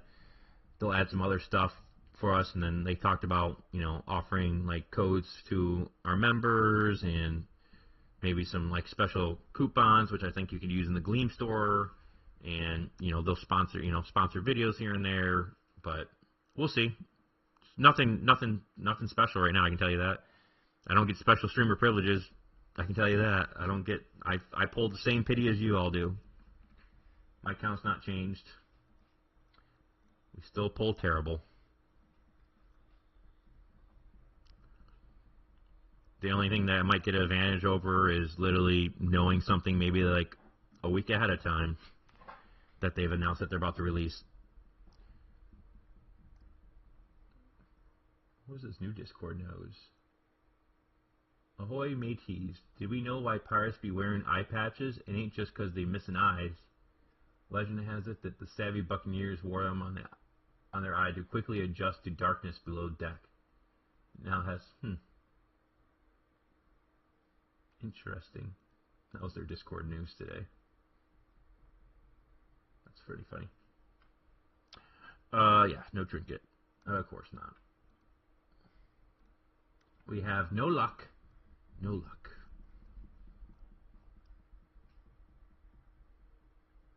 But does anyone else have any kind of questions, things they want to go over? Probably be wrapping up things pretty soon. Been streaming for 4 hours. And then I'll be doing more stuff tonight with Oni Musha and all that, and do some more testing. And I'll be coming out with a Wanda video, hopefully after the stream. I'm going to take a break, get some food. I have a video that's for Wanda, and my ideas that we've already kind of pretty much discussed a couple minutes ago will be in that video. But just a little bit more breakdown of her and what I think of her, and now I can show some of these more reports as well for the video. So I'll have my official video out for Wanda, hopefully by today. Might not release it until tomorrow morning. Since if I don't stream tomorrow, it'll be just something else that people can look into. But my goal is to try to get it done today.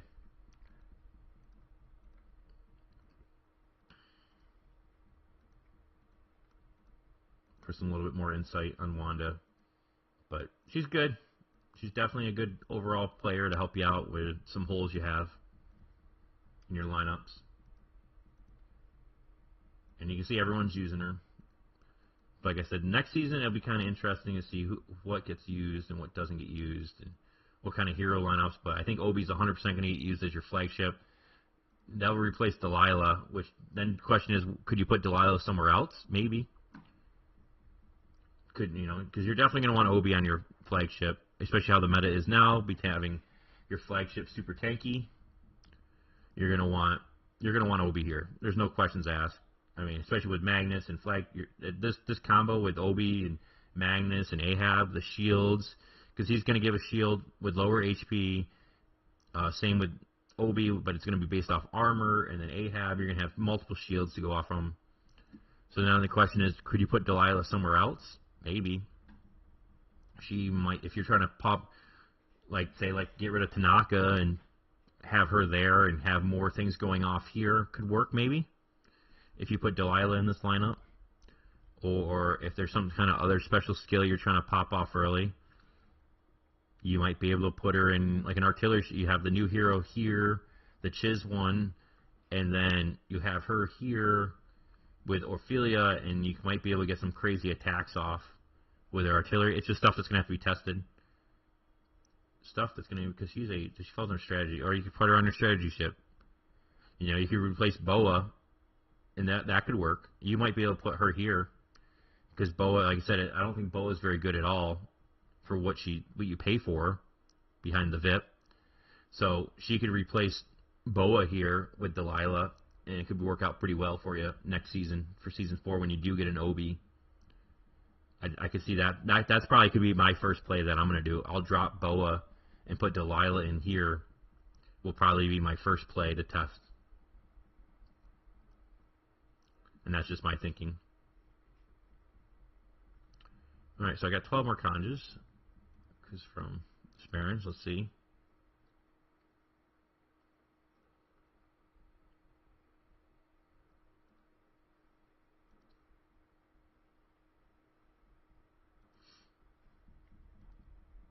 Nothing. Nothing. Oh, you know what we should have... I don't think I couldn't see it, though, I don't think. I don't know if I'll be able to see it. Let's go look, because I don't think I can build ships on my other account.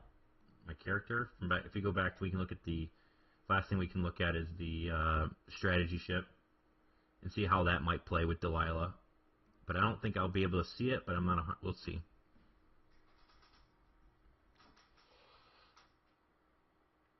Because I don't think I have building unlocked. I think it's like level 19 flagship or something like that. Unless they change something. Let's see. Ships. Yeah, I don't have the capability of seeing build ships. Unless I can see it through here, maybe.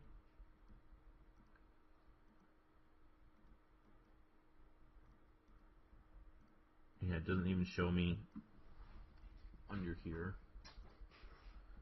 I'm trying to think of another way. Maybe I can see it. Can I see it maybe through here? Oops.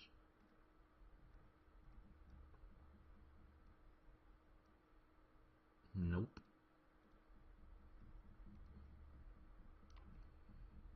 You would think it would show up here, just say not owned like these ones. But it doesn't. So I can't see the Season 4 ship with my account at the moment. It's not leveled up high enough. I only got to see it so I can see Seas of the Heroes. So that's unfortunate. I tried. What about here? Is there anything here that would show me the ship? Could I like maybe bypass out Season Wars maybe?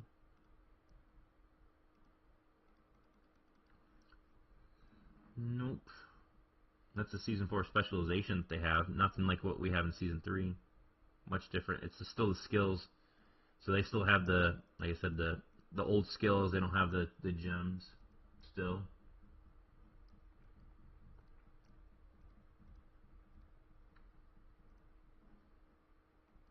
It looks like Chiz will be the free hero in Season 4.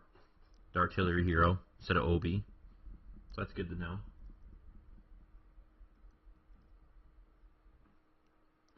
And I think someone asked earlier how far, or if there's been Season 5 talk. So it looks like Season 4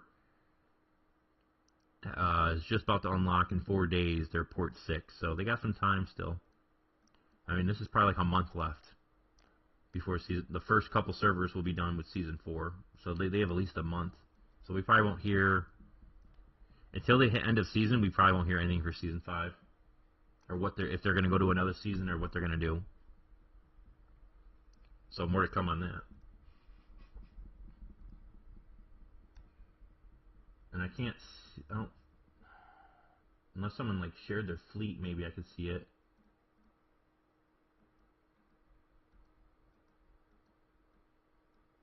Ooh, maybe here? Oh, of course not.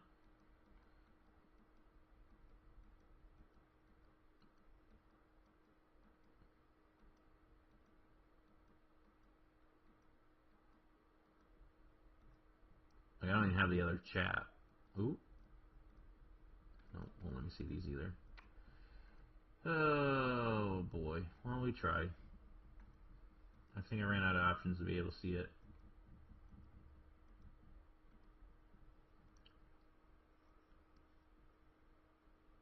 Unless I joined like this random guild. Let's see. Joined. Do they have a...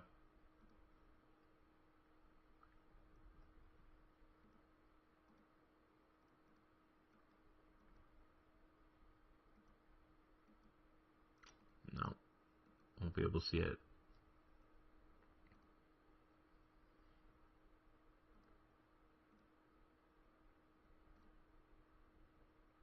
Nope.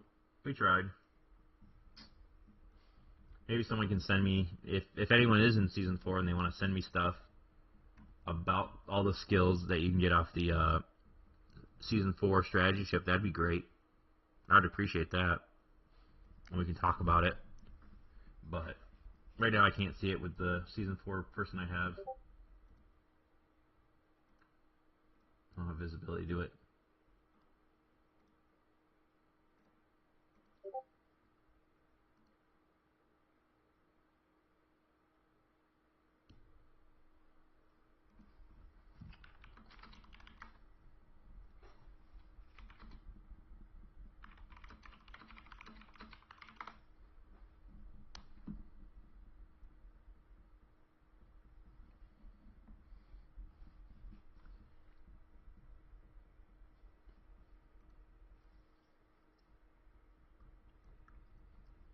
But any other questions that anyone have before I leave I can help you out with?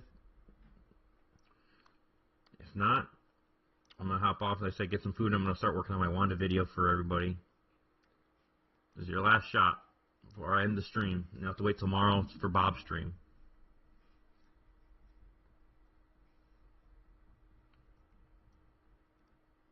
Like I said, then I'll be able to test more stuff with Onimusha when I get more stars on him tonight as well.